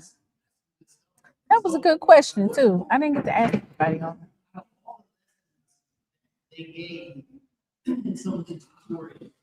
Yeah, I really think that they took their time and they really invested in the attire of the student athletes. They all were like tailored. Microphones were much better this year on the platform that I've heard. Yeah, I invested in Rode mics. It's a huge investment just because it's very, very loud. Like there's probably anywhere from 40 to 50 people in a room talking, and in the other room, probably like 60 or 70. I do think that Mr. Ford was right in saying that over 200 people were here today.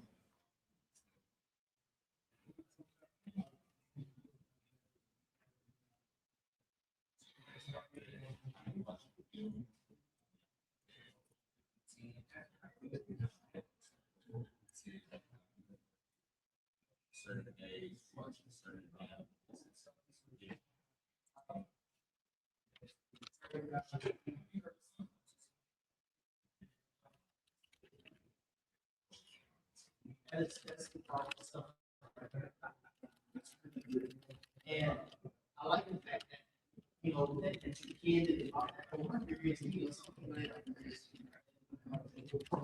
I like that. There will be people who will report that and they can receive that. So we sit down here, the importance of mom and dad how involved they are, they get the comments on shows, you know, they get games, and what you do is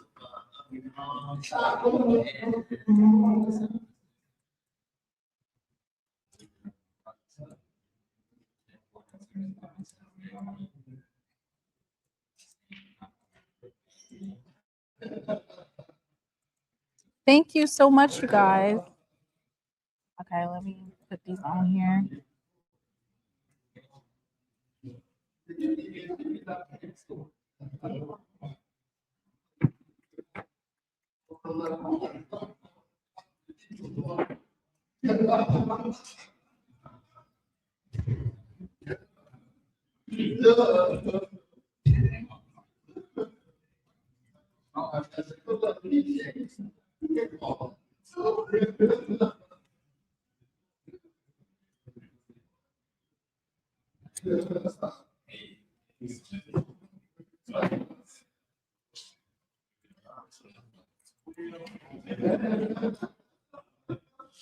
All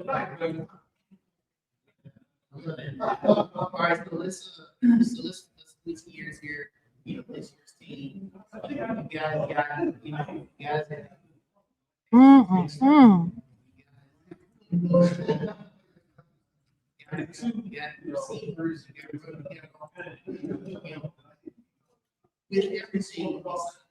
Sorry, I'm quiet, y'all. I'm just taking it all in, Has JSU players been interviewed? I'm in and out. Yes, they were actually earlier. So I interviewed Jackson State players, UAPB players, Valley players, one Alabama State player.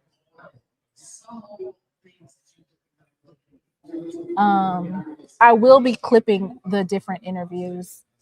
It won't be today, but in the next couple of days. And then we'll move into that. Now that we have a look at folks' rosters, I feel like we can definitely predict the order of finish based off of that. Not necessarily predict, because once again, the game has to be played, but I feel like that's something that we'll be able to do.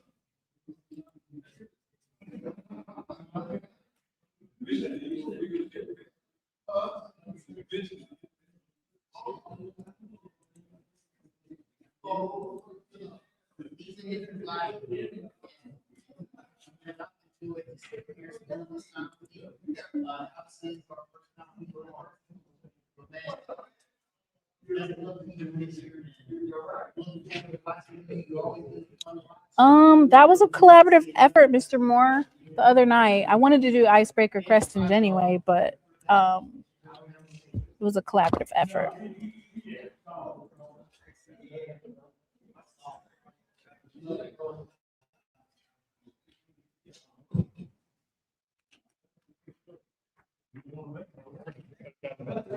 That's fine. Okay, I don't know if you guys dropped the question, but I think I have like 2 questions probably. So, yeah. So I'm going to ask these questions, get it out the way. All right. And then we'll see you guys tonight. Okay, got you. Stop talk, got you. 3 minutes. I got you. 3 minutes. 180 seconds. Got you. Yep. Yeah, definitely.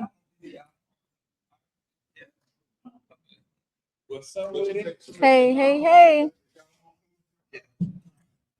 All right, you guys. We have none other than Andrew Body, Preseason Offensive Player of the Year. Welcome. I have like 180 seconds. Okay, it's all good. Thank you for having me. All right. Thank you for coming. Okay. I'm going to just go ahead and knock it right on out the park. I got a couple of questions for you. So, of course, congratulations on your postseason accolades for Offensive Player of the Year last year. And then Preseason Offensive Player of the Year this year. You had 10 wins, 71% completion percentage, 1,770 pass yards, 20 passing touchdowns, only 1 interception. And then you had 4 rushing touchdowns. The first game is against Southern and a new coach. What type of statement are you looking to make in that particular game? I would say it's the opener. So you just gotta let the conference as well as for Alabama State, let the nation know like what we're about. We're gonna have a quality opponent on the other side. They're gonna have their fans. We're gonna have our fans. It's gonna be a great environment. Mhm. But just let the nation know we're on. And is there one game that you have circled on this season? So you probably gonna laugh, but I personally ain't played in the Turkey Day Classic, so I'm looking forward to that. Okay, all right. So it's loaded with quarterback talent this season. So that means that you have a lot of offensively balanced teams this year. But you, of course, are at the helm and then lead in terms of your talent. Can you talk a little bit about your relationship with your receiving core and your running backs and you as a leader at Alabama State? I would say it's like a brotherhood. Dang near like a fraternity, to be honest with you. Guys come over to the house, we kick it, have fun, we kick it in the locker room, mess around, go on campus, go in the dorms. Yeah, we've seen you doing the strolling videos and stuff. Yes, ma'am. But it's just bonding and building relationships with those guys. 'Cause at the end of the day, if you don't have no relationship with them, how you gonna be able to get through to them on the field or be able to have those tough conversations with them and they don't really know you? Mm-hmm. And to Sean Sims, he spoke to that because he talked about how you guys balance each other off in terms of talent. Like you help him see reads and stuff like that, and he's asking you, what do you see, and vice versa. Can you talk a little bit about what steps, because you said you weren't in the Turkey Day Classic, what steps have you taken to have longevity this season? I would say just looking over the film from this past season and really just all the years that I've been playing in college and just seeing how I could play smarter.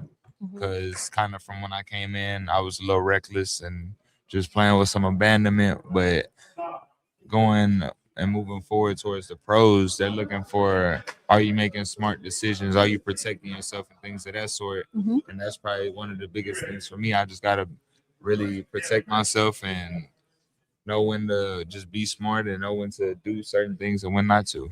All right. And time's up, but I will be covering you in the SWAC Quarterback Club.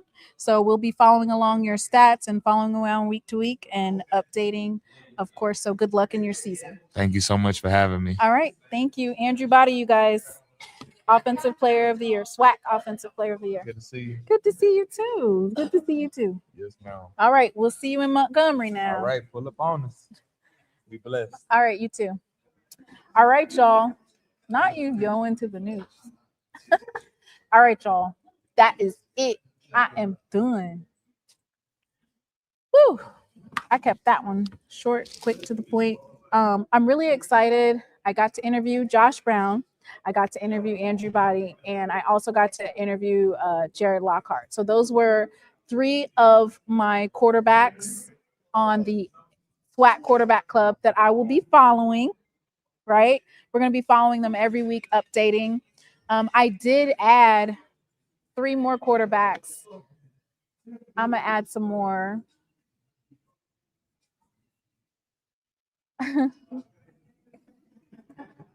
So, yeah.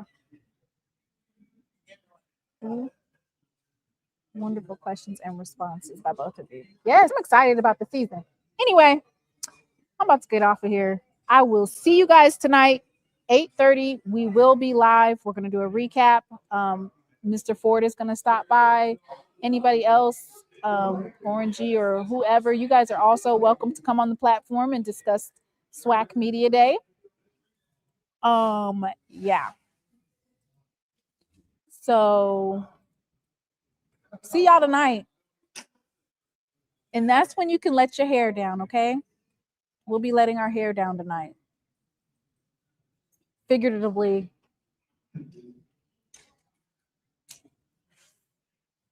Man, hey, write a check your ass in cash, man. That's all I can say.